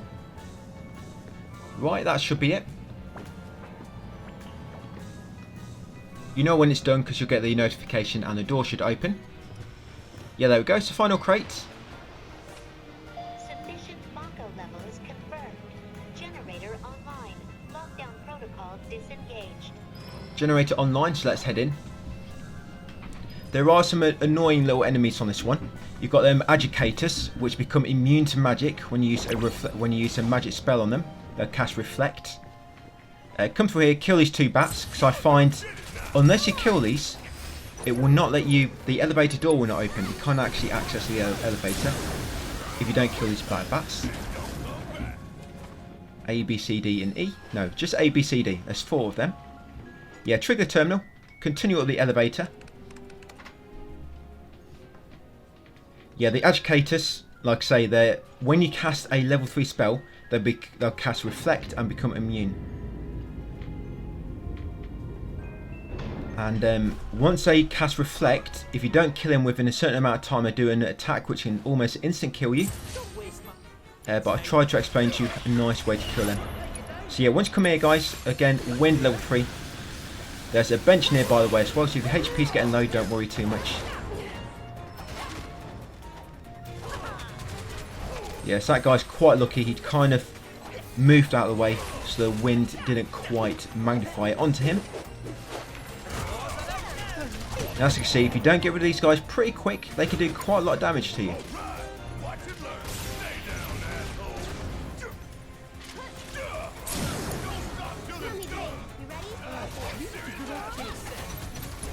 But I've staggered him, so I'm pretty much can't be damaged right now. So I'm just going to use another wind attack. There we go.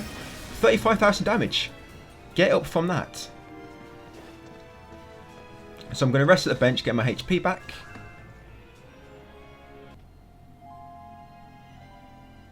I wish I'd just let you get MP back at benches. It's bad enough as it is that you can't use items on hard mode.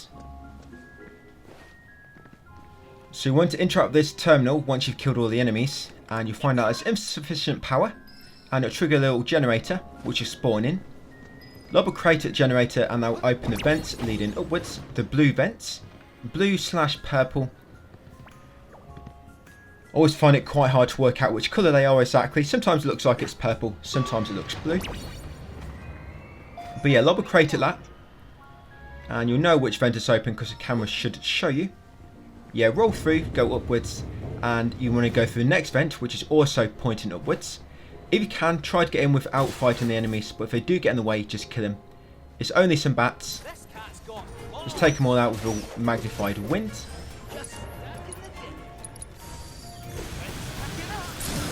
There you go, nice and easy. So yeah, go upwards. Yeah, so to floor 2. You can just roll straight into it, or you have to press R2. Now here's the agitator. Quite annoying. It's a brief edit there. So yeah, what you want to do to begin with, guys, is attack it a little bit with melee attacks until its stagger gauge is just past the buffs it has. So you see it's got mana wall up. Just attack it until the stagger gauge is just past them. Yep, and then once it is, you want to lob a thunder level 3 at these. Obviously make sure you've got MP absorb on your thunder, magic focus, swift cast, the normal things. And now of course it casts reflect. And then what you want to do after that is you want to just attack it a bit more, and that's just stagger it, and then you can use another thunder level 3 guys to finish it off. Yeah, for massive amount of damage. So that's how you want to do them. Like I say, change your element to thunder. You might want to put elemental link to fire on your armor as well, because once they cast reflect, they do some fire attacks. But you begin by building up the stagger gauge so it's just past their buffs, and then you cast thunder level 3, then a few more melee attacks which should stagger them before you get a chance to do any serious attacks, and just another thunder level 3 to finish them off. So here, you got 2 educators after lobbing that crate at that generator and opening up the red vent. So again, just going to attack one at a time. So again, move the stagger gauge until it's just past the mana wall buffs, which they have. So just do a few attacks. Try to do it on the both at the same time. So build up a stagger gauge on one, pass the buffs, and then stagger gauge on the other. Once you've done so,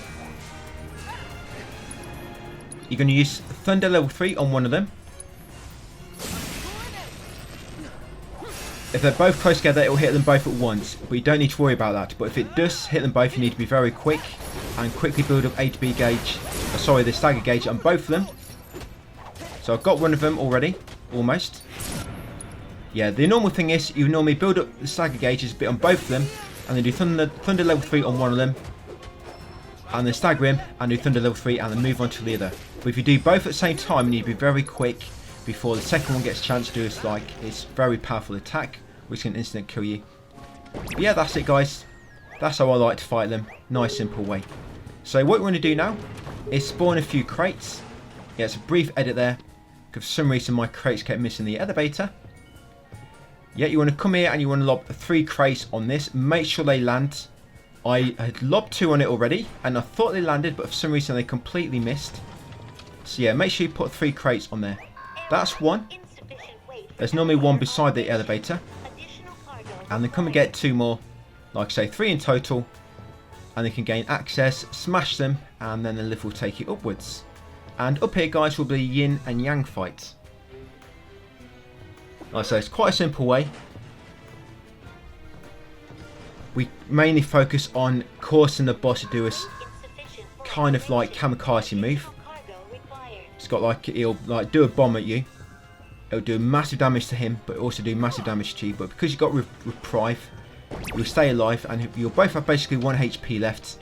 And it's pretty much just a case of the next hit wins. And we'll make sure we get the next hit. So coming up, it's a Yin and Yang fight, like I said. And we'll start by showing the equipment. So we've only got XIII, unfortunately. He's got a golden megaphone, Sectron bracer, and the Genji gloves. He's got MP absorb linked to fire, ATB boost, enemy skill, magic up, and first strike. For summon, he's got a phoenix.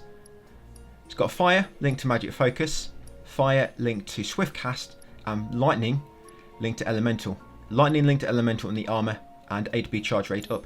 Yin and Yang is weak to fire. Well, when he's in the melee form anyway. And when he's in the magic form, sometimes he'll do ice and thunder attacks. The ice is easy to dodge, so that's why I'm absorbing lightning.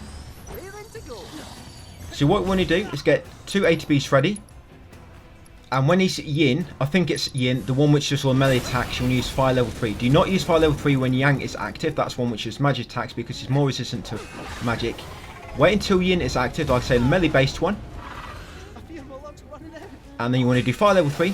And that will cause him to take aim and do this kind of explosion move, which will pretty much kill you and put him to 1 HP at the same time. You'll survive because you've got Reprieve active as XIII. It's one of his default abilities in Folios. So make sure that's unlocked. And then once you've taken aimed and pretty much almost killed both of you, you're just going to hit him with 1 attack and that will finish him off, guys. Yeah, nice easy way to beat Yin and Yang. So once you've done so, come near, you can head up this elevator and there'll be a brief mini game here. You don't have to actually complete this to proceed, but once you broke all 10 crates, the time will stop and the lift will automatically begin going up again. So it's up to you. You'll save about 30 seconds if you just break all the crates yourself. But I just done it so many times now, couldn't really be bothered, so I just wait for the time to count down. And of course, I've speeded up the video a little bit. Like I say, if you smash 10 crates, it'll cause the lift to go back up early. It saves about 30 seconds if you want to do that. I'll leave it up to you. But once at the top, come in here, guys, and rest at the bench to get your health back. And once you've done so, we need to use the code on the safe next to open it. The code is actually behind here. It's 36, 10, 59, and 97. 36, 10, 59, 97. So after interacting with the vault door, Just input a code, guys, and that'll open it. And this boss fight behind here will be the Forgotten Specimen. So it's XIII, 36, 10, 59, and 97. Bit of a weird combination because normally it's just 1 digit per slot, but here you've got 2 digits on each. Bit weird. Yeah, 36, 10, 59, 97. This boss fight will be Forgotten Specimen. So you've got XIII, Barret, and Aerith. So for the equipment, yeah, XIII, well, Barret will be the leader, and XIII has got the golden megaphone, Valkyrie and Bangle, and they got a Damron. Armor piece, basically any armor piece will give you 2 slots. Materia, MP absorb, linked to wind. Magic focus, linked to wind. ATB boost, first strike. Gilgamesh, wind, linked to HP absorb, and also ATB charge rate up. Barret, he's got high caliber rifle, armor piece which give you 2 slots, and the enhanced expeditionary medal. Magnify, linked to time, HP up, strength up, limit siphon, subversion, Odin materia, empowerment, linked to magnify. He's got opening ATB bonus, unflinching overcharge, and overload overcharge times 2. And then Aerith, she's got a Plumose rod, such a bracer, and the Genji gloves. And for the materia, HP absorb, linked to fire, swift cast, linked to fire, I2B boost, enemy skill, Phoenix, first strike, magic up, speed up, limit support, fire materia, linked to magic focus, and fire, linked to MP absorb. And she's got enduring wards. So straight away, Barret's going to do overcharge to get 180B, and then he's going to use haste on everybody, magnified haste. Yeah, like so. Then I'm going to switch to Aerith. Now she wants to be about here, and she wants to build up 280B. Like I say, make sure you're about here with Aerith. Use the silo on the right, the terminal on the opposite wall, and the grating on the floor in front to kind of tell where you are. And then Aerith wants to use Arcane Ward on herself, and also Radiant Ward on herself. Straight after, switch back to Barret, build up another ATB, and now he wants to use Bravery, unmagnified, on himself. Yep, then he's going to build up another ATB, and then he's going to use Faith on everybody. Yes, Faith on everybody.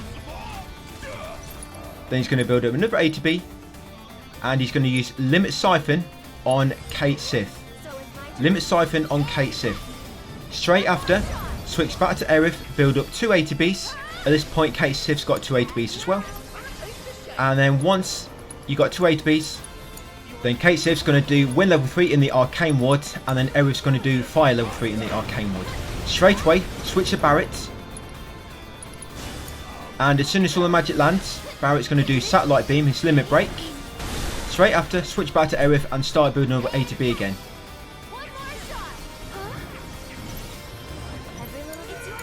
And then once Aerith gets 1 ATB, use ATB boost to get 2. Switch XIII.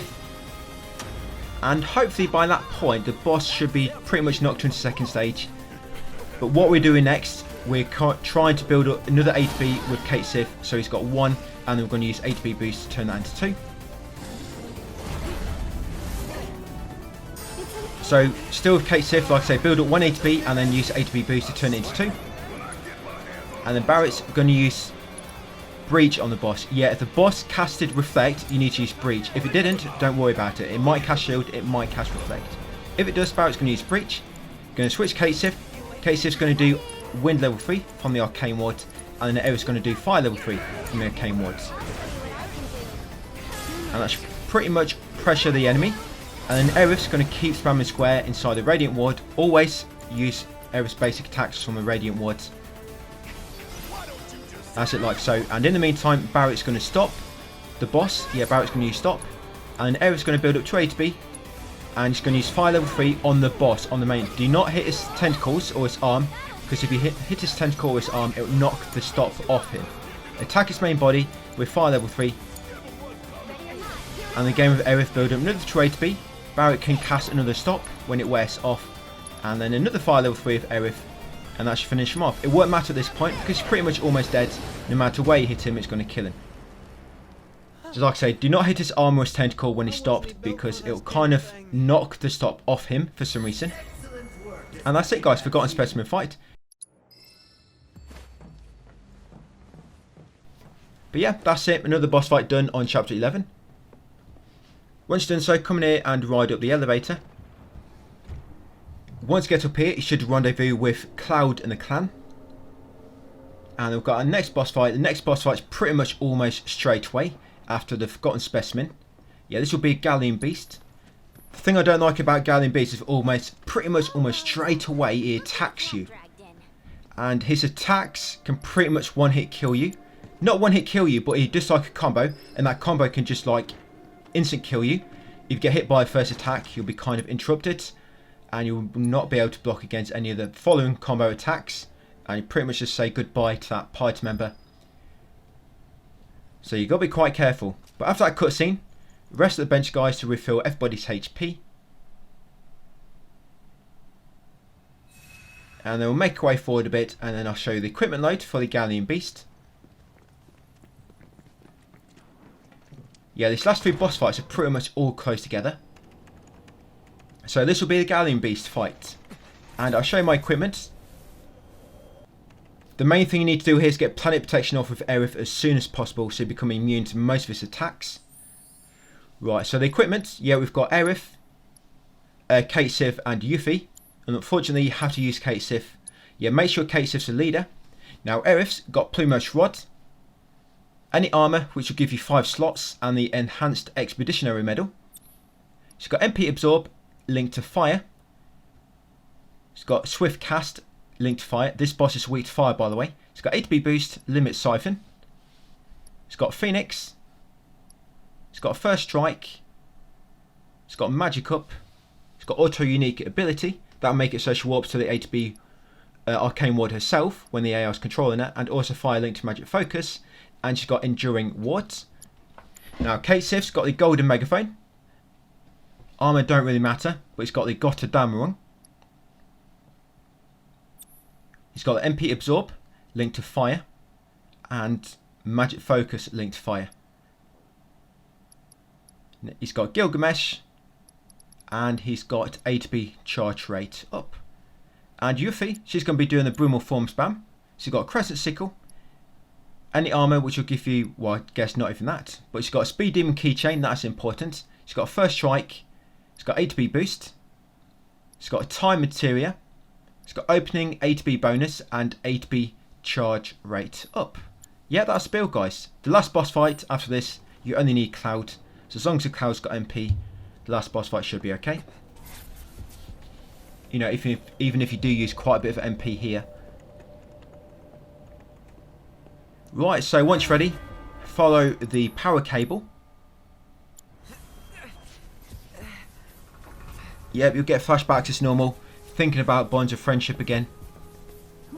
Do best to switch it off. That chapter of your life is over. All we do now is go through hard mode. I guess until the 3rd game comes out, where hopefully they're not going to make the Sims as bad. But looking at this pattern, I mean, 2nd was worse than the 1st. More mini games than the 1st, so 3rd could be even worse. Hopefully it'll be better. But to begin with guys, straight away you're controlling Cait Sith. Use tactical mode, have Aerith use Limit Siphon on Cait Sith. While you're doing this, you're blocking with Cait Sith by the way. Once Aerith's done Limit Siphon on Cait Sith, then tactical mode, Yuffie's going to use Haste on herself. And in tactical mode, Aerith's going to use Planet Protection once she gets a limit from Cait Sith. Once that becomes active, you kind of be immune to almost all the attacks, and you need to be quick here now. You need to kill him before it wears off. So yeah, Planet Protection. So as soon as that lands, like I say, you need to be quick before it wears off, and you'll be pretty much immune to most of his attacks now. So Aerith's going to build up 1 ATB, then he's going to use ATB Boost. Yeah, she's going to use ATB Ward on herself, and also Arcane Ward on herself. We're going to switch to Yuffie. And I'm going to start doing the A to B spam by using Brumal Form. So yep, start spamming Brumal Form guys. And now all you're going to keep doing Yuffie's going to be doing Brumal form, spamming it, and then in the meantime, going to cast Fire level 3 with Aerith and Fire level 3 with Cait Sith. Just going to keep doing that, guys, now.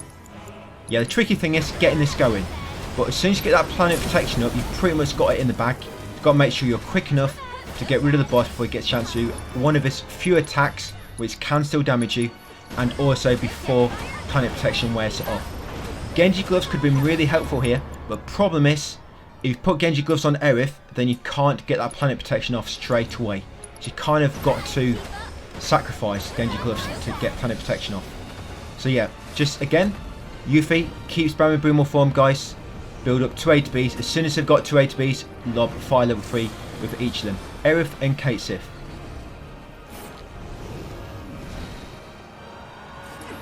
So straight back over to the ATB ward, guys.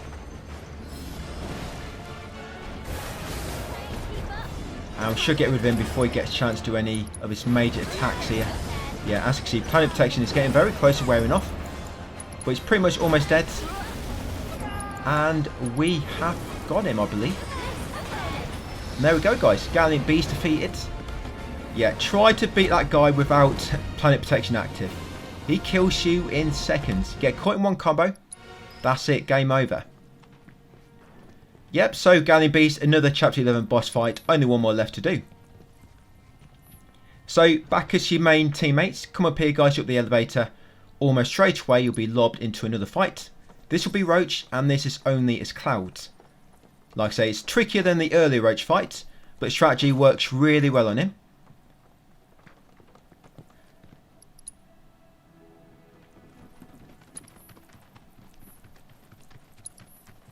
So coming up, just up here, guys, will be a small cutscene, and shortly after we'll follow the Roach boss fight. So let's begin by showing you my equipment load. So you're just playing as Clouds. Almost said Zack for a moment there. So Cloud's got the Igneous Saber, got a damn rung, armour doesn't matter as you can see. Time Materia, Empowerment, Enemy Skill, 8B Boost, First Strike, Strength Up, and Odin Materia. Yeah, because he's got no weakness now, he's wearing fire resistant clothes now or something. Or his pants are now fire resistant. Yep, so straight away after cutscene, you're going to use 8B Boost, then you're going to use Bravery on yourself, and then you're going to trigger Prime Mode. Then you're going to try and do one complete Prime Mode combo by holding square. Hopefully in the meantime you'll build up Fury as well. As soon as it lands, use Cross Slash Limit Break. Yeah, like so. Then straight away, build up 1 8B quickly, and then you stop.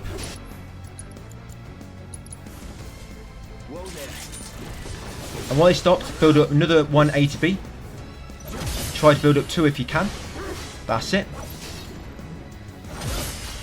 And then just keep attacking him now, guys, till you knock him into a second stage. You still have 2 ATBs ready at this point.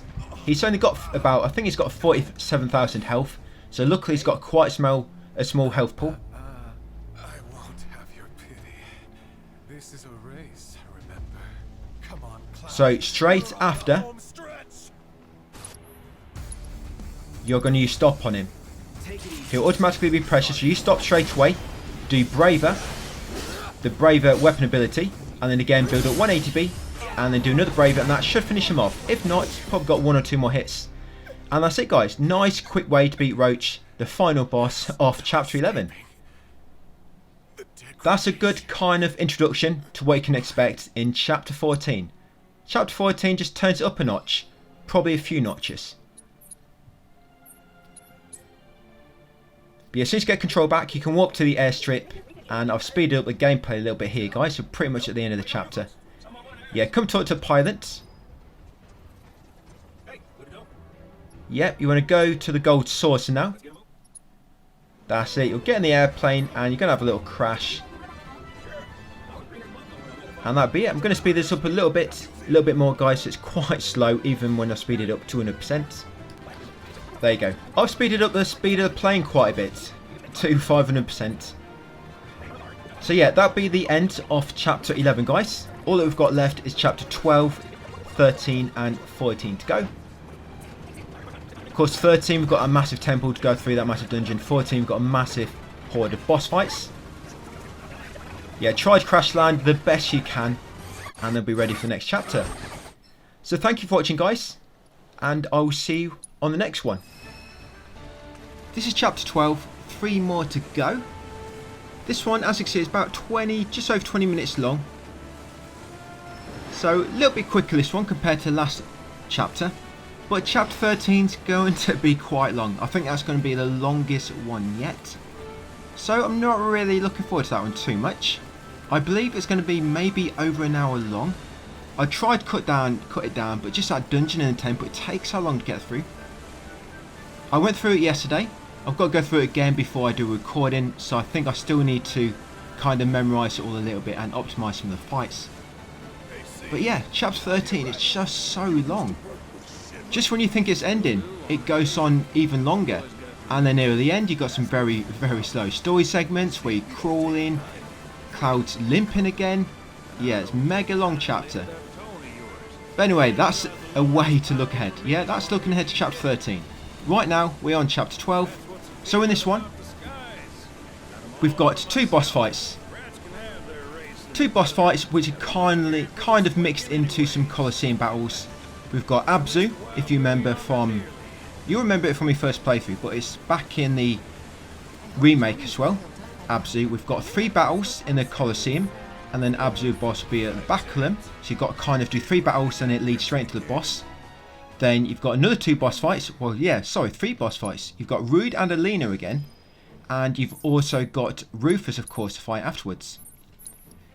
So what you do, as soon as you spawn in this chapter, you drive ahead to the harbour, you dock, and then you can warp to the gold saucer. Pretty much everything you're going to be doing is inside the gold saucer here. So once you spawn in, you're going to head over here to the fast travel Moogle. And then you're going to Moogle over to the battle square. Yeah, you don't have to go to every single interaction prompt. Just go to battle square to progress story. Yeah, and by the way, depending on whether you've got your date set as, you can set your date, by the way, in the chapter select in one of the play logs. You can set your date, and basically that's going to be one of your party members for one of the fights. It'll be Cloud, your date, whoever's chosen, and then somebody else you choose. Just let you know about that. But no matter who you've chosen, don't worry about it, because the build we're going to be using for fight, where your date does help out, they're not really going to be doing much, so don't worry too much about it. Pick who you want. But once you get here, guys, at Battle Square, I think it was, head into the middle, and we're going to talk to Dio. We've got to do that play scene during this as well, but luckily the game lets you skip it all. Yeah, so once spoken to him, you have to rest at Luigi's mansion again. So you're going to go back to Moogle, and then we're going to Moogle over to the Haunted Mansion, the Ghost House, and then we'll rest up. Your date will greet you outside. I think here as well you're supposed to have that flashback sequence with Zack. But because we're no longer friends, I'm completely skipping it. And I think to skip them, you have to toggle it in the play log tab. Toggle it in there somewhere, turn them off and on. Yeah, once you reach here, go square, head over to the reception desk, and the clerk will drop in to give you some assistance. And you want to tell him, yep, you're ready to head up to your room.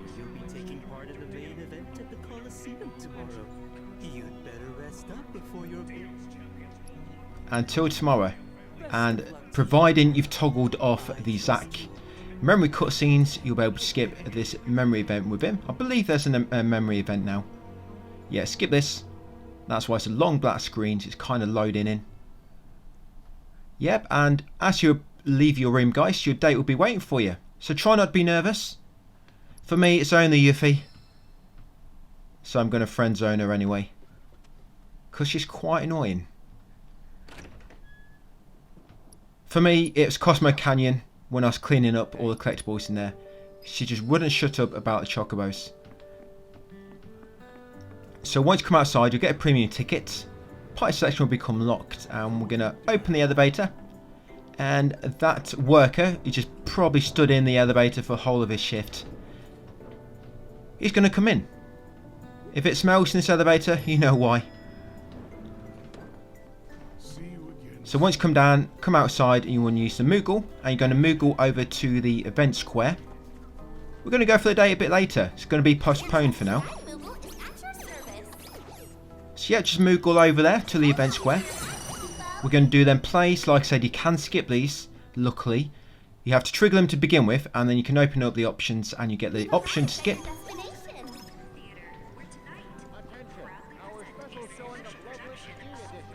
Right, G-String edition will begin shortly, apparently. That's so the audience is talking about. Yeah, so you want to watch a play. Watching it actually means taking part in it. Yeah, just come in here, that's it. Completely topless. I'm sure nobody's going to look. Right, so here, choose your path. Look on the left, face your fate. And then choose anybody. As soon as the sequence begins, press options, guys, and skip it. Of course, only if you want to. If you want to do it again, crack on. And then choose another option. Again, skip once it begins, and then choose a third option. And again, skip once it begins.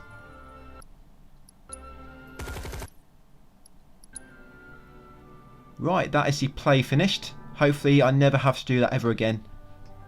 I'm definitely not planning to go through hard mode again. I've been through all these chapters about probably 3 times or so in hard mode, you know, in preparation for recording this and memorising it all. So yeah, once you've done that, come over to the Moogle. And we're going to Moogle over to the Skywheel Square now. This way Date wants you to go.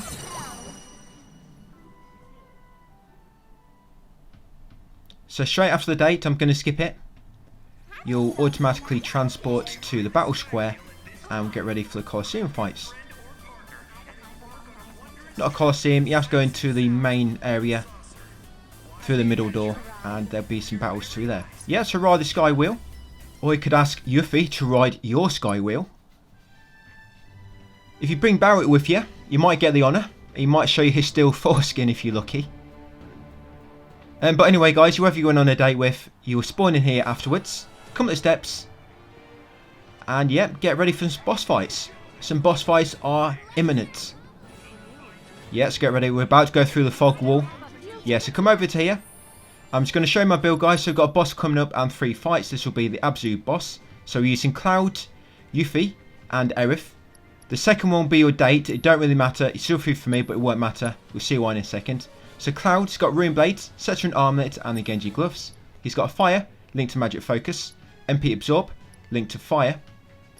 I'll go back down in a second. So Fire linked to Magnify, ATB Boost, Enemy Skill, Phoenix Materia in the Summon, First Strike, Magic Up, Fire linked to Swift Cast, HP Absorb linked to Fire, and like I mentioned, MP Absorb linked to Fire. Now it's got ATB Charge Rate up, 4 Power Magic, Magic Attack Power plus 20, and Attack Power plus 20.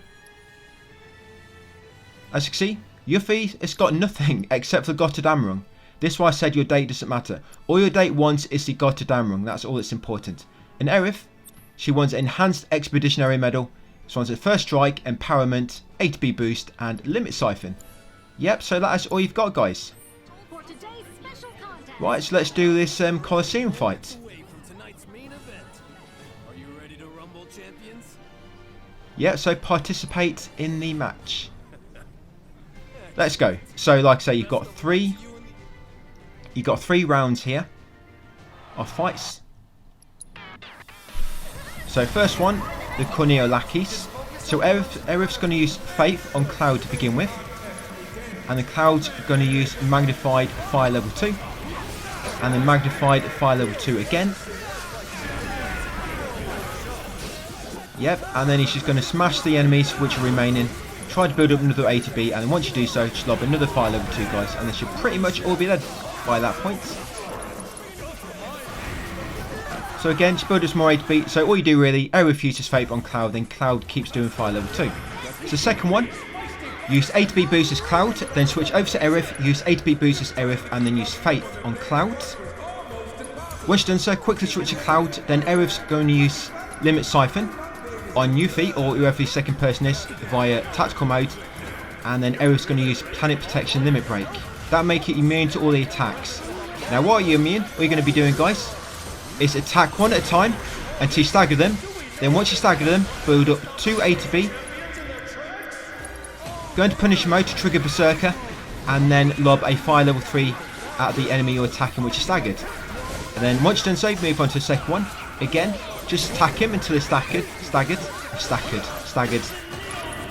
Again, use Punisher mode, trigger Berserker, and then use fire level 3. And then for the third and last one, again, attack him until he's staggered, make sure you're in Punisher, trigger Berserker mode, and then again, fire level 3, where he's got 2 ATBs, and that'll be it. These enemies are quite annoying, because they keep dashing around and you can't lock onto them until they can kind of stop. You can't really use a normal build, you kind of have to switch it up a bit. And having Planet Protection works really well. You can't magnify him, obviously, because when one can be attacked, the other two are dashing around, you can't attack him. So yeah, that works pretty well for them. And for the third one, so you got Donbury and Tombury times 2. Straight away, Cloud 8B boost and then fire level 3. Aerith 8B boost, Faith on Clouds. And then Aerith's going to use Limit Siphon on Yuffie. And then she's going to use Planet Protection. Then back to Clouds. Try to build up another 2 8B and then another fire level 3, guys. You're going to have to try to dodge your attacks a little bit. If you just gouge, dodge out of the way, so that'll do massive damage. Just dodge away and then try to run past, like so. If you just gouge. Vengeful Knife, you'll block. Basically, any melee attacks with Planet Protection, you'll be immune to them. So all the instant death attacks, you'll be immune. But when the magics come in, you need to get away. Karma, you need to quickly dodge away from it. She's just like a blast out from his body. So Karma and Scourge, you need to kind of avoid. But most of the rest, you should be able to just take the damage because you'll be immune from Planet Protection. Like I say, build up to 8B, guys, and do fire level 3. So straight away, there's Clouds, 8B boost, and then do fire level 3 unmagnified on the boss. Then Aerith, 8B boost, and then Faith on Clouds. Then Aerith's also going to do Limit Siphon on Yuffie. And then Aerith's going to do Planet Protection, that makes you immune to pretty much all the attacks. And then all you're going to do now is keep building up 8B as Cloud and using fire level 3. You can use Prime mode as Cloud, so you can trigger Fury to get even more damage. And obviously combo a bit quicker and build up. I think Prime mode builds up 8B pretty quick with Clouds. Probably one of his quickest ways to build up 80B. And that's it, just keep using fire level 3 now, guys. So like I say, straight away Cloud 8B boost, fire level 3 to kind of stun the boss. Then Aerith use 8B boost, Faith on Cloud, Limit Siphon on Yuffie, or whoever his second person is, and then she used Planet Protection. Then back to Cloud, build up 1 8B, use Prime mode, and then just keep spamming fire level 3 as Cloud when he gets to 8B sub. You're immune to pretty much all the attacks while Planet Protection is active, so be quick before it wears off. You got Genji gloves and he's weak to fire, so when you do get up for fire level 3, you do massive damage, as you can see, 35,000. And yeah, that's pretty much it. I like this build because it works for all the fights before. Probably the only difficult phase is phase number 3 with the Donbury and the Tomburys, because like I say, some of the attacks, they can do a lot of damage, so you have to kind of be careful and dodge out of the way of some of them. But yeah, that's absolutely, guys, done with all the fights leading up to him. A nice easy way. And next up will be Elena and Root. So check that out in my next video, guys. So coming up will be the fight for Elena and Root. So my equipment, we've got Cloud, he's got a Sleek Saber, Cetron Bracer, and the Gotta Damarung. He's got Healing Materia, Magic Focus, 8B Boost, Dark Side, Phoenix, Empowerment, HP up, Speed up. He's also got 8B Charge Rate up ×2 and Attack Power plus 20 ×2. Now that build is kind of setting me up for the Rufus fight as well. Now Tifa's got Case Knuckles, Fury Ring, Elemental linked to Lightning and Wind in her weapon. She's got Enemy Skill, Strength up and First Strike. She's got Odin for Summon, and she's got Concentration and Martial Arts Mastery. Also makes you got Concentration unlocked in the Folios. And Aerith's got Enhanced Expeditionary Medal, First Strike, Empowerment, 8B Boost, and Limit Siphon. Right, we are good to go, guys. So this will be the, like I say, the Rude and Elena fight in Chapter 12. Right, once you're ready, talk to Dio, the guy with a bit of a fat belly, and tell him you want to fight the Turks. Right, so straight away, you're controlling Tifa, by the way.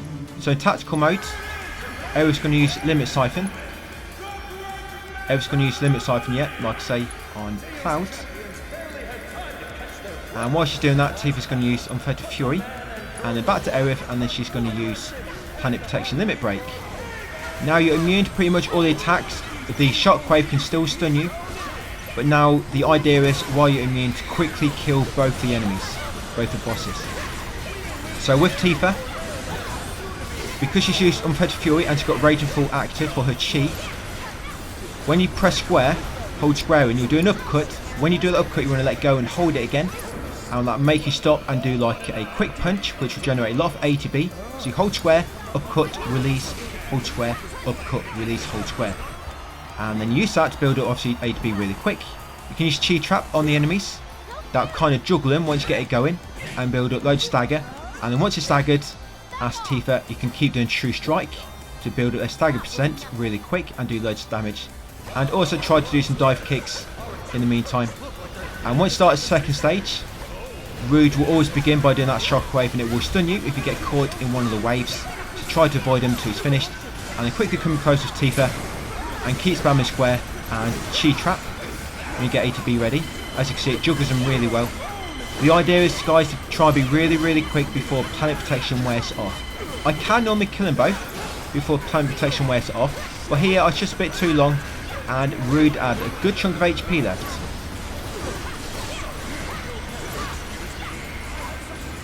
I mean, instead of using Chi Trap, you can just use Dive Kick if you wanted. But obviously, Dive Kick will not juggle them as well. And as you can see, Planet Protection is pretty much almost worn off, so I need to be a bit careful now.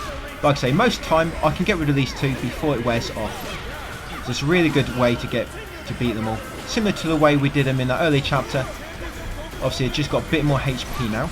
Just takes a bit longer. Yeah, he's staggered, so I've pretty much got it in the bag. Like I say, once you stagger them, just spam True Strike. And that's it, guys, the Rude and Elena fight. And make sure you hold square during this cutscene, so you open up the menu ready for the next fight with Rufus. Which hopefully I'll see you in the next video. So coming up, guys, it's a Rufus fight. Make sure you hold square during the cutscene straight after the Rude and Elena battle, so that open up the Materia and Equipment menu. So Cloud has Sleek Saber, Stetron Bracer and the Gotta Damrung.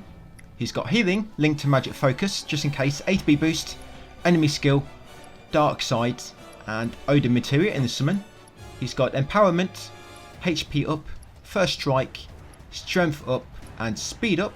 He's got ATB Charge Rate up ×2 and Attack Power +20 ×2. So immediately you want to dodge away, because sometimes he might go straight towards you. So dodge away to begin with, and you kind of have to just keep dodging him. So keep dodging him, guys, and once you get opportunity, ATB boost and use regen on yourself. So you've always got HP healing up, and then you also want to use Dark Side. That's it. And then what the aim is to do is to, when he's doing an attack, you're going to try to build up some ATB in the meantime, but once he does an attack and you've got 1 ATB, quickly do triple slash. You've got to be quick. Pretty much just as the attack begins, triple slash. If you do it too late, he'll knock you out of it. Just keep dodging away until you get the opportunity, guys. Like I say, he does an attack, triple slash, and then once you're getting close, straight after doing triple slash, press triangle, go into Punisher mode, and then do 4 combos like so. And the combos I mean is when you hold square. You can do 4 and then you need to get away after doing 4. If you do 5, he'll counter you. And that works really well. Kind of still knock him temporarily. It allows you to build up almost like 1.2 ATB and do a good chunk of damage and stagger damage as well. So like I say, you dodge away. When he does an attack with like a name above it, triple slash towards him. And yeah, so I did it at the wrong time there. He countered me. You can do it when he reloads as well, by the way. So there you go, you're doing an attack.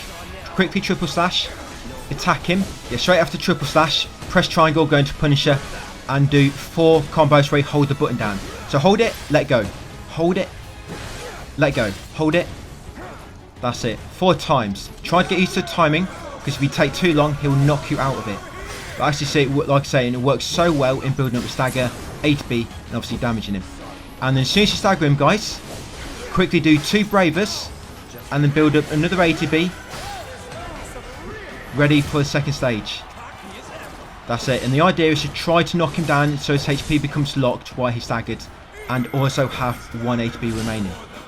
And as soon as you knock him to a second stage, to begin, you've got a moment to do an attack. So as soon as you get control back, Berserker should still be active. You have 1 ATB, and as the boss has done the heal animation, you're going to quickly do Bravery on yourself, like so. And then do the Limit Break on Rufus. Make sure you do it on Rufus. If you do it on the dog, it might not kill him. Do it on Rufus, and then that's it, guys. KO. Nice easy way to beat Rufus, like I say.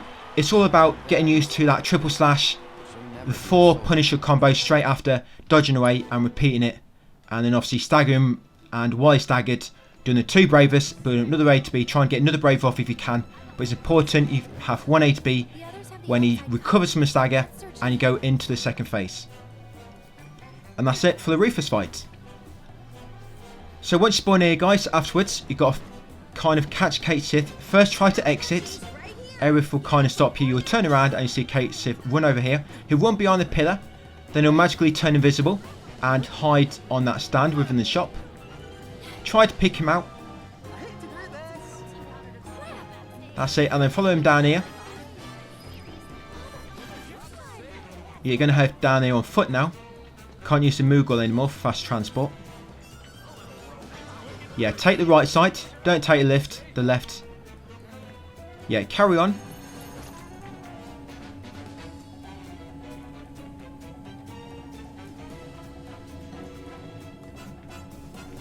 And once you get down here, you kind of have to go and find red. And then once you find red 13, you'll see Cait Sith again. Yeah, this way is to begin. You'll see him run down the steps and he just vanishes again. Yeah, so red 13, he's all the way, come down the steps, turn right, and then it'll be all the way over here at the bottom of these far steps. Yeah, so approach red 13, and then you'll see Cait Sith from behind one of the stands, one of the kind of archways. Yeah, all the balloons. Yeah, there he is. So now you're going to head over there, behind the ice cream truck, or wherever it's supposed to be. Yeah, and he'll be hiding on a Moogle. You know which Moogle it is because it's one which stinks of urine. Yep, this one here, the one which stinks. Yeah, that's it, that's Cait Sith. Behind the Moogle. Just press triangle. He'll knock down this fence. You're going to follow him, guys, and that's pretty much the end of the chapter. Almost. Yes, follow him through here. Yep, hightail it. Do not let him get away.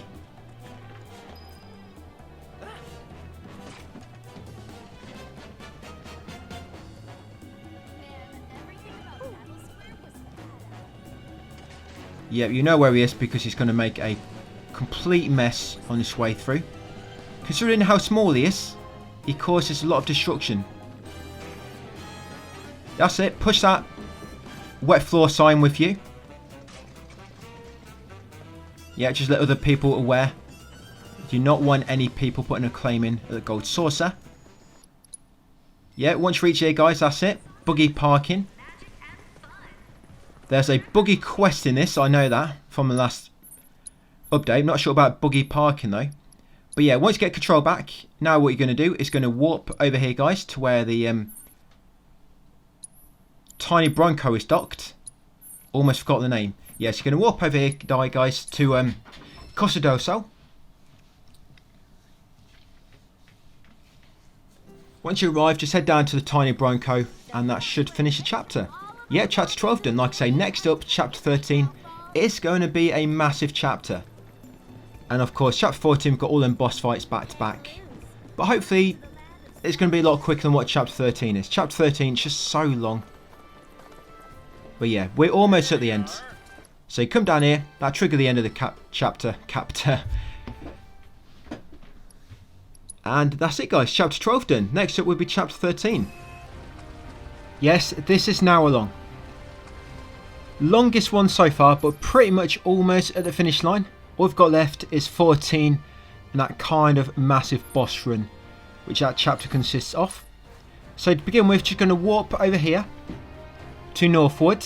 A little cutscene will trigger, and once you skip or watch it, you resume control in the middle of the lake, of the ocean.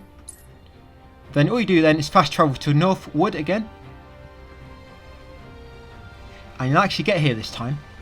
Now just depart from your ship, the tiny Bronco, and you'll get the message, guys, tell you that once you land, you can't do anything else until later.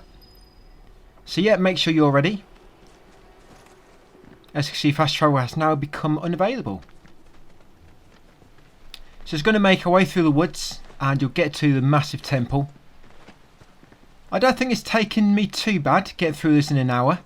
I have speeded up some of the footage, mainly when we're doing the trials with each of your party members, which are pretty slow, and a bit towards the end. But pretty much all the dungeon crawling, I've tried to leave that all at the same speed, so I can walk you through it all, normal speed.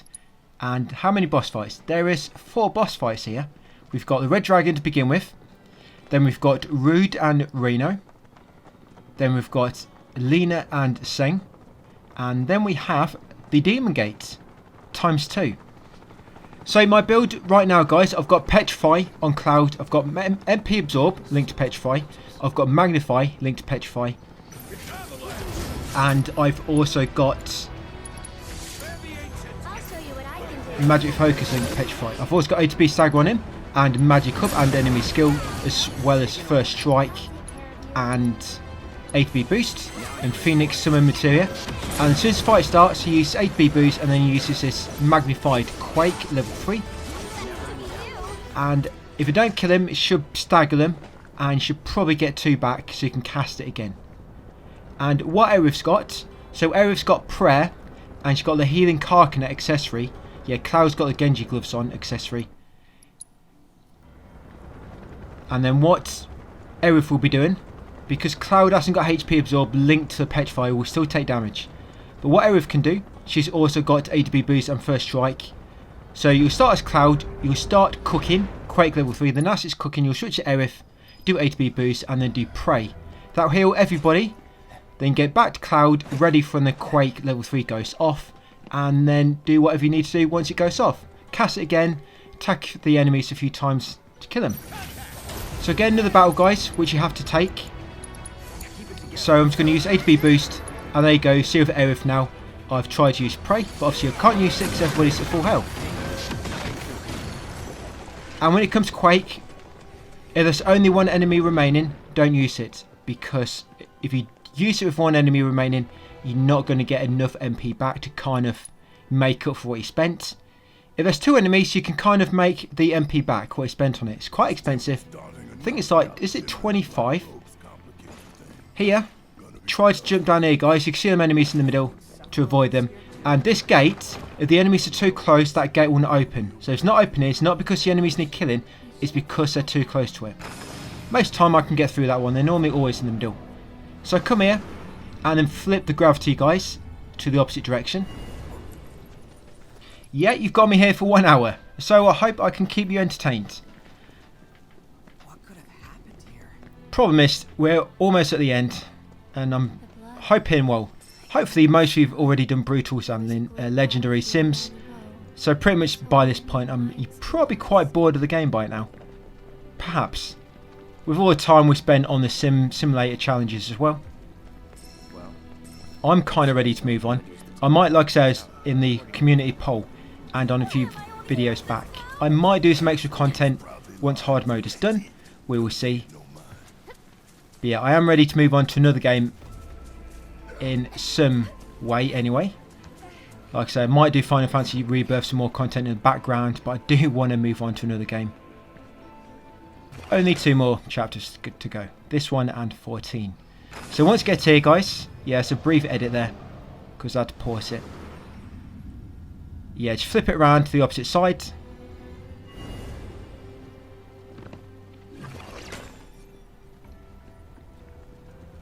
Then you're going to come out here. Of course, try to avoid the enemies. Stick to the left or to the right, it's up to you. There you go, come around the back here, along here. Red Dragon isn't too far away. The first boss is about 10 minutes in. Please tell me you saw that. No comment. You got a kind of mini boss as well to fight, Ironclad. Yeah, come over here, and you're going to go. There'll be 3 directions now. All you want to do is go to the one on the right. like so. And then you can climb up the vines. Yeah, you got quite a lot of kind of like strong enemy types here. You've got to fight Ironclad. Well, you've actually got to stagger him, which is quite annoying to do. It'd be a lot easier if you could just kill him. Because you have to try and stagger him, it's a bit tricky. You've got Adamantoise later with some other enemies. You've got some, I wouldn't say bosses, but you've got some really strong enemy types, like elite enemies, if you can call them that. But like 2 at once. So that can get a little tricky. So once you get to the top of the vine, yeah, make your way over here. And when you see them whispering dudes, they kind of direct you to where you're supposed to go. So you know if you've seen one of them, you're heading in the right direction. But yeah, come over here. There'll be some enemies, some soldiers. All you're going to do is use your Cait level 3. And as I mentioned before, if you're low on health, just switch to Aerith while Cloud is kind of in the animation of casting it. Aerith will use A to B boost and then use Prey on everybody. Then switch back to Cloud, ready to attack the enemies a few more times if that didn't kill them. And once you're all dead, grab this cube and push it over here to the vine. Climb up. And you'll see some troopers in the middle there. They're going to jump down the water slide. We're going to join them.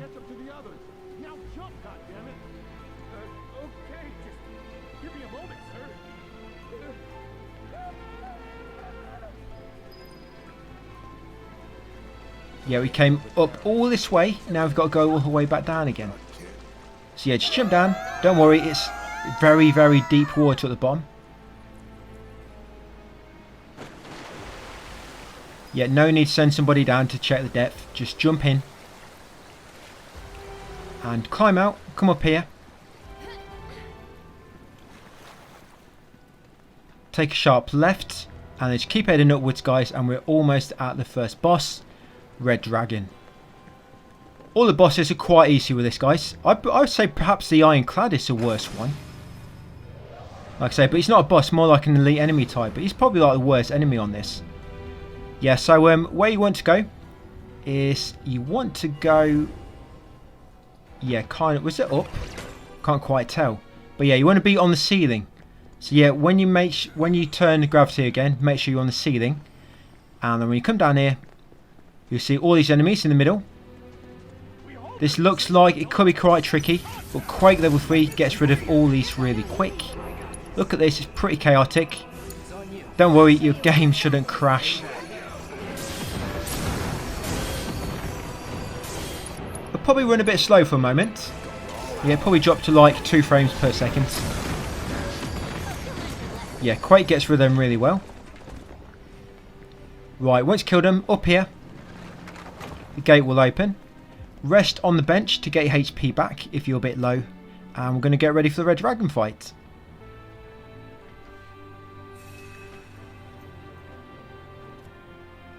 So this will be the first boss of Chapter 13, the Red Dragon.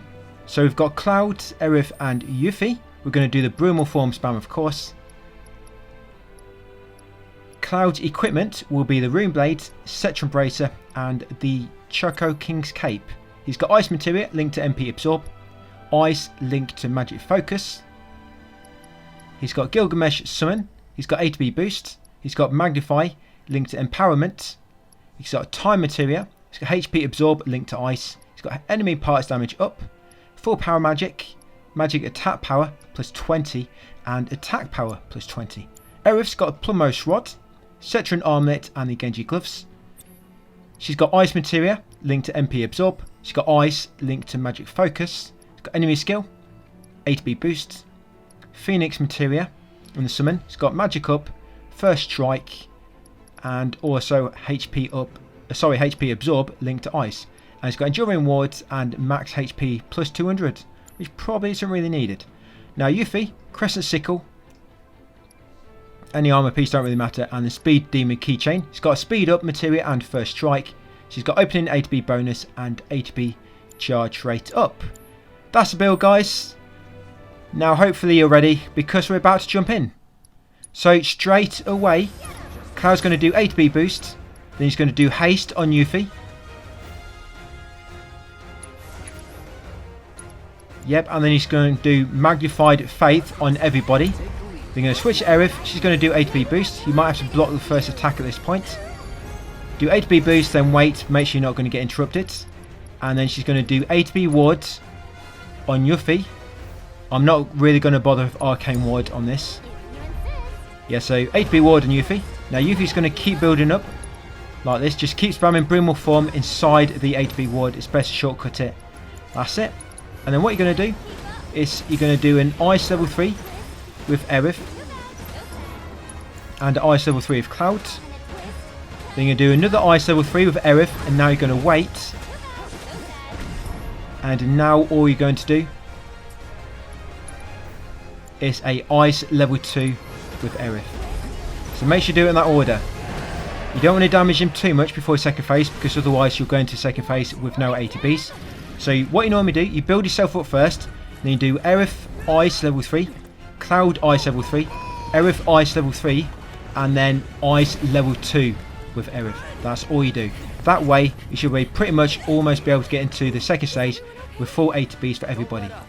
Right, straight away in the second stage, Aerith's going to do ATB ward onto Yuffie.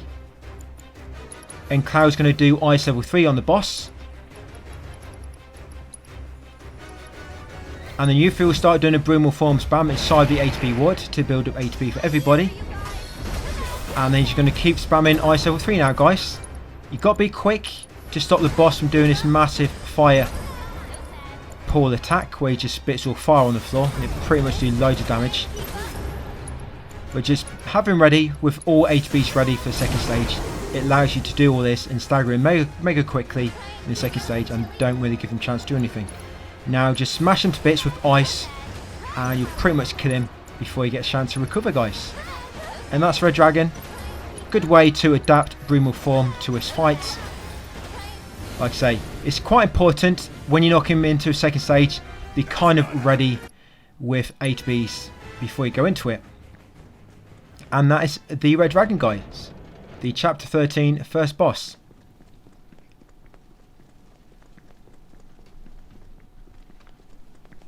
Right, so what we're up to now, we are going to continue down here, guys, and use this elevator. You pretty much have one of these elevators almost after every boss, pretty much. Yeah, and this dungeon is very, very gimmicky. There's a lot of gimmicks around here. So you're going to come down here, and once you approach this, there'll be a little cutscene, and your party is going to become kind of divided now. So you've got Cloud, Tifa, and Barret. Later on, you'll be Aerith, Yuffie, and Red 13. And it's going to be like quite a bit. So you're going to come up here, open this door. You have to kill these enemies. Make sure you change up Cloud's build again. Cloud should have, like what he had before, Petrify.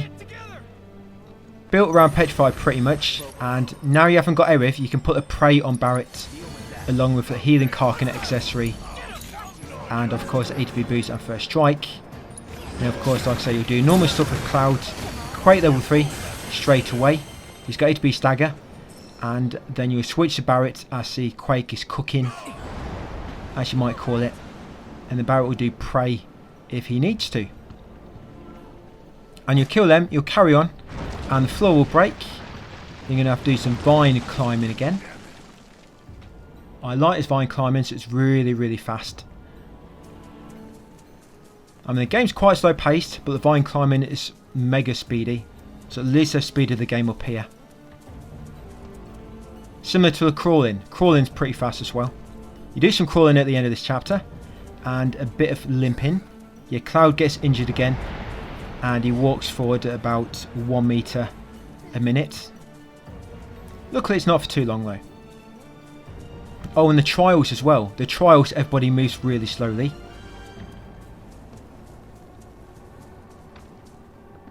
Yeah, it's like when they made chapter 13, it's like, you know what, guys? We've made every chapter pretty short so far, so let's make chapter 13 really long to make up for it.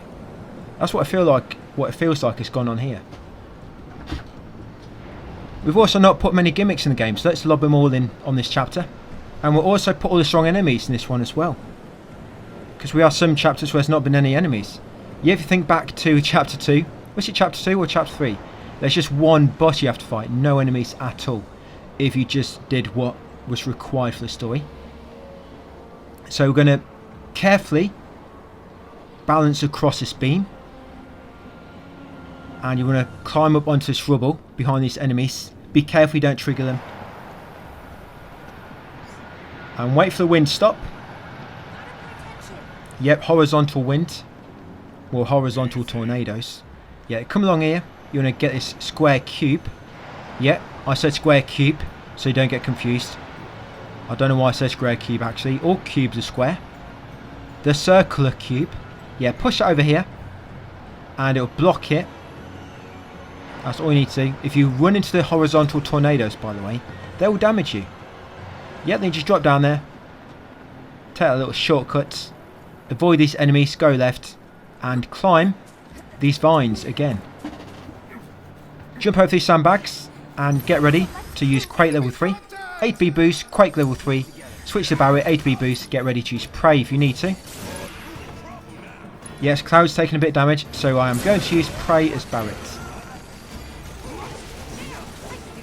Like I say, if there's only one enemy left, don't waste your Quake, because it will eat up loads of MP, and when there's only one enemy back, you won't really be able to recover the MP you spent. Right, the rubble, the flooring, is all going to get blown over. Luckily, it didn't affect the ledge that you're on. Don't gotta tell me twice. Yeah, so somehow, floating platforms have been blown over. He's going to follow your teammates. Yeah, Barret looks quite big, but he's good at jumping. Yeah, you're going to come, not out there. Try the second door. Yeah, this one here. Crouch beneath here. And some more enemies to kill. I think this is the last bunch of troopers in this chapter. Right, so A to B boost. Quake level 3. Take out the 2C soldiers. Be ready to heal with Barret if you need to with Prey.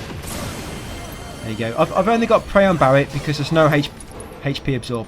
I wish there was more petrifies in the game, not just 3. Because you can't really build around it by itself. You know when you can put HP absorb and MP absorb, magic focus and whatnot all on one element, it works really well. The build kind of sustains itself.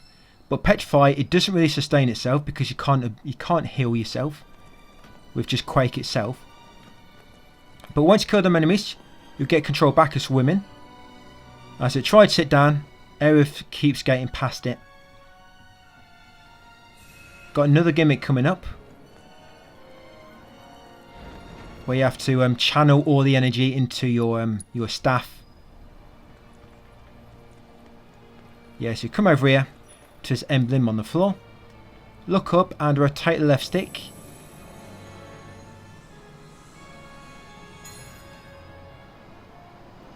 What are you going to do in here when this game comes out on PC? You're going to have to what? Spam the button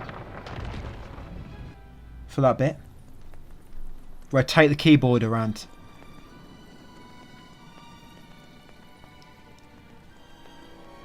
Yeah, you're going to come around here next. You're going to smash these crystals. Now, this first bunch of enemies, they're weak to... I think they're weak to lightning. Yeah, so smash these 3 crystals, guys, and then absorb all the energy. There you go. And because it's got so much, that's actually made Faith become active by default, like so you can see. Get that bonus every time now I start a battle. Yeah, so what you want to do straight away is Aerith, use 8B boost. And you want to use lightning level 3. And that should kill them all. Just make sure you aim it at the Panther Protector enemy first, so he takes the main piece of the damage. Because when it magnifies to the other enemies, they take reduced damage. Yep, and then make sure you absorb the energy from them enemies you just killed. Then come out here and absorb these 3 random floating bits of energy. And then once you've done all that, guys, got all that energy, like I said, 3 crystals, the 2 enemies and the energy floating just in the corner there. Come over here and activate this platforms on this side. Not the one behind you, so that's optional. This one you need to do to progress. So we're going to do this one because it'll be quicker. Otherwise you're going to have to find more energy. It will take longer. We just want to get through this as soon as we can. Yes, that should form that structure ahead. We're going to head over to it and then go left and head inside. And then go down the steps. Yeah, so Aerith's build, she's got lightning at the moment. You have to switch the element out quite a bit depending on the enemies coming up. I tried pointing them out to you. But yeah, lightning for the time being. And smash this crystal at the bottom of the steps, guys, and absorb the energy. Yeah, she's got HP absorb, MP absorb, magic focus. I think she's got magnify. I'm not quite sure if I've put swift cast on her or not. But yeah, it's got all them linked to lightning pretty much. And of course, got a normal stuff, magic up, HP boost, enemy skill, etc, etc. Yeah, smash these crystals, absorb all the enemies. Yeah, good luck doing that. Absorb the energy on the side here. That's it. And then you want to trigger this one on the far right to begin with. This one here. Because the one in the middle, it will not appear until you've triggered the platforms to the far right and the far left. You've got this one here. So trigger that platform first, then you can head across and get the energy. Because if you trigger the other platform first, then you're going to have to go and kill the enemies in there. But if you trigger this one first, there's no enemies to kill. So yeah, come over here, smash these crystals, absorb the energy. And there'll be some big lumps of floating energy as well. Like that big one there. Yep, so absorb them. And there should be some more around the opposite corner. Yep, just over here. So absorb these two bits as well. And that should be enough to form the platform on the opposite sides. Yeah, the reason you have to kind of fix these two structures on the far left and far right is because they form a ledge, which kind of the one at the far middle, which you need to progress, it kind of latches onto. You can see here that them overhanging bits, as you can see, it kind of latches onto it. That's why I think you have to do them two only. And then this one become free, and then you have to put all the energy into that one up ahead. And what will happen, guys, straight after this, you're going to be lobbed into battle with Cloud straight away. And if you haven't done so already, probably before you do this,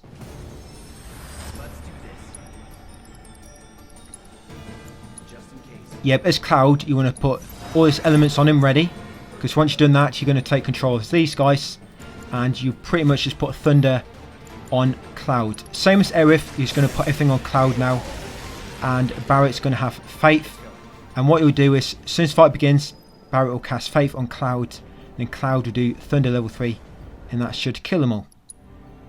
Each time you switch characters, just switch your equipment around as well. Your materia between Cloud and Aerith. And of course, she's got somebody for support to heal you if you need to. Or to use Faith. You won't need to use Faith as Aerith because she's pretty much always going to have it active anyway due to that energy that we've absorbed, and you'll get that buff. But Cloud, you'll want to. Yeah, so just sat down there, guys, to recover all my HP back. They'll also recover the HP off Aerith and her team as well. Not just the team you're currently controlling. Right, come down here. You'll see his troopers in a brief cutscene.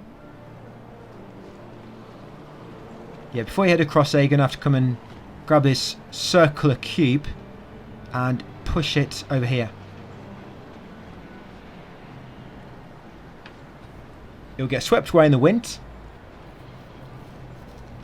And as long as you keep it just a bit to the right, but then a tiny bit to the left as well, and push it forwards about 2 centimeters per second, it should land right there, guys. That's it. I did have to work that out using algebra and some other forms of mathematics. Took me quite a long time, but that's how you get that to land right in place. And then you're going to come around here. The troopers have somehow managed to get way ahead of you. They're obviously better this game than what we are. Yeah, you can avoid that enemy. Just kind of keep to the outside. Come over here, past that pillar, and here is a cube, which is actually a triangle shape. You're going to grab this one, and you're going to push it off. Technically, the cube's got a sphere inside it. So when I said circular cube, I was kind of right, in a way. Yeah, push that down. And again, as long as you get all your formulas correct, it should land on that railing like so. Right, jump up here next. And you've got Ironclad coming up. So now you've got to build Tifa, guys, ready. Build up Tifa before you push this lever around and build up the energy in the middle. Basically, Tifa wants, you want to build up strength on her. You want element plus fire on everybody's armor. Because if not, when the boss does fire her, it might kill some of your teammates. Yep, Aerith wants A to B assist on her as well. Sorry, why am I talking about Aerith? Sorry guys, I mean Tifa. Yeah, Tifa wants A to B assist on her. And she wants strength up. Like I say, you want element plus fire on everybody's armor, so they're all immune to fire and absorb it. And you can also put speed up on Tifa as well. And strength up. And you don't want to kill him too fast. So all you're pretty much doing, you want to build up A to B for your teammates. So you want to make sure you trigger Unfettered Fury by using that Unfettered Fury ability and activate Rage and Fuel. And then when Rage and Fuel is active, all you do is hold square. When you do the uppercut, you let go and hold it again. And just keep doing that and you'll build up A to B really quick. And then be ready, because when he does sharpen, you should also have time on somebody as well. Time and magic focus linked to time, and probably tarot cards on that same person so that the time lasts for longer. And as soon as he does sharpen and becomes pressured, you're going to stop him. Like I say, just make sure you put stop on somebody and you put on relevant equipment to make the stop last for longer. Like I say, magic focus linked to time or tarot cards. And then what you're pretty much going to do, Tifa's going to keep building up A to B. He's going to keep using focus thrust. And then as you build up A to B for your allies, they're also going to do their focused attacks as well. You're going to build up stagger gauge as soon as you can on the Ironclad. And I know it takes ages to build it up. It takes ages. You can stop him again once that first one wears off. And hopefully by the time the second stop wears off, he should be staggered, guys. As you can see for me, I've almost got him. And there we go. So once you do stagger him, he'll knock down the triangle. And you actually got to kill him now. But he's going to be staggered straight after this cutscene. So straight away, get over to him as Tifa. And just go to town on him, guys. Remember, keep using True Strike.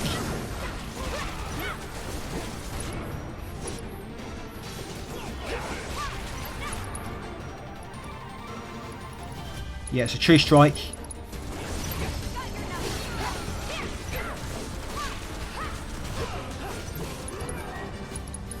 Thing is, what will happen if you kill him instead of staggering him? You have to keep killing him.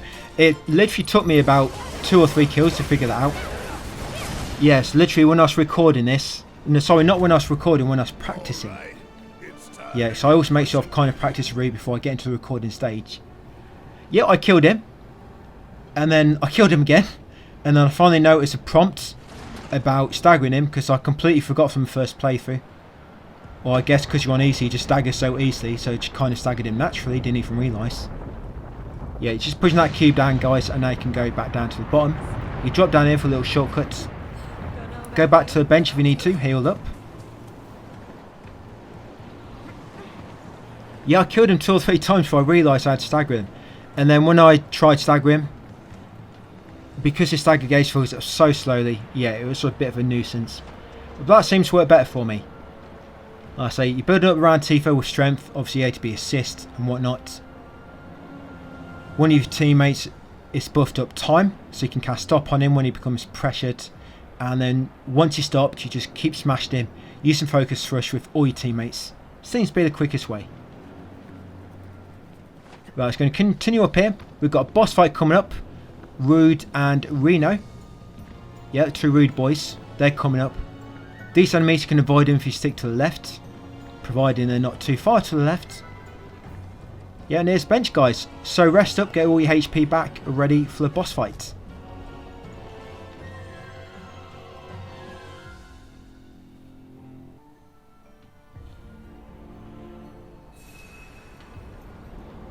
This boss fight on chapter 13 will be the boss fight number 2. This will be Rude and Reno. So to begin with, you're going to have some normal enemies to get rid of to begin. But I'll show you the builds. Cloud, Barret and Tifa.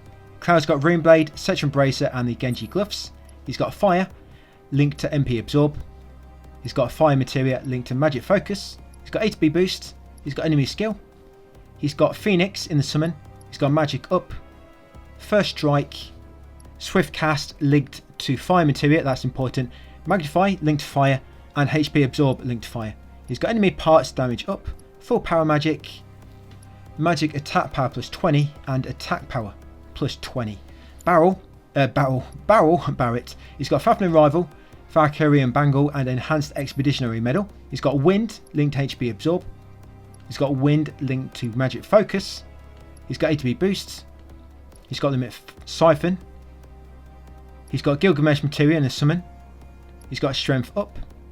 He's got Magnify linked to Wind. He's got MP Absorb linked to Wind as well. He's got Limit Break Damage plus 10%, Enhanced Overcharge, Attack Power plus 20 times 2. And he's also got Steel Foreskin, if you didn't know that. And yeah, I called him Barrel because I can't read his text that well on my screen. It's quite small. And Tifa, he's got Case Knuckles, Hades Armlet, and Gotterdammerung. He's got a First Strike, Speed Up, and Strength Up. She's got Time Materia. She's got Elemental Link to Lightning, the Odin Summon, and she's also got Martial Arts Mastery and Concentration. Yeah, she wants Elemental Link to Lightning in her armour, so she's immune to any lightning attacks these enemies might do. And make sure you've always got a concentration unlocked in the photos. By the way, I'm weapon level 8 for all my teammates. Right, so to begin with, you're going to jump down. Cloud's going to do ATB boost, then he's going to do fire level 3. Then you're going to switch to Barret. He's going to do overcharge and then ATB boost, and then he's going to do wind level 3. And any enemies which are not dead, finish them off with Barret. Now when we get to Rude and Reno, try to follow my strategy very closely to begin with. If you mess up the start, it can mess up the whole strategy. But it's very simple to do, I find. It's like a few actions and they're already in their second phase. Yeah, so just kill all these enemies. Don't worry if you take a bit of damage as Barret. As soon as you cast a level 3 spell in the next fight, you'll get all the HP back. Right, so here we go, guys. So straight away, Cloud ATB boost, and then fire level 3 on Reno. Fire level 3 on Reno. Straight away, switch to Barret. And then you're going to do tactical mode. Tifa's going to do Fed Fury. Is Barret going to do overcharge? And then he's going to do ATB boost and then limit siphon on Tifa. And straight after, shoot Reno, and that should knock him into a second phase. Like so. Follow them commands and that will work. Straight away, Cloud fire level 3 on Reno. Over to Barret, Unfettered Fury is Tifa. Barret's going to do overcharge, ATB boost, limit siphon, and then shoot Reno. And yeah, second stage. So straight away, Barret's going to begin by using his satellite beam, limit break, and you're going to keep control of Barret as he's immune during the animation until it starts to land and stunning the enemies. So satellite beam, there we go on Reno. Now wait for it to start stunning them, or if you're confident, switch to Tifa beforehand so you can get ready. And as soon as they become staggered together, well not staggered but interrupted, bouncing around, sprint over to Miss Tifa and start doing your attacks on them.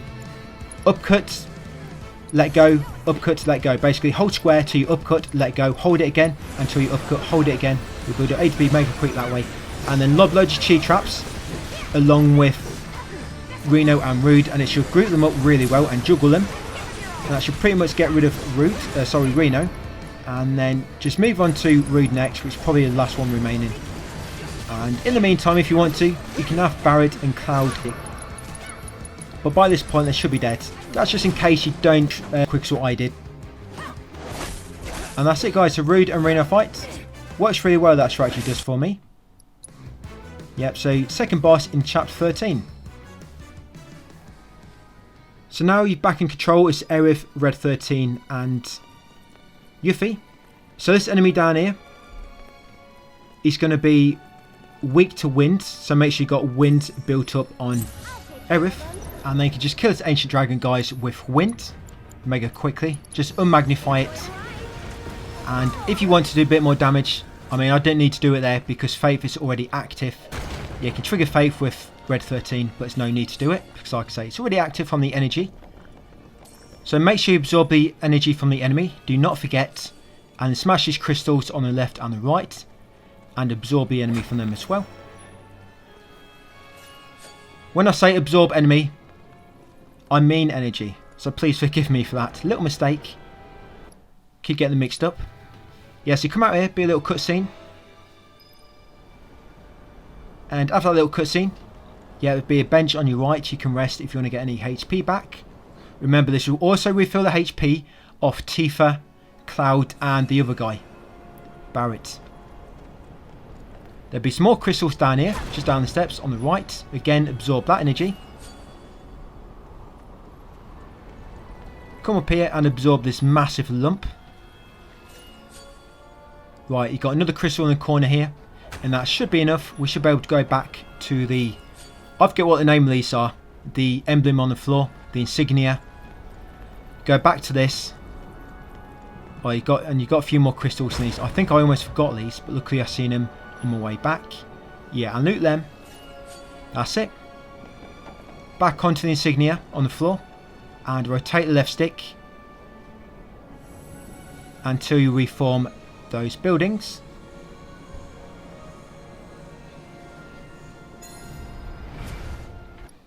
Right, now what we need to do, we need to go and, you see all the red beams, you've got to go and kill all the enemies at the red beams, unfortunately. And once you kill them at the red beams, it'll make them green.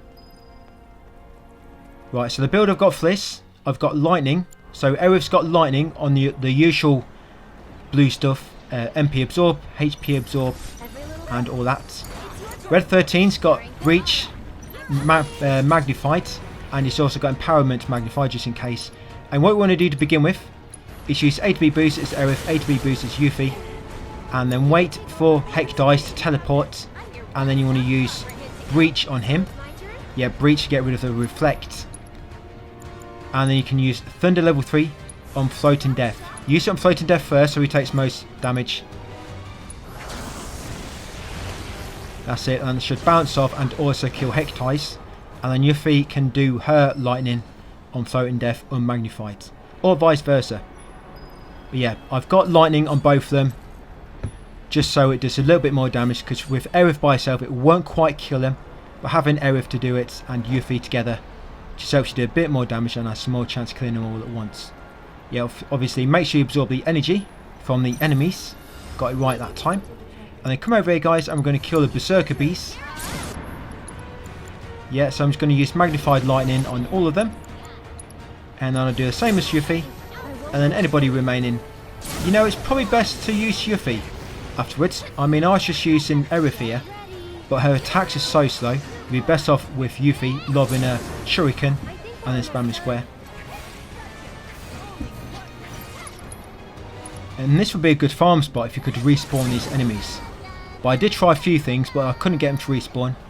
But yeah, that'd be a really good farm spot if it was possible. Absorb all the enemies from the energies. That's it. Smash these crystals. And we've got a few more to kill, and then we'll be ready for the Elena and Tseng fight. 2 more fights to go. So come up here next, and you know we've got to go because you can see the red beam. Yeah, smash any crystals you run past.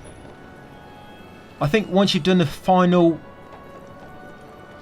insignia in the sky, if you collected all this ones which I have, the energy, you should have enough just to trigger Faith again, you know, when you go into battle. Now at least make sure you got breach ready and magnified. Now you're going to wait for one to teleport first. Every little bit helps. Can you take over my turn? Yep, and then you're going to use magnified breach, which will get rid of reflect on both of them. And you're going to do Thunder level 3 with Aerith magnified, and then Thunder level 3 with Yuffie magnified if you need to. I think we're done here. Now, let's get back to it. Right, so once you've done so, back across here. Yeah, Red 13's got, he's got Choco King's Cait. That's how he is starting with one A to B, and of course Yuffie's got the A to B boost and the first strike. That's how I managed to get in her to start with 2. Down here there'll be 2 more crystals on the right, just around the corner. Right, let's go and trigger the next boss. Well, the route to him. We're going to unlock the path. So yep, rotate the stick.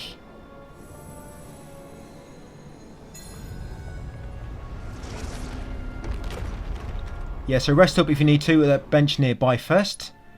And we'll go over the materia very shortly for the boss.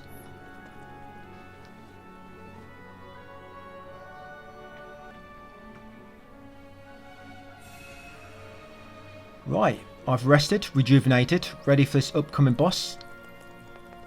Yes, make way down the steps and to the door. This boss will be Tseng and Elena. And quite easy actually, this strategy. So we've got Aerith, Red 13 is Yuffie. We're pretty much immune to all damage. So Aerith's got Plumose, Rod, Cetron Armlet and Enhanced Expeditionary Medal. Materia wise, she's got Lightning, linked to HP Absorb. Lightning, linked to Magic Focus. It's got ATB Boost, Limit Siphon. Phoenix in the Summon. It's got First Strike and Magic Up. She's got a Swift Cast linked to Lightning. She's got Magnify linked to Lightning. And also MP Absorb linked to Lightning. And for the weapon skills, got Enduring Ward and Max HP plus 20. Plus 200. But it's not really needed, so I unequipped it. Red 13's got Amethyst Collar, Enhanced Spirit Band Armlet, and got a Damrung. He's got HP Absorb linked to Ice, Magnify linked to Ice, Enemy Skill. He's also got Gilgamesh in the Summon. He's got Magic Focus linked to Ice and MP Absorb linked to Ice. As for Yuffie, she's got a Crescent Sickle, Speed Demon Keychain. She's got a Speed Up, First Strike, Time Materia, ATB Boost. She's got Opening ATB Bonus and ATB Charge Rate Up. That's it. That is the build. And once ready, guys, we're going to open the door and give them a good greeting. So straight away, as Aerith, it's going to use ATB Boost and then use Limit Siphon on Red 13. As soon as you've got that limit, quickly do Planet Protection Limit Break. That's it. Stays Aerith until this lands because she's immune during the animation, and once this becomes active, everybody's pretty much immune to damage. So once it lands, switch to Yuffie. Yuffie will do ATB Boost and she's going to use Haste on herself. Then going to switch back to Aerith, guys, and she's going to do ATB Ward on Yuffie. Right, then Yuffie's going to start bouncing around. Basically do Brumal Form inside the ATB Ward. And then each time your party members get 2 HPs built up, he's going to keep doing level 3 magic. So Aerith will do Thunder level 3, Red 13 will do Ice level 3. Just going to keep doing that, guys. One of these is weak to ice, one of them is weak to the other. That's why each of them have got different elements on. So one type will take more damage from the other and vice versa. Yep, just keep doing that, guys. Try to be quick, so you want to kill him before Planet Protection wears off.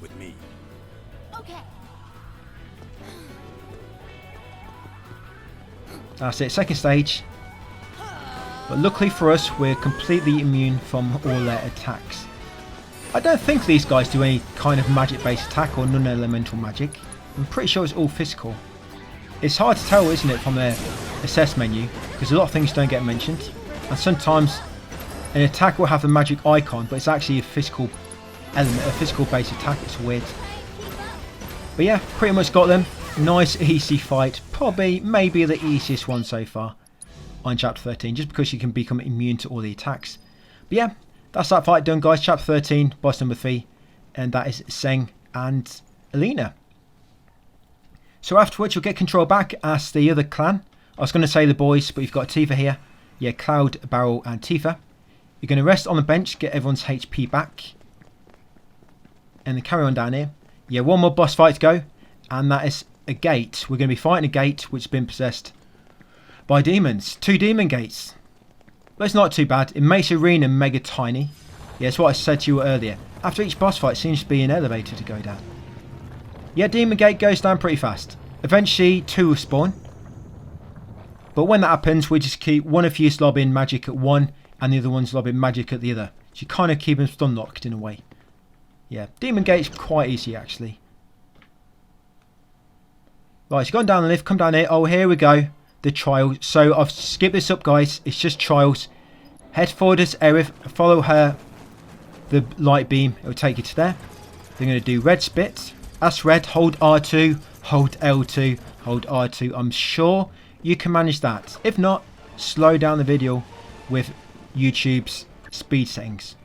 It's Tifa. You climb up to water tower, climb back down, and make your way up the stairs. As Yuffie, she's back on the intermission DLC and climbing up them scaffoldings, skating across. As Barret is going to come up here. He's going to show us Luff, his steel foreskin, and he's going to lose an arm. He's going to push us down with both arms. I mean, he's not. He's going to kick it down. And here, you're going to play a bit of Concrete Genie. Yeah, Concrete Genie versus Final Fantasy VII. Yeah, bit of a mash-up there, which nobody asked for. And then this little baby Aerith, you're going to head to the far end. Press L2 to ask them guys to help you. They're going to turn around and head to the end to find that woman. Then carry on a bit more. Then you'll enter Cloud's memory scene. And it'll bring you here, guys. And then just carry on down the steps. And yeah, we've slowed it down now. So there's going to be some fights coming up. Right, so come in here once you're ready. And I've got Wind for these guys. And Aerith. So you can use Aerith and Cloud here. Yes, Aerith's got Thunder. And Cloud's got Wind. You can use your third person to use empowerment on them if you want for a bit more damage. But yeah, pretty much just got Cloud built up around one magic element. Aerith built up around the other. Don't do it around Ice, because if Ice doesn't land, you're going to waste your attack. Ice is harder to land. Unless the boss is, or the enemy is very weak to Ice. You always want to try to use magic which lands quicker.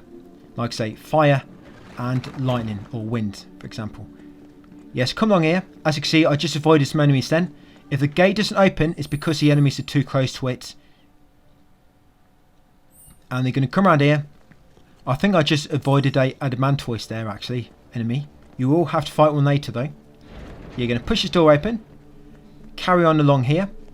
This bit goes quite slow. I think I've speeded this up slightly in this mural chamber. Yeah, there we go. Just speed it up a bit, guys. It's mega slowly there. Yeah, this chapter's so slow paced. Yeah, so we eventually reach here with this fight. Yep, Yuffie can cast Faith on both your teammates here because you'll need it. You'll need that extra damage. And just same again, Cloud's going to use Wind level 3 and Aerith's going to use her one. She's got Lightning level 3 and that should hopefully kill him, guys. Yeah, Floating Death is one with the most HP. Yeah, he'll do Mana Shield, so physical attacks will not hurt him. So you kind of have to stick with Aerith if he doesn't go down after them first level 3 spells. And got them. They're not too bad. Because we're doing them level 3 spells, it pretty much almost kills them. But you have to switch it up again for the next fight. The next fight is going to be, I believe it's this part. You've got Adamantoise. And you can't skip this one. You got Adamantoise and Panther's Protection, whatever his name is. But yeah, so for this one you want Fire.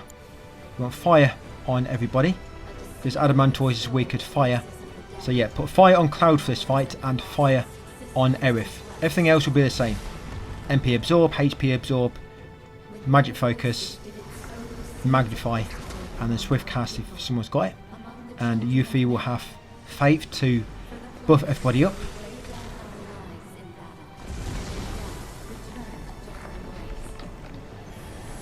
To be honest, for this fight you probably want to do the Brumal Form build. So you're going to have Yuffie built around that so she can do the Brumal Form spam and build up A to B for everybody really quick. That works really well on this fight. So yeah, Brumal Form spam on this one, guys. But like I say, you want Fire on everybody's elements. And you want to always focus on the Adamantoise. Yep, and then the Fire will link from him and kill the other guy. Yes, like I say, you want to be doing the Brumal Form spam, so Aerith's going to use A to B wards on Yuffie. Yuffie's going to use haste on herself, so build yourself around that. Similar to my builds I did earlier on of some of the other enemies. There you go, then Yuffie will just keep building it up. As soon as you pressure the Adamantoise, it will stop lobbing the fireballs, by the way. It looks like Cloud's got Faith. Put it on him. So yeah, just keep lobbing the fire at the moss grown. And once you've killed the other enemy, unmagnify your spells, obviously it does a bit more damage. There you go, he's dead. And see, the Adamantoise still got loads of HP left. So yeah, make sure you unmagnify your spells.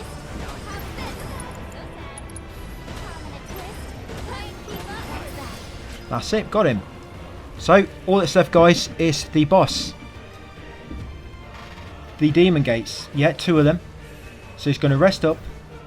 And they'll head down here. There'll be a bit of a slow cutscene with these holograms.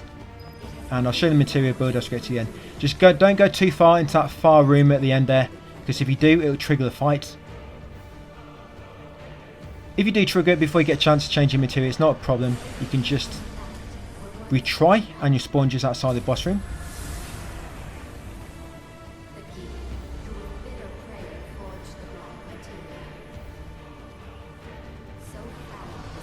Yeah, so that room up ahead will spawn the Demon Gate boss fight once you approach it.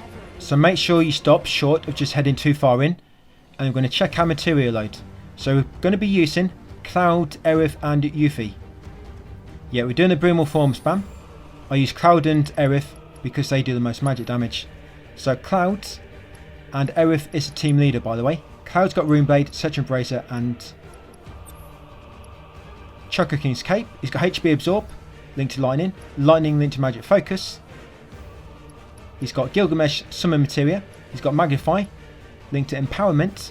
He's got Magnify, linked to Lightning. And he's got MP Absorb, linked to Lightning and Wind. He's got enemy parts damage up, full power magic, magic attack power plus 20, and attack power plus 20. Now Aerith, she's got Pummos Rod, Cetron Armlet and the Genji Gloves. She's got Fire, linked to HP Absorb, Fire linked to Magic Focus. She's got HP Boost, Enemy Skill, Phoenix Summon Materia, First Strike, Magic Up, Swift Cast linked to Fire, Magnify linked to Fire. She's got MP Absorb, linked to Fire and Ice, and she's got Enduring Ward. By the way, you don't really need the Magnify, so you can take them off if you want some more space. Now Yuffie's got Crescent Sickle, Speed Demon Keychain. Armour don't really matter. Speed Demon Keychain is very important though. It's got Speed Up, First Strike, ATB Boost, and Time Materia. And it's got opening ATB bonus, and ATB charge rate up. So that's the build, and the reason I've kind of got Lightning and Wind on one of them and Fire and Ice on the other is because there's an attack the enemy can do, and if you use the opposite element it can knock him out of it. But I don't bother about that attack anyway. It's just there in case you need it. So straight away, Ava's going to do ATB boost, and then she's going to use ATB wards on herself or Yuffie, whoever's close to the middle. Then Yuffie's going to use ATB boost, and then use haste on herself.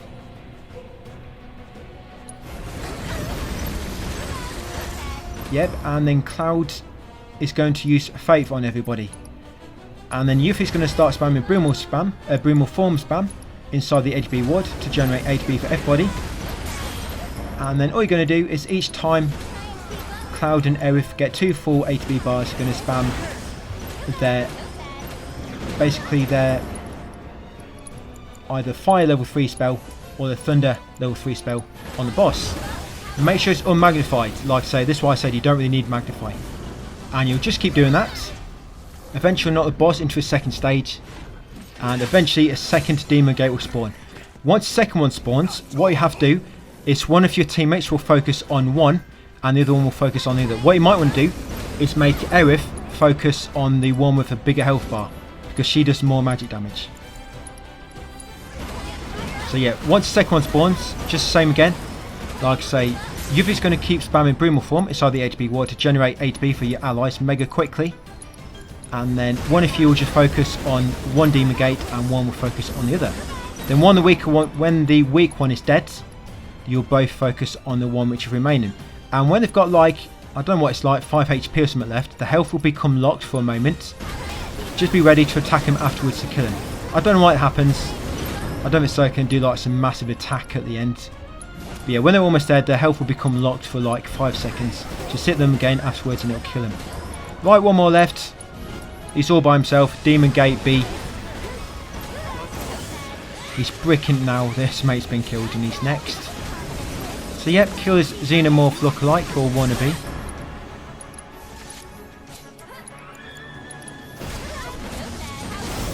And there we go. Demon Gate defeated. Both of them.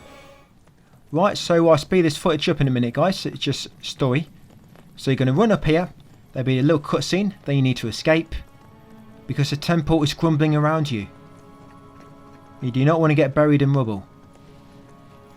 Quake will not help you here. Yeah, Barret will be alright though if it's still foreskin. We can hide underneath it if we need to. So yeah, just carry on. Like I say, you're going to escape, and I'll speed this up a bit. Yeah, I'm escaping really, really fast because I'm quite worried. Yeah, so mega fast.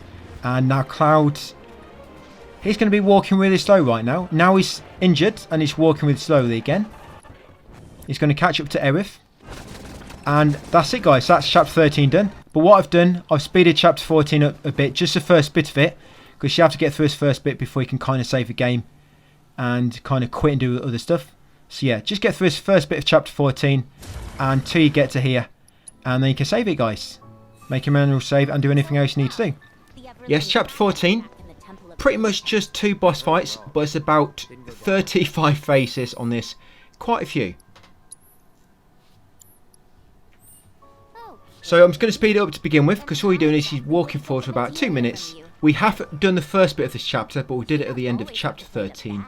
It's not very much to it, you just got to kill and whispers to begin with by just holding square, because you can't do anything else. And then you've got to crawl forward by holding R2 and then L2. I'm sure you can manage that if you missed the end of the previous video.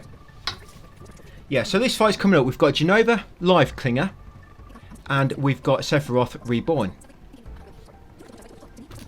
Now when it comes to these, I believe it depends on your affection rates to your characters, depending on who joins you and when. And if everyone's kind of on a tie, then apparently in the Ultimania it's kind of related to who's in your party last with Cloud, and if it's a tie, it's a person on the left, etc, etc. But it's quite something which is quite hard to predict. Anyway, we'll come back to that before the bosses. So here, you've got an encounter with the Whispers. So the build I've got, Cloud's got Quake, he's got MP Absorb linked to Quake, well Petrify linked to Quake, he's got Magnify linked to it, and also Magic Focus. He's got Magic Up, he's got a Rune Blade, and then all he's doing to begin with, he's using HP boost, first strike, and then he's starting off with a Quake level 3. Now it does most damage, and then what Barret's doing is Tifa's got a Gotterdammer, Barret's got Enhanced Expeditionary Medal and Limit Siphon, and also first strike. Then as Cloud is doing HP boost, Barret would use Limit Siphon, take the limit from Tifa, then you go back to Cloud, he'll do Quake level 3, then back to Barret, then he'll start doing Satellite Beam level 3 Limit Break, and that'll finish him off what Quake doesn't do. And then once you've done that, you're going to come down here, this lift. Now once you get down here, just on the left as you head forward, at the bottom of the lift, there'll be a rest area. You've got your vending machine there, your folios, and of course a bench to sit on. You get your HP back. But you shouldn't have spent any MP in that fight. I mean, we did spend some, but you should have got it back on MP Absorb. And if you didn't quite get all of it back, you should have got most of it. I mean, I'm on 89. I think I had, is it 91? Not quite sure. But we're going to come up here, guys, and then we're going to get ready to go through our builds. This first fight on chapter 14 will be JENOVA LIFECLINGER. And the party, who joins you and when, I think it's determined by affection. But you can tell exactly what the order currently is. I'm not saying I know how to change the order, but I know how to find out what the order is.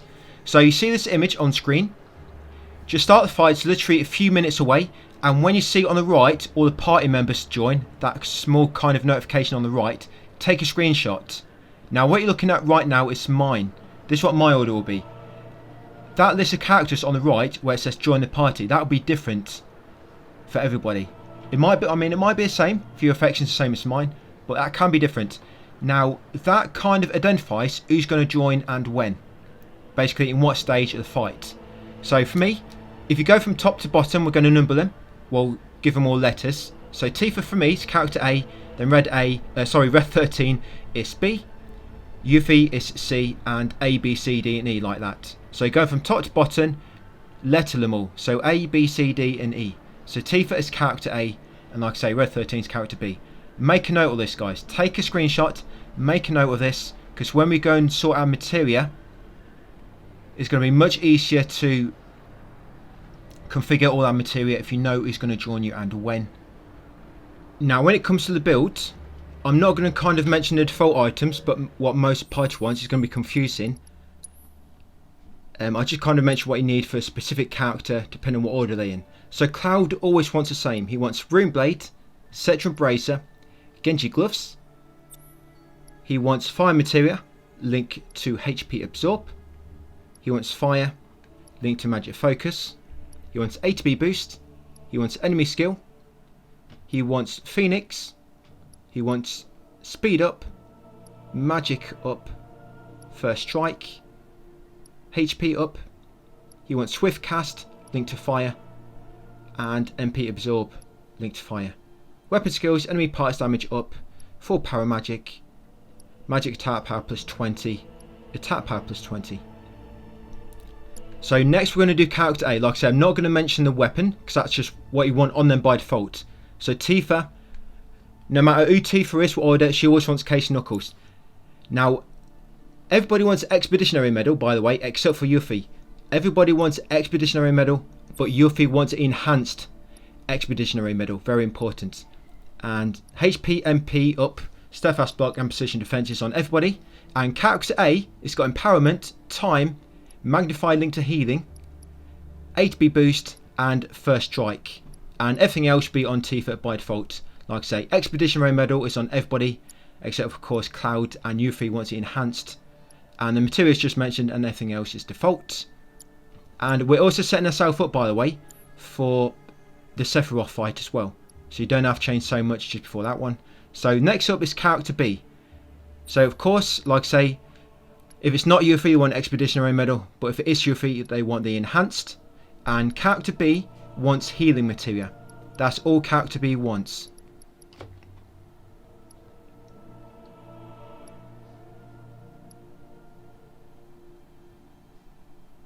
Yeah, basically characters A and B will join you in stage 1 and 2 of the Genova Lifeclinger fight. Now, Yuffie for me is character C. Like I said, Yuffie wants Enhanced Expeditionary Medal no matter what order she's going to be in. She always wants Enhanced Expeditionary Medal. So anything I don't mention, guys, should be on character C or Yuffie by default. So Yuffie, yes, Yuffie, not character C, Yuffie wants Empowerment no matter what order and Strength Up. No matter what order, Yuffie wants Strength Up and Empowerment. Now character C wants Limit Siphon, Magnify, Link to Barrier. So character C wants Limit Siphon and Magnify, Link to Barrier. I know this is a bit confusing, guys. I'm trying to explain it best I can. Like I say, I'm going to break all this down in the description, so check there if you are getting a bit lost with what I'm saying. And of course, Yuffie, you can also put Odin on Yuffie as well. Yeah, it's not going to make a massive difference, but yeah, put Odin on Yuffie. Right, next up will be character D.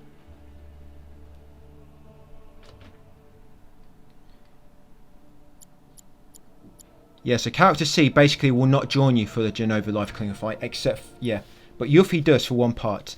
So character D next. So character D wants Expeditionary Medal. He wants Time Materia. They want Healing Materia. And they want Empowerment. Auto Unique, that's just on Barret, but you don't need to worry about that. Yeah, do not worry about Auto Unique ability, guys. It's not as good as what I thought. Sometimes I think about using it, but I put it on there then. But it kind of, I think when the AI uses overcharge, I don't think they get any ATB from it. So yeah, do not put Auto Unique on Barret. And then for character E, which is Cait Sith for me, character E wants Healing, Link to Magnify. That's it. So anything else wants to be on that person by default, basically. Yep, and you can change that yellow one I've got there. That's Moogle Decoy. You can change that for the Luck one. You don't really want the Moogle Decoy, but you can change it for Lucky Jockey, which is better, because when we do Cait Sith's Limit Break later, that'll make more chance it's going to be basically doing more damage. So yeah, it's a bit confusing that, guys. But that's why I'm going to break all this down in the description. You can just keep reading up on it and it kind of makes sense. Like I say, that's the order. A, B, C, D and E. And we basically use that to kind of configure your materia. And like I say, everybody wants a physical weapon on except for Cloud. He's got magic, of course. They want HP, MP up, precision, defense, materia, steadfast block. You've got a summon, which will increase physical damage and weapon skills as well. It's kind of going to increase physical damage against the enemy, against enemy parts, things like that. Tifa, you can always have concentration on there. Basically, what I've picked, you can pick. You want to go back and check exactly what I've got on specific characters unique to them, like their weapon and whatnot. You can check that. Like I say, we'll link it all in the description. Right, so we're going to come along here, and in a minute you got to hold R2 and then L2 and then both together. And when you have to spam it, you don't actually have to do that. The cutscene will finish anyway and trigger, no matter whether you spam it or not. You do need to hold it, but when you have to spam it, yeah, no need to bother, guys. Save your hands, ready for the boss fights. You're going to need the energy. So the way this works, like I say, this is all broken down in the description. So phase 1 is going to be Cloud, character A and character B. Phase 2 is going to be the same. Phase 3 is always going to be Tifa and Cait Sith. Phase 4 will always be Barret and Red 13. Phase 5 will always be Cloud and Yuffie. And phase 6 will be Cloud and character D and character E. This is always the same. And by the way, everybody starts with a full limit break on this, except for Cloud. But don't use them until I say. So straight away, Cloud's going to use A to B boost and then Prime mode. Yeah, that containment, expulsion, don't worry about that. Yeah, so Cloud A to B boost Prime mode. Switch to wherever character A was. Use A to B boost. Then they're going to use Faith on Cloud. And then they're also going to use Haste on Cloud. Then once done that, you're going to switch to Cloud. And by the way, JENOVA LIFECLINGER, the moves you want to watch out for are Eye of Providence and the Morning Wall. If you're seeing Morning Wall and you're not about to get off a fire level 3, dodge out of the way because you do like a massive tornado around him, do loads of damage for about 5-10 seconds. And Eye of Providence, it will spawn like a little orb and eventually it will go off. It will follow you around. If you're on that orb, when it goes off, it will do like a grab attack and do loads of damage. So Eye of Providence, keep moving around, and Morning Wall, get out of the way to back of the area and wait until it's dispersed, until it's gone. But anything else, not too bad to dodge, you just have to dodge yourself. So once done all that, now in Prime mode as Cloud, you're just going to hold the attack button until you build up 2 ATBs and do fire level 3. Do the same again. That's it, building up 2 ATBs again, fire level 3. And then again, hold square, keep doing combos. Do not use your ATB boost with Cloud yet. So you see that one? Eye of Providence, and he did Morning Wall. So they're the ones you need to keep moving to avoid. And so I'm safe to move in now. Going to move in and build up my 2 ATBs again and do another fire level 3. Now like I say, containment expulsion, do not worry about that. That's where he takes your characters. Right, and then what you want to do, when his health becomes locked, just keep building up your ATBs. And then be ready. And once it becomes unlocked, lob a fire level 3 to knock him into stage 2. Yeah, you're staying in Prime mode and doing the hold square combo to also trigger Fury mode. The icon you can see below Cloud's ATB bar, the bottom left icon. Yep, so that's stage 1 done, guys. Stage 2 will be the same team again. But we're going to use stage 2. Basically, character A is going to stop on the boss straight away. So to begin with, you're going to start, character A is going to use stop on the boss. You're going to need stop once, unless you kind of restart that phase of the fight. So yeah, stop once, then switch back to Cloud, build up 2 ATBs, and do your fire level 3.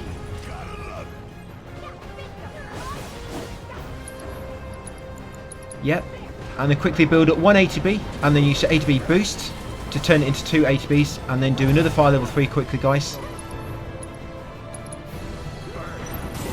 That's it, and then one more, and that should be it. You might have staggered in by now. If you did, great. So you see that Morning Wall, get out of the way, so you get caught in that tornado, it'll do loads of damage. And the dumbass teleported out of the way of his own attack, so he wasn't safe. And that's it, got him. So that's stage 2. So stage 3 is always going to be Tifa and Cait Sith, and this is what we were saving the limit breaks for. But basically stage 3, 4 and 5. This is always, like I say, always going to be Tifa and Cait Sith in stage 3. Now, straight away, Tifa's going to use her level 2 limit break. But what you want to do first, guys, is retry from current phase. This is to reset the stop. So now we can actually cast stop again on the boss. We're going to do this later. So yeah, as soon as you get control of Tifa, first retry from current phase. Like I say, it's to reset the stop status. So you can do it again later. Because it's actually immune. You can only do it once and it becomes immune. But when you retry, it kind of resets it so you can do it again. So yeah, so we're back again. So Tifa, straight away, is going to do Dolphin Flurry, her level 2 limit break. And then while she's doing that, switch to Cait Sith, build up 180B, do the Let's Ride ability, so you get a Moogle, and then do his level 2 limit break, the Mega Google Box, whatever it's called. That's it, then switch back to Tifa, build up 180B, do Unfettered Fury, and then damage the wing, just in case them 2 limits didn't kill it. Right, so for phase 4, stage 4, straight away, Red 13 is going to do its level 2 limit break. While he's doing that, you're going to switch to Barret, you're going to do Overcharge to get 180B, and then you're going to do Barret's level 2 limit break. While Barret's doing that, switch back to Red 13, start using square attack, and then do your Sidewinder ability, and that should finish off the wing. And then stage 5, once you're Yuffie, first of all guys, build up 180B. In this first attack you want to block it, so build up 180B first as Yuffie, and then use Faith on Cloud. Use Faith on Cloud, then switch back to Yuffie and do her level 3 limit break, Devastation. While she's doing that, switch to Cloud, go into Prime mode. Now build up 180B and then do Fire level 2 on the head. Make sure you trigger Fury as well. Yeah, and then now quickly try to build up 280B before you kill the boss. Sorry, before you kill the head, or cripple it. That's it. So what you want to try and do, guys, if you restart stage 6, which we're going into now, Cloud is going to lose his Faith and his Prime mode. So you're going to waste the 80B. So try not to die in this next bit. So it's going to mess it up. If you do, you can just try to restart from that phase and just adapt. And like I say, if you retry the next phase, Cloud is going to lose basically his buffs. That's what happened if you retry. You'll keep your 80B and your limit where it's currently at, but you'll lose your buffs. So for this stage you've got Cloud, Character D and Character E. Yeah, Cloud, Character D and Character E. We're almost done it. It's a long fight, ain't it, these? Sephiroth's just as long. So straight away, Cloud's going to finish building up 280Bs, and then he's going to do Fire level 3. Then while he's doing that, you're going to switch to Character D or E. You're going to build up 180B quickly, whoever's going to be quickest to deal with. And then they're going to use Stop on the boss when he becomes pressured from that level 3 we just did with Cloud. Right, once you stopped, switch back to Cloud. Build up 280B. In Prime mode, of course. Always use Prime mode with Cloud on these two fights. Once got 280B, use Fire level 3. Then quickly build up one more 80B, do 80B boost. And then another Fire level 3, which should finish him off, guys.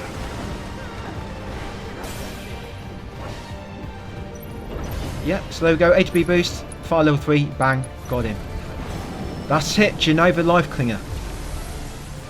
I hope that wasn't too complicated. I know I had to record the commentary over the Materia setup about 5 times, so I kept confusing myself. But hopefully I've broken it down quite well there, guys.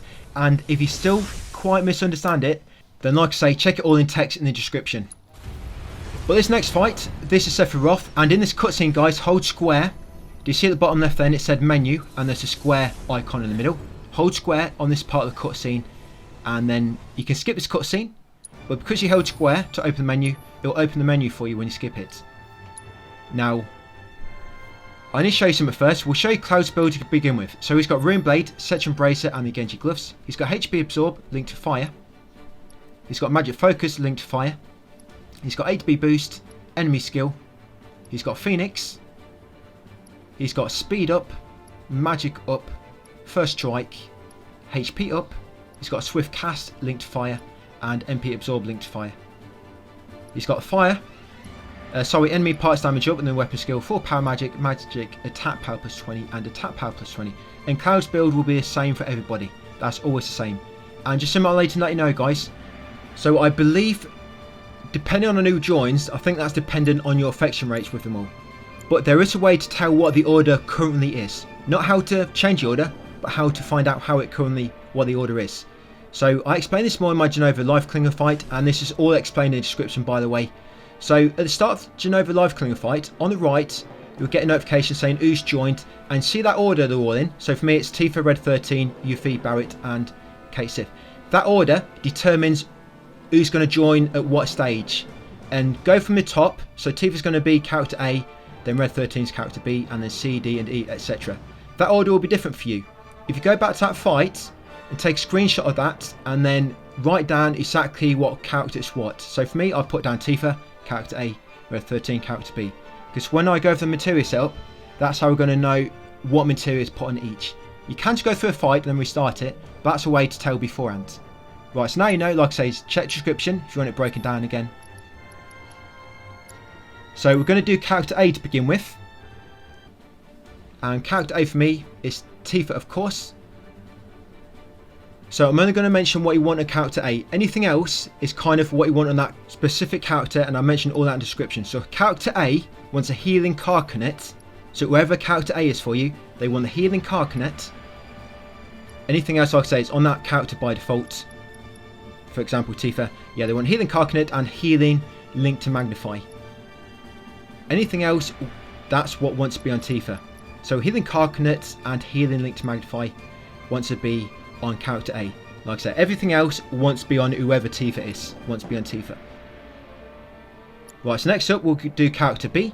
So character B for me is Red 13. So character B wants limit booster. Yeah, very important. Character B wants limit booster. Yep, and they also want healing. Character B wants limit booster and healing. Anything else you see, that all wants to be on Red 13. I'm not going to mention all that, so I can't keep up with myself saying, you know, and it's going to be a bit confusing. So I'm just mentioning what wants to be on character A, anything else on that specific one. For example, Red 13. And it's, like I say, it's all in the description anyway. So next up, we'll do character C. So character C for me is Yuffie. And character C wants the enhanced expeditionary medal. Yeah, character C wants an enhanced expeditionary medal. The reason you want that medal on character C is basically on stage 6 of the boss of Sephiroth, we're basically going to be, character C is going to be using 3 limit breaks all at once, level 3 limit breaks. So you don't have to worry about using different elements on the wings. Just makes that stage much, much easier. But yeah, character C, enhanced expeditionary medal. And then we'll go over the materia below. Like I say, just the same as character A and B, basically Tifa and Red 13 for me. They've got the default things which you always want on them characters themselves. But yeah, character C, so enhanced expeditionary medal, and materia exclusive to them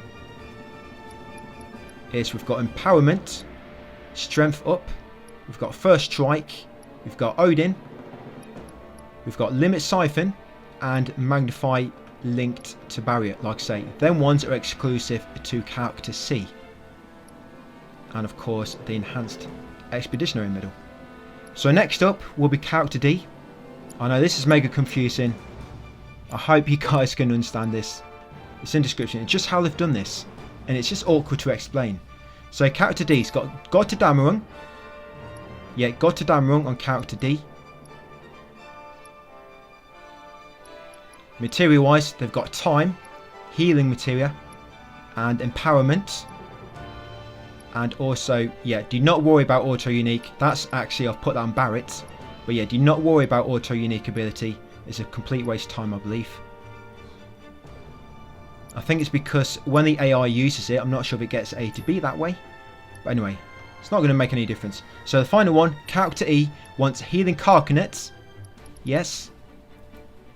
And they also want limit support and magnify link to healing. Yeah, so they've got healing Carcanet, limit support and magnify link to healing. And everything else is on Cait Sith by default. So that's it, guys. Hope you caught all that. If not, I'll mention it again. I'm going to keep mentioning this, so I don't want you to get confused. It's all listed in description. It might take a few reads to understand how it works. And we'll do Aerith next. Aerith's going to be the same for everybody, by the way. So Plumos rods, Choco King's cape, armor piece don't really matter.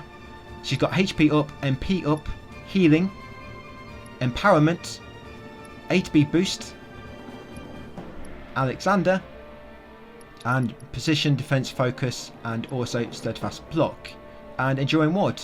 So Cloud and Aerith will be the same for everybody, but the rest will be a little bit different. That's where that screenshot's from for the start of Genova Lifeclinger fight. Right, so let's go.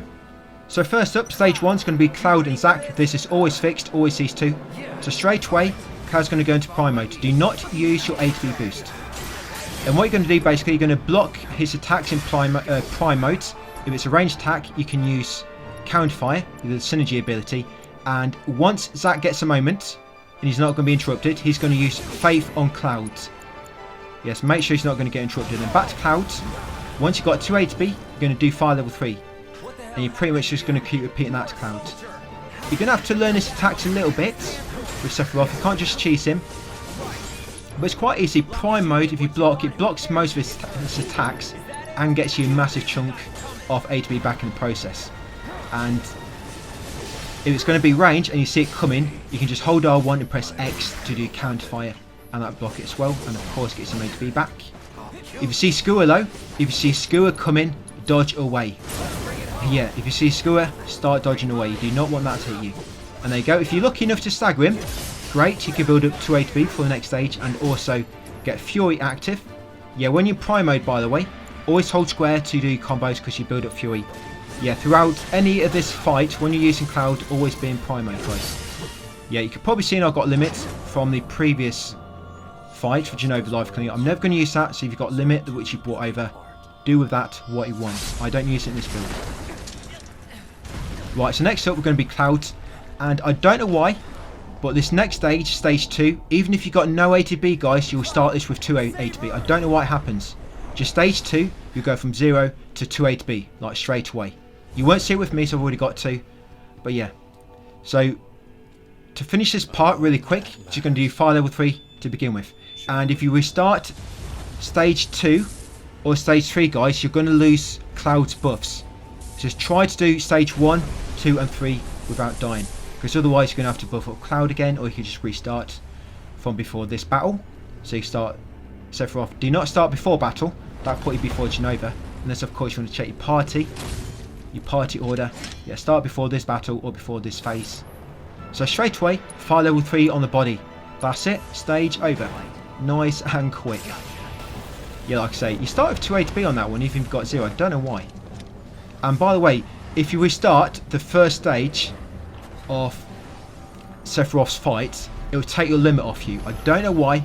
All the other stages, if you restart them, you keep your limit. But stage 1 of Sephiroth, it takes your limit off you for some reason. Don't ask me why. So next up, stage 3. But in the meantime, in between, you're going to get a bit of control back. Now start climbing up straight away, otherwise the Whispers will start damaging you. And they do quite a bit of damage. So start climbing up, all the way to the top. That's it. And then I guess I hold right at this point. Not sure if you have to. Right, and so once you get control back, hold forward and kind of forward and right to go diagonal. That's it, this way. So you don't get damaged again.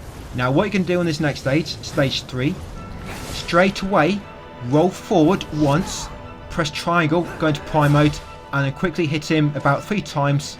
You should be able to hit him the 3rd hit, which will trigger Fury. So dodge, prime, 3 hits. Or 4, it might be 4. That's it, he'll do that attack, it will hit you. And then get 1 hit, or 2, just build up your ATB, dodge away quickly. And then quickly use the ATB boost, which we're saving. And then do fire level 3. That's it, stage over. Yeah, the reason you have to dodge away quickly after that first attack is because he does this attack, I forget the name of it, but it'll kind of do a massive blast out towards you and it'll kill you. So you get 1 or 2 hits quickly, then quickly dodge out the way to the left. 8B boost, fire level 3.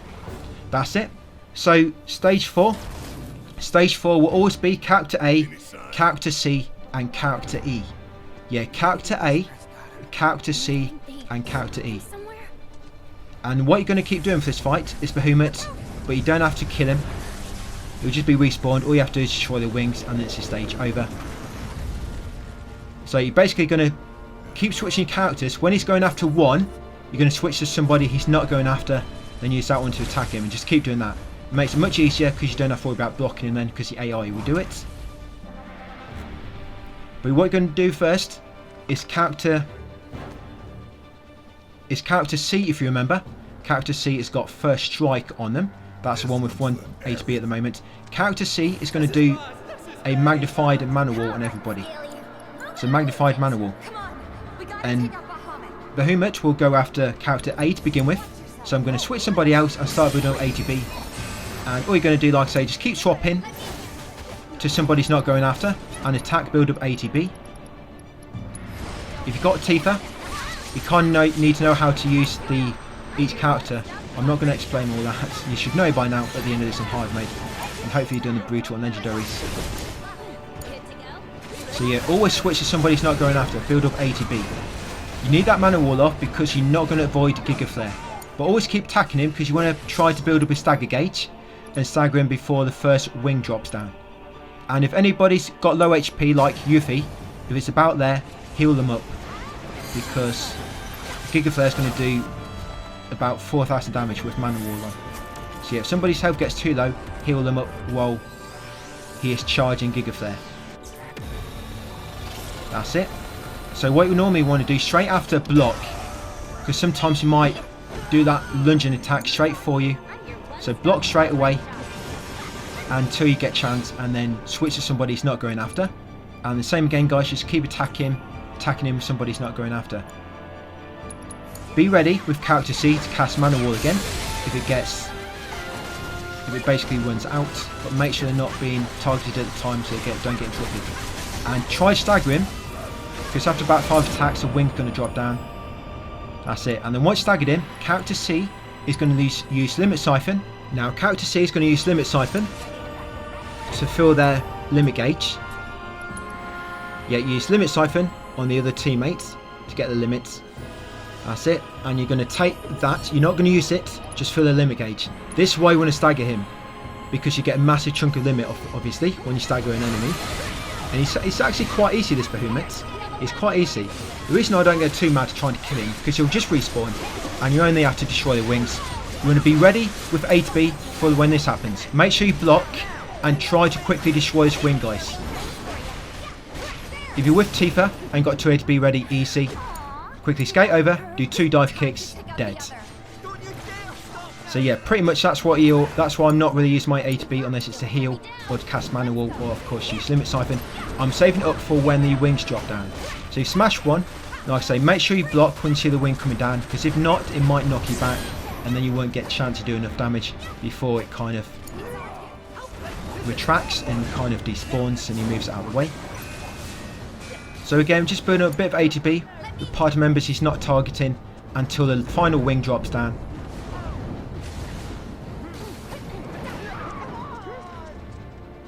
Here we go, final one.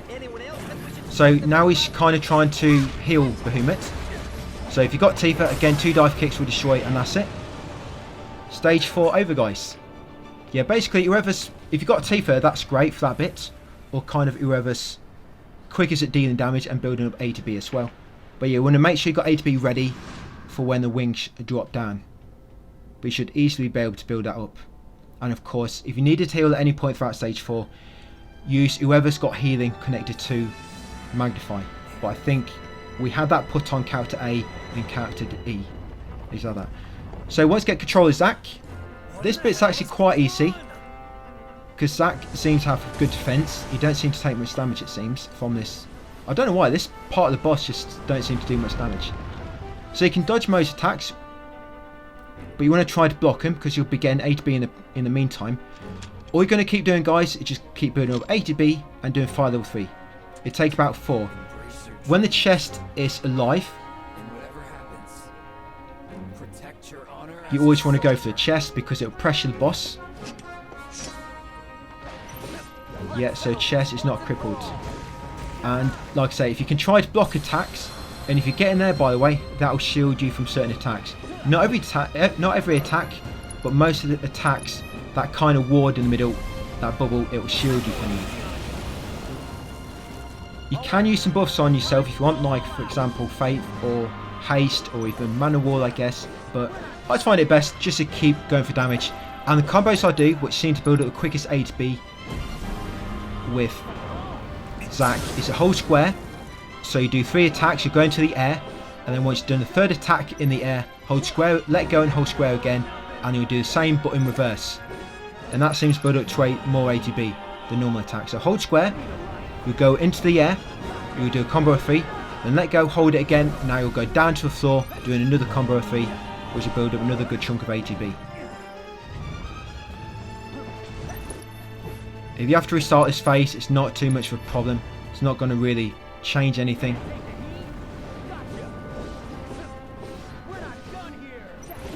Yeah, there we go. Like I say, not too bad. I didn't heal, I didn't use mana wall, and I only took like half HP damage. Right, so stage 6.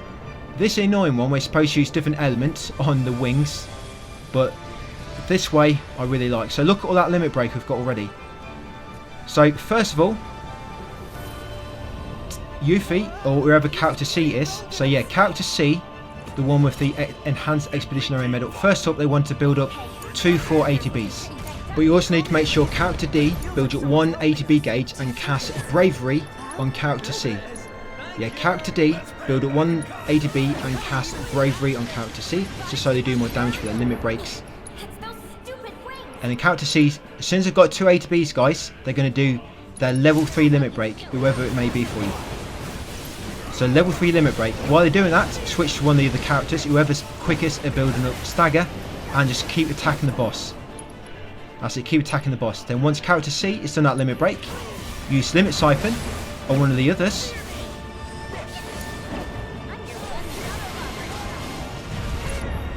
And then do the limit level 3 again. While they're doing that and the boss is kind of stunned, back to one of the other teammates and start attacking the boss to build up its stagger. That's it. And then once that level 3 has been done, they're going to use limit siphon again on the remaining person who's still got limit break.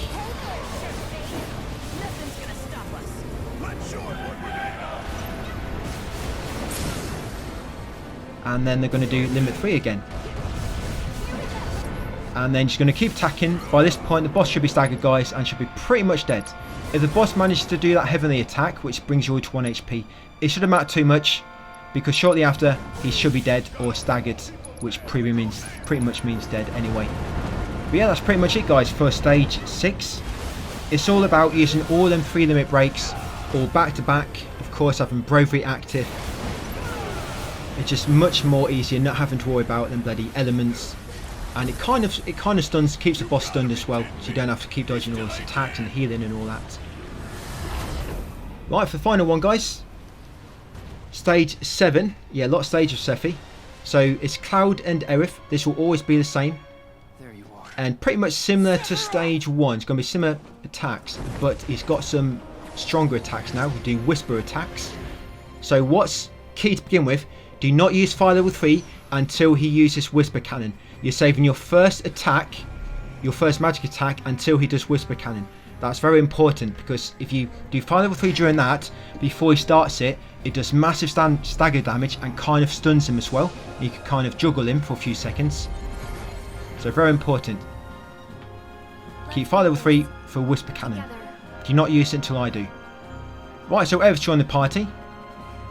So straight away as Cloud, you're going to use A to B boost and then prime mode, and then get ready to block his first attack. Similar to like with Zack, you can block most of his attacks, but it's ranged, you can use counter fire. But prime will not block ranged attacks, you should know that anyway. And you're obviously going to be attacking him in prime mode. So A to B boost, there we go, prime mode. As you see, I've still got a limit break, I'm not going to use it. Just in case you didn't have it, that's why. In case you had to restart the first part and lost it. So as soon as Aerith gets the opportunity, switch to her quickly, do A to B boost, and then have her do Faith on Cloud, and then switch back to Cloud. Yeah, when she gets the opportunity, you want to do it quick. You need to be very quick this first stage. After about 4 attacks, he's going to do Whisper Cannon, and we need to have Faith active before he does that, and have 2 A to Bs. Now as soon as he teleports, he's going to do it. Get ready. As soon as you see him teleport, have Aerith use Arcane Ward on Cloud, then have Cloud use his fire level 3. That's it. You do massive, look at that stagger damage. And you can also juggle him if you use fire level 3 during this whisper mechanic at the start of it. There you go. And now quickly build up to A to B back. Because you juggled him, you get a good few seconds. Back to the arcane ward, do another fire level 3. Now you're just going to keep doing this, guys, and dodging his attacks. Grip of Fate, make sure you dodge out of the way of that. If it's too close, if you're too close to him when he does that, use counter fire, otherwise it will grab you and he does a lot of damage. Of course, a skewer, make sure you get out of the way if you see that coming.